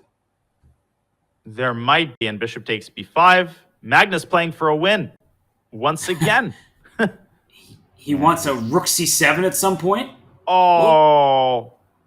King f2 apparently is the only winning move. No way. He's going to find it. Is there a checkmate there? Is he weaving a checkmate now with g3? Yes. Rook takes d4 and g3 mate. And he's gone g3 immediately. Wrong move order. And look at the black king. He's going to lose. Yes, because the white king is the one getting mated. Oh my gosh, he came so close, did Magnus. I think he just confused the move order. And Vidit, a couple of moves away here from getting his first victory. Rook e2 mate. Oh, sexy in his own right. Yes, Vidit says, you get one and I get one right back. That was a nasty checkmating sequence. Sure, Magnus missed some kind of mating net of his own. Hard to spot those, especially in bullet chess. But Vidit, at long last, he gets a win in the bullet. Absolute kudos. Vidit kept trying to fight, kept doing everything within his power to douse the flames of Magnus Carlsen's incredible play, and he succeeded for that fleeting moment. The match is over. Obviously, we're purely making cosmetic changes to the score, but the chess is still so fascinating. It is, and though Vidit can't win the match, he's making himself and everyone proud. You actually see the featured chat. Good job, Vidit. There are many supporters of Vidit Gujrati. I think that the community predictions, 98% in Magnus' favor. Unsurprising. But I think Vidit, he's put up such a marvelous fight. He knew he was the underdog. He wanted to give it his all, and this is a performance to be proud of. Of course, and I'm a little bit biased because I'm a big fan of Vidit as a person. I think he's just an absolute class act and always has been. But as a chess player, to put up this kind of fight, not just against Magnus Carlsen, but against a Magnus who is in absolute peak form, is something to be proud of. I don't think there's a single person in the chat right now who's looking at this match and saying, I wish it was somebody else rather than Vidit who would have given Magnus a better fight. Vidit brought the best Magnus out of him, and that takes a very strong player in his own right. That's right, because when Magnus doesn't win by like 20 points, sometimes people are like, he wasn't playing his best chess. No, Vidit actually had a great day with this technique throughout with some tactical flourishes of his own. And in this game right here, Danya, the pawn on b4 is a bit stranded. The bishop on e1 is the only dark square bishop on the board. I like White's position, although the engine did not like knight to b6. Is there bishop takes before intermezzo? I guess not. And we're going to get some sort of a liquidation here. White takes on a6, trade, and bishop g2. Oh, more craziness from Magnus. And Vidit, he shakes his head. Great move. That's a great decision. Because now in the endgame, black is up a pawn, but white is the one with the easier moving passer. You're exactly right. Bishop e7 there was the threat. You can play it now. Ooh, bishop e7 is nice. And b4. No, he's going to take the pawn. This is probably still a draw. It should be, but knights are very tricky pieces. There could be a fork if you're not looking out for it. But that b pawn is also quite fast. It is indeed. Magnus sticks his bishop on b5. And if you get to take that knight with your light square bishop, opposite colored bishops, should be a very simple draw. And the dark square control is clear from white's bishop. Okay, Magnus. Still playing, still trying, still creating chances. Oh, he's winning now. This is winning? Yeah, because you're winning. F4, king f5, and unfortunately for white, you can't stop these pawns from pushing. But what is the winning approach here? Because there are some positions which are drawn, but I think F and E are winning. You're right. The king is going to head over to... Wait, but how does this win? King f5, king g4, king f3. Oh, he got around? Oh, you can't bring your king back. The bishop cut it off. Nope. He comes around. He wins the game. How did he win this one too? And Vidit, all he can do is shake his head in admiration. With 2.5 minutes remaining, we might be down to our final game. Magnus really can be a table base sometimes. Mm-hmm. He just knows when to make a transition. A lot of us, including myself, or especially myself, we're suggesting that you can't trade that knight for that bishop, opposite colored bishop. That should be a draw, right? He says, no, I have this scoped out. He gets another win. And Danya, Vidit's still playing really well. It's just not going his way down the final stretch. I don't mean this in a condescending way at all. Rather, to further our understanding of what makes Magnus brilliant. But I think it's hard to fully grasp the extent of Magnus's knowledge until you face him in, let's say, a bullet match. That's when you realize that the guy makes decisions in a millisecond that you genuinely might not have been able to make in a classical game. And it's all based on just such an almost spiritual feel for the position that's very hard to describe. And, that is why we refer to Magnus as a once in a generation, perhaps once in a lifetime talent. It's that insane feel that almost never lets him down. You mean like in this game where he played f5 completely unprovoked? He gives away a pawn and just takes over all the key squares on the king's side. It's not going to be easy for Vidit, who's down to 28 seconds in the game. And this knight from c3, before I could even finish my sentence, Magnus goes around to f4. He blunts the black bishop with c3. He's playing both positionally and tactically at the same time as he drives up the pawn chain. His bishop from a2 drops back to b1. Perfect harmony is being achieved once more, and 15 seconds hasn't even been spent. It's incredible stuff from Magnus. This will be our final game as we're now under 30 seconds on the match clock. And Vidit still putting up a great fight. I'm worried about his clock, but I'm not worried about his play. It's been good stuff from him. It's been great stuff from him. Bishop sticks itself on g4. Now h5 has been prevented. This is officially going to be the last game of this incredible match, as Magnus releases the tension in the center with DC. Ugh.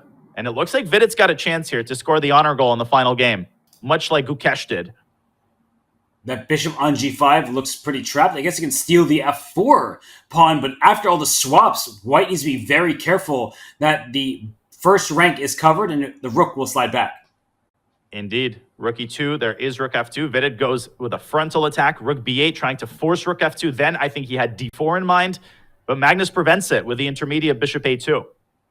Nice move. And he plays c4, does Vidit to shut that bishop down. But look at the white knight returning just in time. I still like Vidit's position. I just don't like his clock.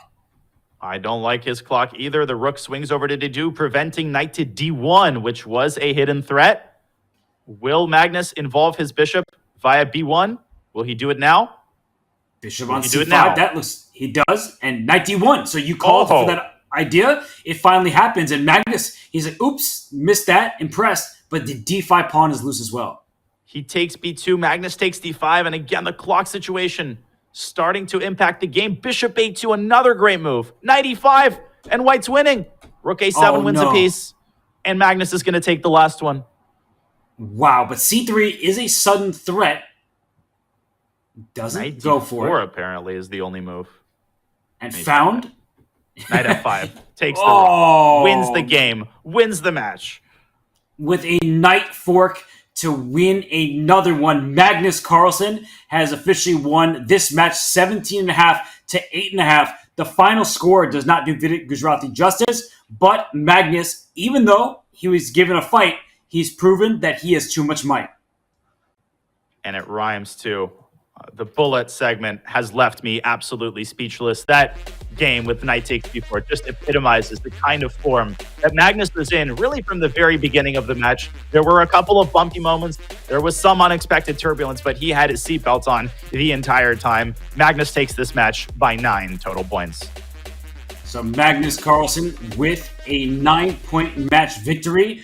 He moves on to the quarterfinals where he awaits the winner of a match that has not taken place yet. So we do not know who Magnus will square off against in the next round, which is the quarterfinals. So why don't we pull up our bracket to show you the quarterfinalists that we do have, because we are almost there. We have seen many of the matches be finished. We saw Maxime Vachier-Lagrave win his match earlier today. We know that he will take on Nihal Sarin. But Maxime, while he knows his opponent, Magnus does not know his. But maybe as we see the bracket pulled up here, Jan Nepomniachtchi replaced Ding Liren. He takes on Arjun Erigaisi. Danya, big question. If you were Magnus Carlsen, who would you rather face, Jan or Arjun? Well, there's the chess considerations, but there's also the sort of psychological considerations. Carlsen has already faced Jan Nepomniachtchi, and I think that he would take a crack at a revenge match against, Nepo would probably take a crack at a revenge match against Magnus. So I selfishly want to see that one. But Nepo Arjun is an amazing match in its own right to round off a round of 16 matches. Well, everyone knows what's coming up next. Even though we don't know Magnus' opponent, we will hear from him. But before we do, let's take a look at the savvy moves presented by Coinbase, because we had not just a cool move, not just a great move, we had a sexy, savvy sequence by Magnus Carlsen. We did indeed. I'm going to pull up that game, and let's rewind to the moment where it all began. This started out as a modern Benoni. Magnus involving all of his pieces in the attack, and the savvy move comes in this position. There is direct pressure on b4, but this pawn is untouchable, right, Robert? Right? Because white defends it as many times as black attacks it? Well, we thought that was the case, but black says knight takes b4. And after knight takes b4, you may think that there's some tactics on the queen side, but full board awareness is essential. And Donna, queen f2 deserved that other 2 exclamation points. And then there was yet another incredible move. Queen f2 was one of them. Bishop takes c4, queen takes f3, would get checkmated. And the final nail in the coffin, the bishop comes in, setting up a devastating battery, forcing the queen away. And after rook takes b4, it was all over. Magnus recovers the extra piece, and he is up a million pawns on the queen side. What an incredible sequence. The most incredible thing of all is that this happened in a bullet game. He just could not be stopped, could Magnus Carlsen. He wins that game, he wins the match. But that was really nice stuff from the #1 rated player in the world. So we don't want to leave Magnus waiting too long. So we want to thank Coinbase again, and thank you all for watching the Speed Chess Championship presented by Coinbase. But don't go anywhere. Ask your questions right now in chat. We may be able to ask Magnus those very questions. We're going to head to break, but when we return, it's an interview with Magnus Carlsen, the winner of his opening match here in the Speed Chess Championship presented by Coinbase.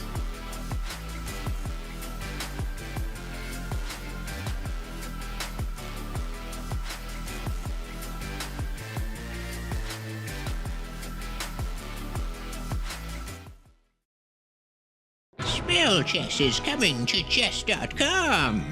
Enchant your pieces with one of 2 spells, jump or freeze. Players start with 2 jump spells and 5 freeze spells, which recharge after 5 moves. You may cast your spell whenever you wish, before making a regular chess move. Jump is a spell cast to 1 square, wherein if there is a piece on that square, other pieces can jump over the charmed piece. The freeze spell is cast over a 3x3 square area, and the pieces in this area are temporarily frozen in place. Combine your powers of chess and sorcery to defeat your opponent. Come see what Supercell and Chess.com have cooked up in our new variant, Spell Chess, dropping on September 1st.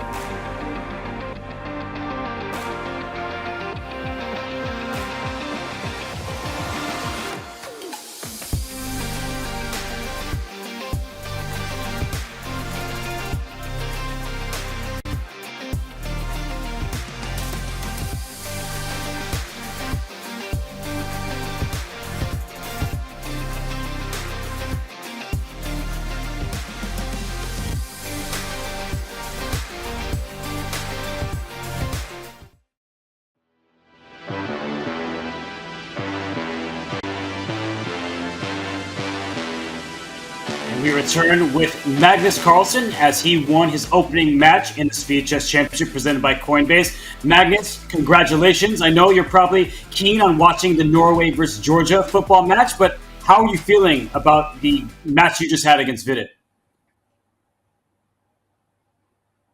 Yeah, it's okay. I didn't have any particular expectations today. I didn't particularly, didn't particularly feel like I was in great shape. So it was just about getting through. I thought he did well.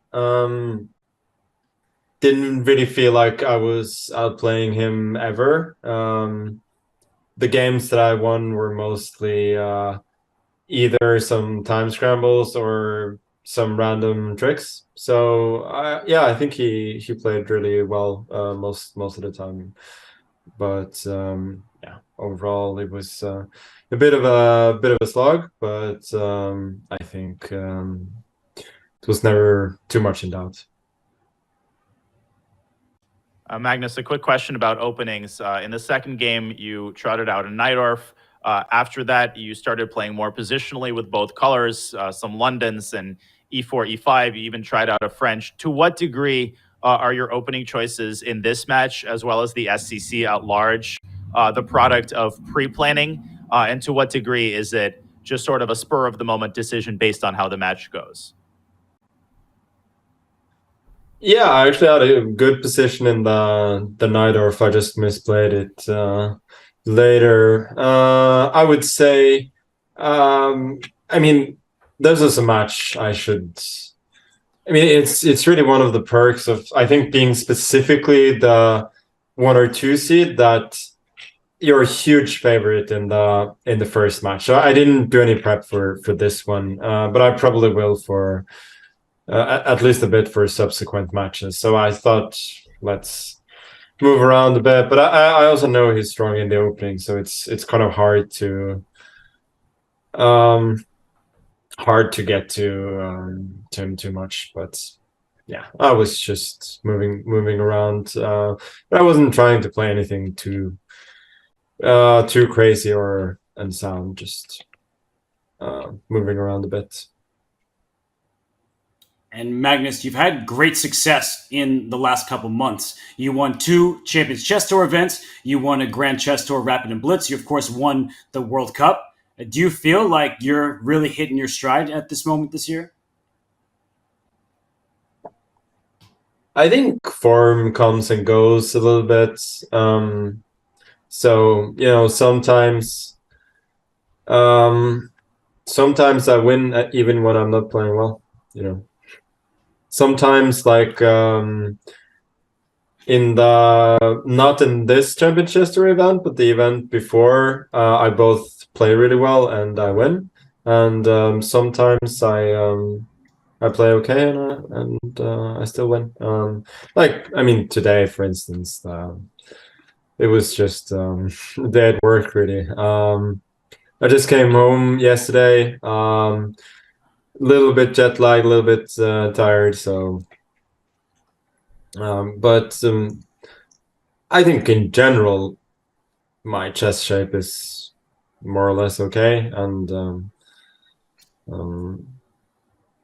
as long as I sort of raise my level a bit for the subsequent matches, I should be in good shape. Magnus, apart from a couple sparkling tactical games, you also converted a couple of equal endgames into wins and even pulled out wins out of a couple worse endgames. For aspiring players in the chat, could you share a particular player or maybe a book that inspired you to study and improve your endgames when you were in your beginning stages of your career? Yeah, I think Fundamental Chess Endings by Miller and Lamprecht helped me quite a bit when I was around 11, 12. Apart from that, I think there are a lot of Yeah, a lot of playing end games is just positional understanding and perseverance, and those usually come with experience. They're not so hard. They're not so easy to teach. But I wouldn't say that I particularly excelled in that regard. I mean, I did win a few, but I think I'd normally expect to win more endgames than I did today. And Magnus, we did have some featured chat questions. We asked them for anything they wanted to ask you. And one question from Gaming Hyena is, what does the P on your hat stand for? Because you were sporting that cap earlier.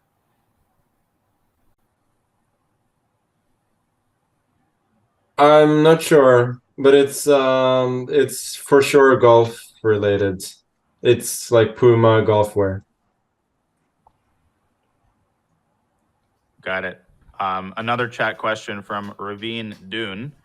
Magnus, your views on Hyperbullet 30-second as a potential time control in the next SCC?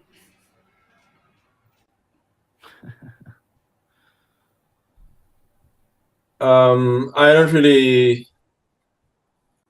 see the point, to be honest. Like 1-1 is a good game. So are you gonna play 30 seconds without increment?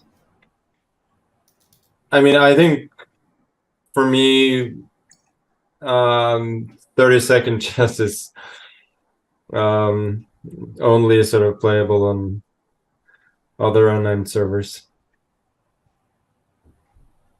Yep, makes sense, Magnus. And one last question from the chat. This one, I like this one from Kitty Fleet Commander. They ask, how do you achieve such composure, moving instantly, confidently, and accurately?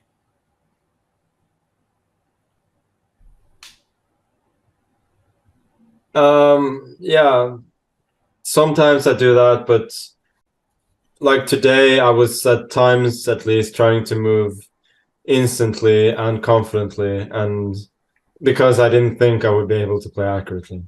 So, of course, when it all comes together, it looks very good, but yeah, I wouldn't say that happened today. And as for composure, I probably kept my composure like a little bit better in scrambles than he did, but I wasn't really happy with my play there. So yeah, thanks a lot for the nice words, but whoever wrote that question, but I don't think it's suitable for today. Well, Magnus, you definitely astounded many of the fans out there. We will let you get your rest. Watch that Norway football match. I'm sure you're excited to see the successes from your native team, but we'll see you next match. We don't know who you're going to play between Arjun and Nepo. I guess before we let you go, do you have a preference on who to face?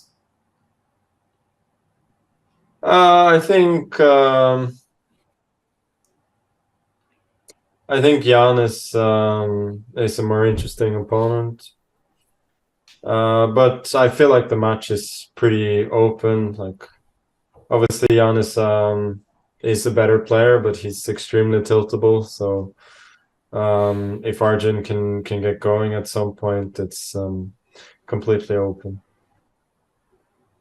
Okay. Well, thank you so much, Magnus. Congrats once again, and we'll see you soon for your next match. Congrats. Yeah, thank you. And that is the world #1 Magnus Carlsen, who takes down Vidit Gujrati 17.5 to 8.5. And as you see, 14 wins in Magnus's favor, a 92.7% average accuracy, and Danya, 98.8% highest accuracy for Magnus. He was electric throughout. I mean, 92.7 across 3 time controls, including bullet. That's crazy. And a big shout out, Vidit, staying over 90 as well. And we've almost rounded out our quarterfinal bracket. There's one slot that remains to be filled. And we will have Nepo against Arjun in our final round of 16 matchup. It's going to be an incredible one. Magnus Carlsen, I am sure, is going to watch that one with bated breath. Yes, and Magnus, I'm sure, is going to go watch the Norway-Georgia match, football match. For the. It seems like Norway is up 2 goals. He'll be a happy camper. But he is, as he said, anticipating Jan Nepomsky as the favorite against Arjun Erigaisi. He looks forward to a rematch from the 2021 World Chess Championship against Jan Nepomniachtchi. And Danya, he said that Jan, he's the stronger player, but he's tiltable. Yeah, he said he's extremely tiltable, and he is. And that's going to be a really interesting battle of the generations. I'm looking forward to that one. I'm looking forward to all of the quarterfinals matchups, Robert. And if they're going to be anything like the matches we saw today from morning to evening, I think we're in for treat after treat. Well, we are definitely going to be treated to a matchup tomorrow. It will be Wesley versus Alireza. But before we say goodbye to everybody and say see you then, we do want to give these two players here, Alireza and Wesley, their due. Danya, I'm going to put you on the spot right now. Pick a favorite. Listen, I think normally I would pick Alireza, but he was very topsy-turvy in his form against Andrakin. He almost lost that match. I think if he doesn't improve his form, the one that he showed against Dimitri, I'm going to have to go with Wesley. It's all going to depend on the form that Alireza shows. I can't wait for the match, though. It's going to be a really fun one. Don't miss it. It's going to be fun indeed. Wesley struggled against Levon down the stretch, but he already had a pretty huge lead thanks to his blitz prowess. So it's going to be a closely contested match. We will see that tomorrow. But before I say goodbye, I want to give a shout out to a very special event near and dear to our hearts, calling all chess clubs. You are eligible to participate in Judith Polgar's Chess Connects Us Championship. Clubs from all over the world are invited to nominate 4 players to compete in the online event on October 14th for the chance to win prizes from Chess.com, Chessable, and Judith Polgar herself. Join us in celebrating the game that connects us all. Use the command Chess Connects in chat to learn more. Danya, Judith Polgar, what a star, what an awesome player, and maybe an even better ambassador for the game. Absolutely. Love Judith. Obviously, her incredible playing career, her commentating career, and now her career, as you put it, as a chess ambassador. Great time to be alive. We've got so many really wholesome figures carrying forward chess on so many different levels, spreading it to so many different people. And it really, really reinforces the idea that this is the golden age of chess, not least because we've got the SEC to watch. These are the golden few months of chess, and tomorrow the festivities continue. They do indeed. So get a night's rest, enjoy yourself. But tomorrow we'll be back for another day, another match in the Speed Chess Championship presented by Coinbase. Thanks so much to Coinbase for sponsoring this event. Thanks to all of you for being here with us. Danya, thanks, and I'll see you tomorrow. See you then, everybody. It's Wesley versus Alireza.